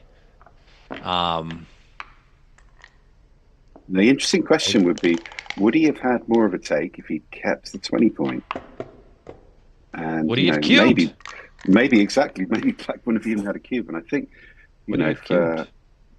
for everyone watching, there was an interesting lesson in why you want to keep those anchors as long as possible. They become the main asset in the position versus something like the midpoint. If we were right. If we were right, of course. We've been wrong before, and we will be Indeed. wrong again. But Yes. I will talk like I have never been wrong before. Yeah, exactly. By here we can 3, make the make 10 the 10. point. Yeah, I mean, I consider hitting maybe at the maybe at the score. The hit has some value. Maybe this doesn't seem so bad. It is a lot of blots, but it does stop your opponent's rolling momentum, which is nice. Right. Generally, we do like to make points over hitting loose, but this looks like a case where maybe I can get away with the hit here. This would be my play for money, but So the chat is saying that it was a take, the cube in the last game, Justin. look at that. That means it must have been a double then too, right? Right. There we go. We're doing good. Well, okay. Those are the dates. Those are the dates for the Tokyo tournament. April Yeah. 29th to May 2nd. So a week from today is when the tournament is going to start in Tokyo, apparently. I think that's how math works. 7 more days than whatever today is. So something like that. Maybe it's a Thursday. I have no idea how math works. So in Stockholm, though, June 30th to July 2nd, which seems like pretty close to the start of Monaco, right? Monaco is what, the end of July? End of July. Yeah, it's the last week of Yeah. July.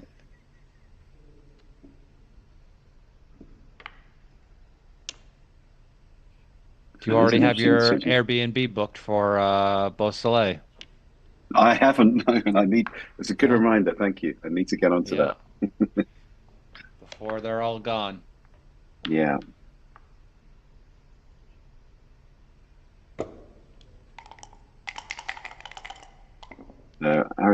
Takes the anchor, the sort of defensive play. Guess we have to double hit here. We can make the Yeah. 13. But I like the double hit because I don't want Uh, him to be able to enter and make the 5 from the roof. or to hit on the mid. Things like that. Yeah, yeah, all of that stuff. But Yeah. I I think mean, I'd like to yeah. protect against him making the 5 the most. But yeah, for sure, there's just a lot of upside from getting away with this. Yeah. Agree.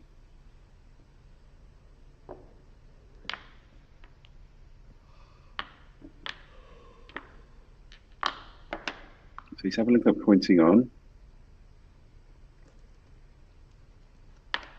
It's a lot of blots. I mean, I know my play is more blots, but like, it just seems like to only have one on the roof, it's a lot of blots.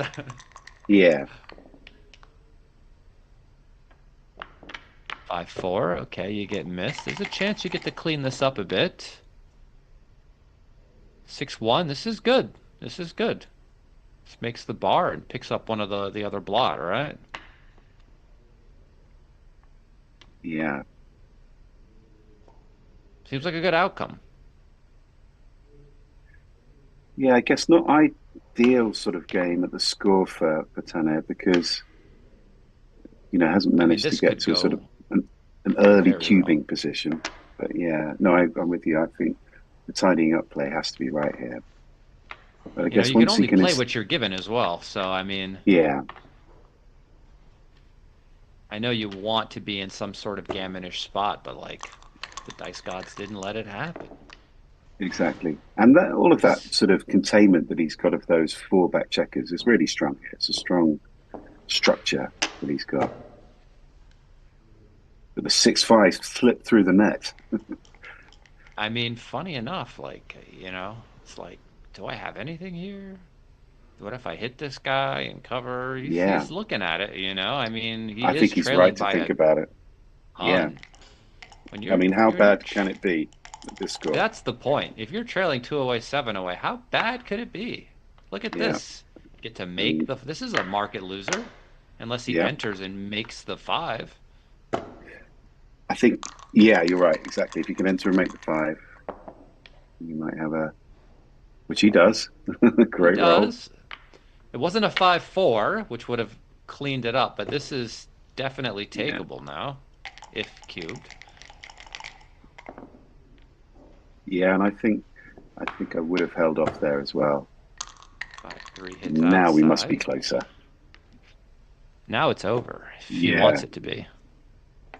I think he should just double. You might still get stuck back there. And I'm just letting this go because I'm up 5 points. yeah. I mean, I guess with the 20 point, obviously we want to have a think about this kind of decision.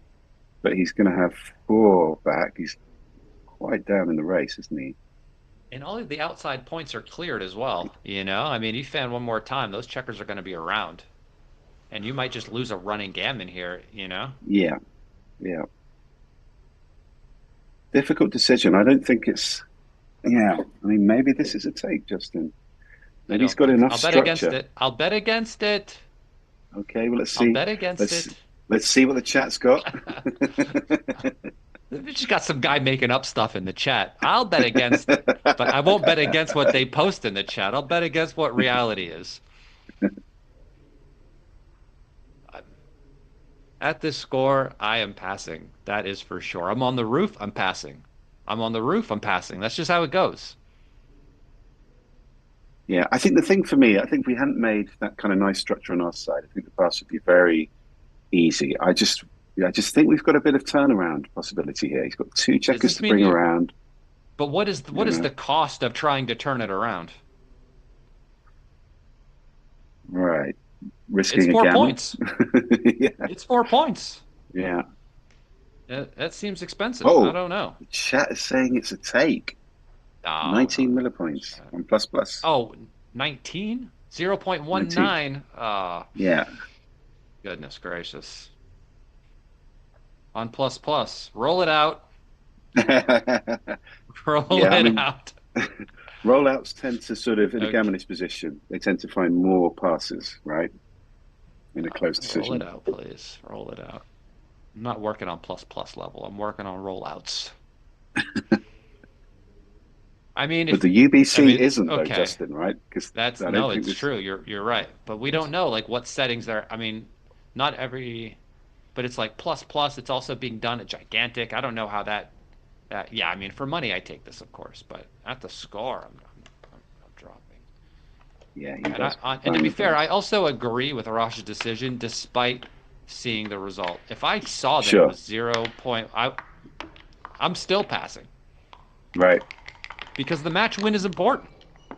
Yeah.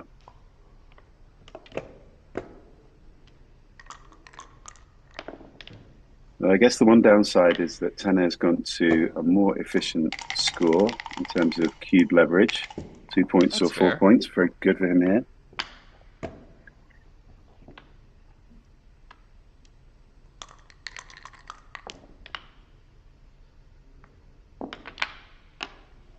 Very happy to hit here. Threes. Are we bringing three down here, or are we doing the more sort of gammon creating play of making the 5 point? Or this. Interesting. Yeah, this play looks fine. I think when in need of a G, I don't know. I end up making significantly more points in my home board, more aggressive sorts of plays. This just makes the Yeah. five, of course. It's a bigger take on a rollout. Wow. Still Some passing. fast computers in the chat. I know.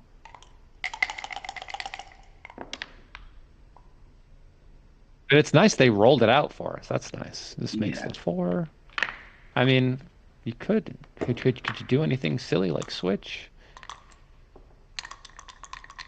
That's right. Sometimes XG loves that, doesn't it? The sort of 3-to-1 switch with a double two in this position. I mean, it was sufficient to make the 4. I was just thinking like, Has he got enough to cube here at the score? What do you think? It'll be very aggressive. yeah, that builder is ugly, but I don't even think you're up in the race, are you? I don't know.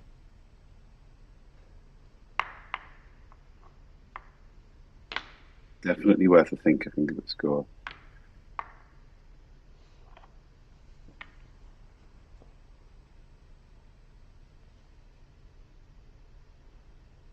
Yeah, tough one. I mean, probably need to get him on the bar or get that back checker out.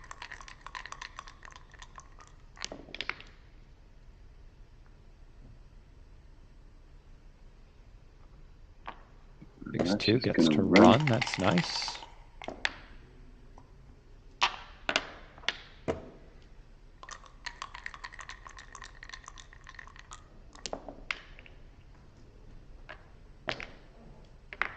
On 6. I think I guess you have to hop out we've got to again. walk into the triple shot. So now we're thinking about the cube. I mean, he has to double this. I mean, this is like a pass, Yeah. maybe. I mean, this is. What are you gonna play to take this? I mean, this you could just make the bar too, you know. So you just come out, and now the cube is obviously flying, and tough decision. I don't want to Definitely take some this gammons either. here. No. Don't want to take this either. I Well, I mean, I mean, for guess me, there's from a some score perspective, variations. I Yeah. prefer the pass here, because obviously he's going to then 5 away, 2 away, which is you know, not a great score for using the cube. So with the presence of some gammons, I think much easier to walk away here.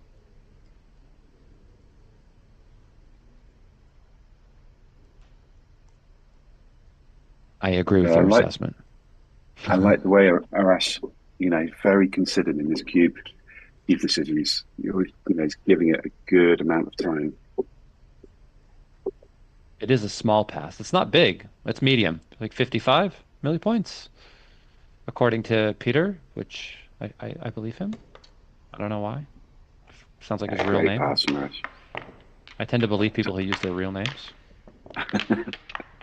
So Unlike a Arash is Dice down Man to, USA, that's not his real name, is it? but it is a brand. So yeah, I was just going to say Arash is down to 1 minute 45 seconds on the clock. So Is he really? That could yeah, so time be pressure could costly be a factor. if Tanner starts to fight back in this. Yeah. So I like to split with a 3 maybe here. The score when I get those back checkers moving. But I'll trust Arash to have better judgment there. I'm not happy to put the double one on the checkers there. So this can we make the 4 point, leaving a lot of Make the blocks. 9 and split.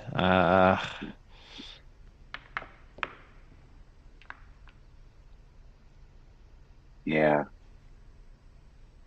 Both seem okay. I like playing with fewer blots and trying to escape, probably while Yeah. leading. Yeah. And he's still got the stronger board without making the 4 point, right? Yeah, I mean, it might be good to make the 4, but I mean, this does have a really good future as well. I mean, if he doesn't get hit here, he can I mean, really were the contain those score the other back way around, checkers. I would like this play, but I think at the score, I like your 13-9 split play.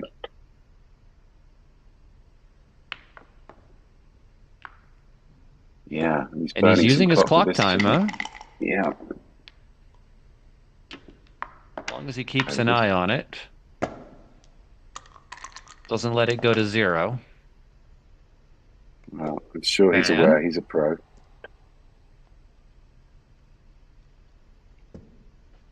Now he's at 2 away, 5 away. Anytime somebody fans, you should think about a cube.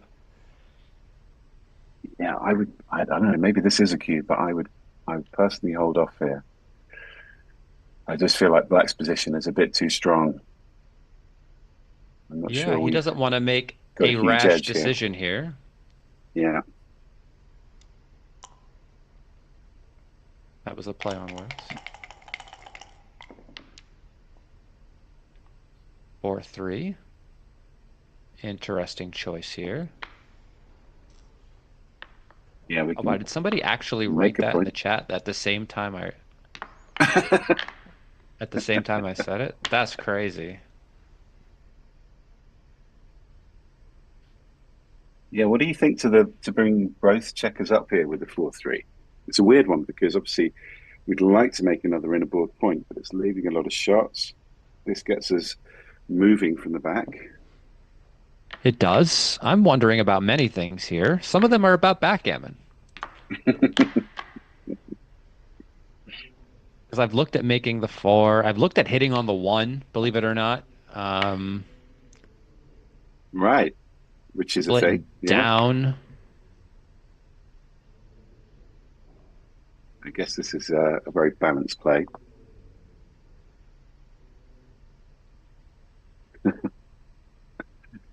It was a cube before the roll. A 190 mistake to not double this Whoa. situation. Okay, well, I got that one wrong. 5-4. Anchors up. Fantastic shot, especially from the leader in the match. Takes No cube away now. the majority of the gammons in this situation. This will tidy up. Just make the anchor on the other side, surely.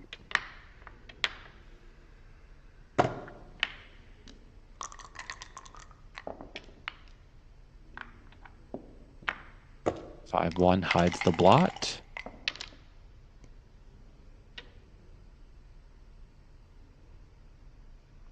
I don't break my anchor. We've seen This him is do it not before, though. something. Yeah, but this is not something I'm willing to do because it's my 20-point anchor. I just got it. You want me to get rid of it? It's like the thing holding me together here. Yeah, Now my opponent has good rolls that can just take me out of the game. yeah, You know, with that asset, you know, I'd rather give up anything else. I'd rather play 8 to yeah, 2, 8 to 7. I'd rather play, you know, 13 to 6. I'd rather do anything besides that, to be honest. yeah. Agree. He just doesn't I have don't even enough know if I'm of up a that home much in board. the race. This position is No, like exactly. almost the same. We were up what, like 4 pips before the roll, and now we're up, I guess, 11, but I don't know. It seems to give a bit too much for me, but maybe it's okay. I don't think I could do it. Yeah, I like this play. Seems good to me. I mean, I don't expect Arash to then just decide to leave his anchor because you have 2 blots in your board, because that would be bad for him too. Yeah,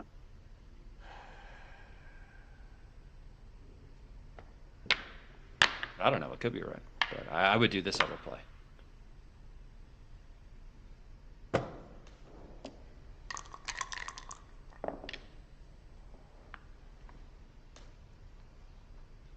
so another I'm six not one. leaving my anchor. I'm not leaving my anchor. No chance. Yeah. I'd play 13 to 6 though. How about that? Now that there's 2 blots in the board, I can take advantage of it that way by playing 13 to 6. I Mm. think that's what I would do, to be honest. But you know, what's he gonna do? Hit I me with think one? I think he he would have been hit, right? Yeah, I guess I would have been, but that's fine. I'd have hit back. See, told you. This makes the 1, Yeah, right? that's the most I efficient mean, use of the checkers, isn't it it? is, because this next 3 looks funny. Yeah, You get to keep I your like it. spares in front of his anchor. Oh, Even though this ugly is better play. structure, I don't like the spare distribution. No, I agree.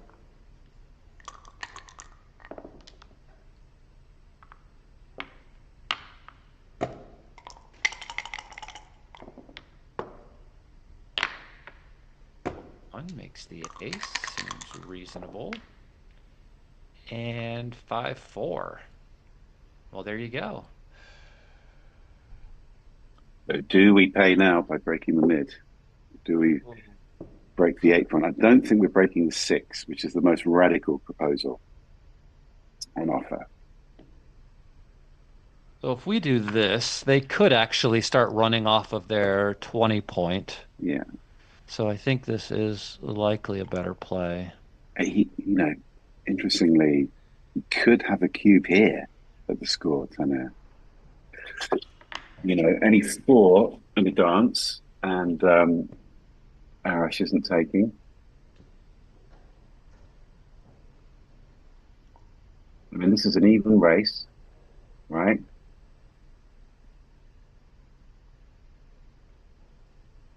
Four's definitely good for white in this position. Yeah, I mean, I guess if you miss, black still is going to have a hard time getting off of their 20-point anchor and around the board. Must have some gammons here when you hit.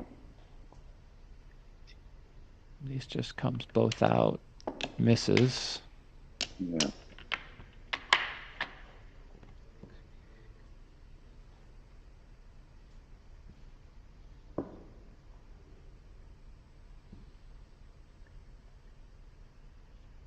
Just another example of how these mutual holding games always come to the crunch points. I'm with you, Justin. I would be jumping out here, but obviously it does come with a Yeah, bit of risk. this is, okay, but you're the leader as well. I mean, you're the trailer as well. So, I mean, it's like less risk for you than it would be if you were the other guy, where getting hit Yeah. might really, really ruin your day. But here, I just win so many games. I mean, here the guy just rolls a 3. You might have a game, right? 3-6, 3-1, 3-2. Yeah. Here, because it's a combo number to hit you, he can't hit you and cover, really, right? So, I mean, that must be better to leave indirects than directs that could hit and cover. Right. And But he you're giving him rolls a a difficult hitter. decision with a 5-4. You know, is he going to hit? Yeah. Robbie I has don't know to. how he wins without hitting, but does he want to win? Or does he just want to not get gammoned? You know?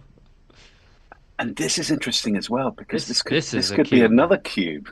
I think this is a cube. There's enough blots for a cube here for sure, by the way. There are So we've got all the enough twos. there are enough blots for a cube here, in my opinion. You got 5-4, Uh, 5-6. You got 2, 5-1. Double one is a here we thing. Yeah. go. I like this guy Tanner, by the way. Yeah. Playing well. Who won a double hit? Sick. Whoa. As the world turns. But double four's a thing. Yeah, but that's Don't not see. that. A 3 covers. 6-5 doesn't cover, but this comes out and this comes down. I like this. Puts pressure on the blot. More numbers to cover. He needs a 4 now, and he needs it now. He rolls a 5. Probably better than a 4. Maybe not better than a 4, but I'll take it. 5-1 doesn't even get to cover. Maybe we lift. I wouldn't lift. Yeah, I think given that Just we've because of your cubed. gammons. Yeah, exactly. I think this massively reduces your gammons by not making does. the 4. I agree. Yikes. Oh, 4-6 is not what you wanted there.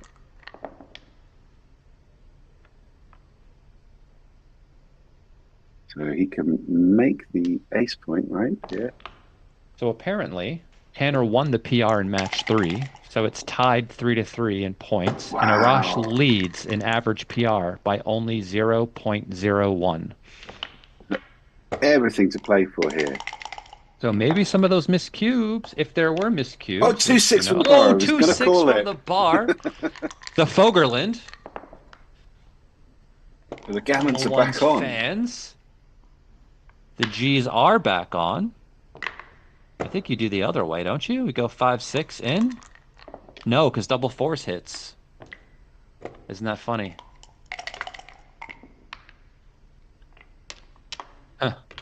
Did roll a double 4. Yeah, the Gotta hit for the stop other doing guy, this. So I think Arash isn't getting gammoned here now. So It would have been funny because after the other number, double fours, if he stayed on the 13 point, wouldn't have gotten by. right. So this You is have to clear the 6 here, Yeah, no gotta doubt clear about the it. 6. Leaving a shot here would be catastrophic. There's a chance you never have to leave one, so let's play for that variation. Can't believe he rolled a 2-6 from the bar. 5-5 clears it all. he's I got mean, a if he tiny rolls amount of another racing gammons. double or so, yeah, that's not a lot, but it could No. have. I've seen it. It's happened to me. Yeah.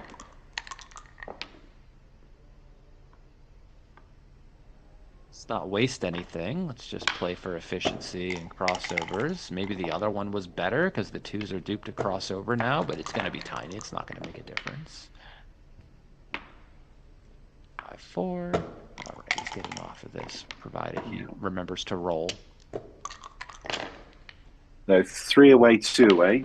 White wants to be very aggressive with the cube there in both gammonish and gammonless positions. It's both 4 points and 2 points is very good. Is true, because Black's take point in gammonless positions is higher than what it is for money at like, what is it? Is it 26% at this one? I'm not gonna get involved in this debate. I think take points are a bit of a dark art, Justin, because they change. It's the They change. If you look at yeah, XG, they due to the liveness shift of the around. cube, it changes. Yeah, but you know, you can only kind of memorize what it would be in like a completely gammonless position, and maybe like a long race, it kind of ends up being that number. Gammonless sort of positions. Yeah, of course it fluctuates depending on how long, right? Because you have live cube take points and your dead cube take points at these scores as well. Yeah. So due to the liveness of the cube, of course it can fluctuate a bit, but we have to have something to remember, you know? So this is And this is a pass. Game over. It's And so now funny. we are at 208, The 208. cube didn't even hit the table before Aras Didn't need passed. to. It didn't even hit the deck. So Mochi was playing a match against Ethan, and they were at 208, 208. And since Mochi wasn't really winning the game, nobody doubled. And then Mochi rolled some like spectacular joker that caused him to lose his market at the score, but got a take. Right, wow. You know, because your take point at this score is 32%. It's actually really high. So you can lose your market actually not too, and it's not too tricky to lose your Yeah, market yeah. at this score, actually. Are we hitting 2 here, Justin? I feel like, I don't know, what's the 3? I guess we could play 11 to 8 or 1 down. And we want to make the 4 point, but I kind of like disrupting his tempo. Yes, the average PRs for both players, 2.70 for Arash and 2.71 for Tanner. This double 4 should be a game and a match-winning roll. Why did he chooses to make the 2 as well? Is he going to make the 2? I don't think he can make it. I think he can hit loose on the 2 with the last one. But so he entered with 1. I looked away. Yeah, he entered with 1. Yeah. So this will make 3 point, will it? Or yeah, I feel like we want to stay pure here. Keep the pure structure. I think with 18 seconds on the clock, you don't want to be playing anything super fancy. I think he can handle this with 18 seconds. Seems reasonable. Yeah, exactly. So are we hitting outside, or are we hitting on the deuce? It's interesting. I think we just don't want him to anchor here. That's the big value that he's got. Wow, what are you gonna do here? Make the 2? Yeah. I mean, I'm still thinking about last roll. Double 1 switches, of course. Yeah. Double 4s makes the deuce next roll if he gets it. Double 2s. Oh, I thought I saw it for a second. That would have been a game changer. 4 hits, and the 5, I guess, just maybe comes in or down. I mean, this duplicates the 6 to hit outside, but I don't know if he cares about that right now. Will we see the double 2? We see 1, 2. Does roll a 2. He is fighting. Can't hit back maybe here. you go 2 and 5. Just because you have more numbers to hit on the deuce, right? You weren't tempted by the banana split? Hadn't really looked at it, to be honest. All right. It's another 2. Wow. Could there be a turnaround in this game? Yeah, I mean, there's a very good point. I mean, you want to win the match. That's for sure, but with the PR this close, you really want to win the PR. Yeah. Because if it's tied, right, then the average PR wins. It's going to decide, yeah.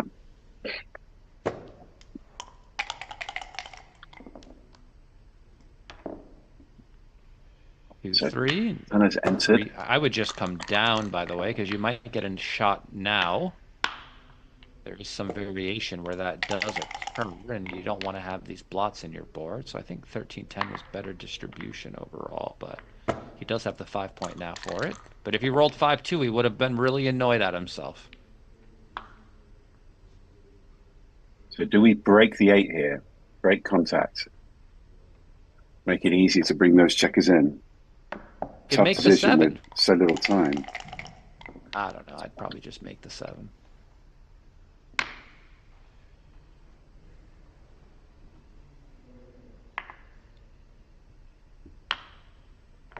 All this seems fine. Yeah, I like this play. 13 seconds left for... and this just brings everybody in. This is the dream for Arash. 3 and then the 4 slots, and he's going to need some 6-5. Okay, that doesn't happy to give him any hope. Yeah, it doesn't give him any hope. No 6-4's a thing here. No, 6-5 is not six there. five is perfect. 6-3, 5-3 leave shots next roll, but the 6-3 just got rolled, so it can't happen again. It's not allowed.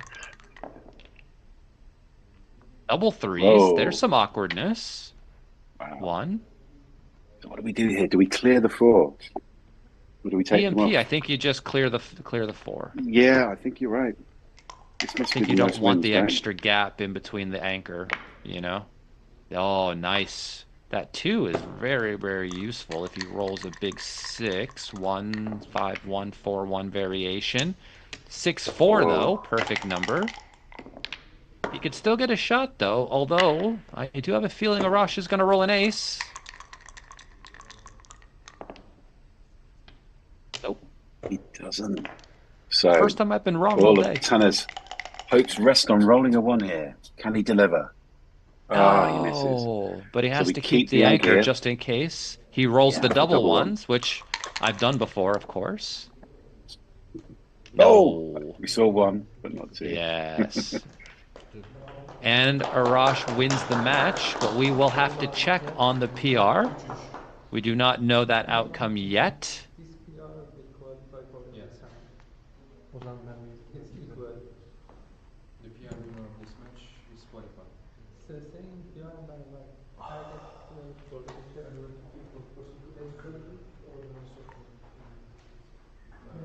So, who do you think won the PR, Pete?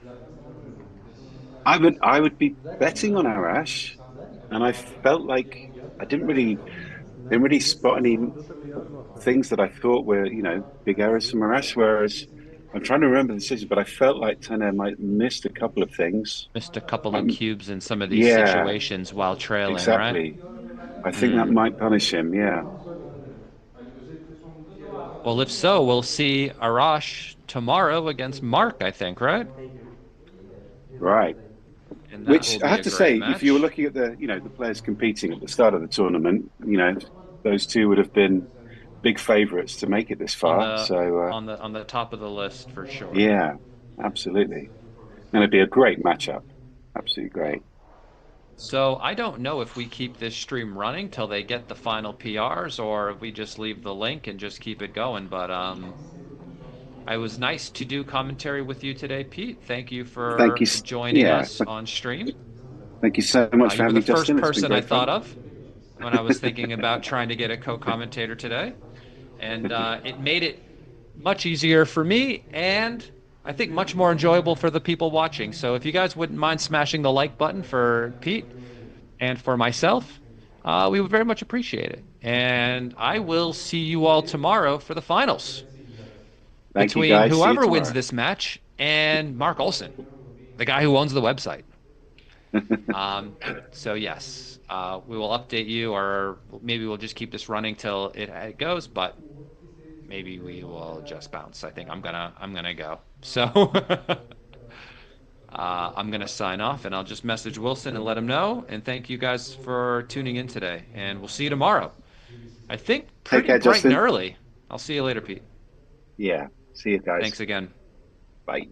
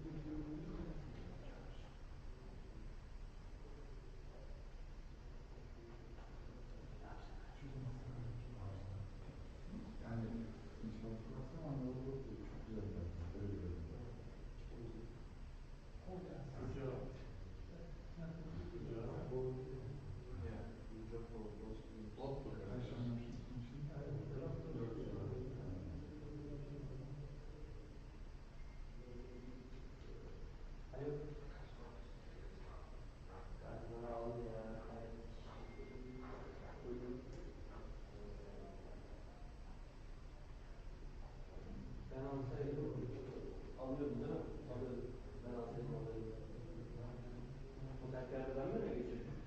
Evet. Hayır, zor. 4 Aralık'taydı. Kalmamış. Şu an pasta yapıyorlar da dönmesi çok kolay. Sıkıntı yok. Şu an 4-17'deyiz. Biz 60-60'a doğru. Eyvallah. Eyvallah. Sağ olasın. Can you tell? Come on. Geri düştü geri. Okay. Yakınlaşmış. Ne kadar yakın? 3.75 olmuş. 75 olmuş.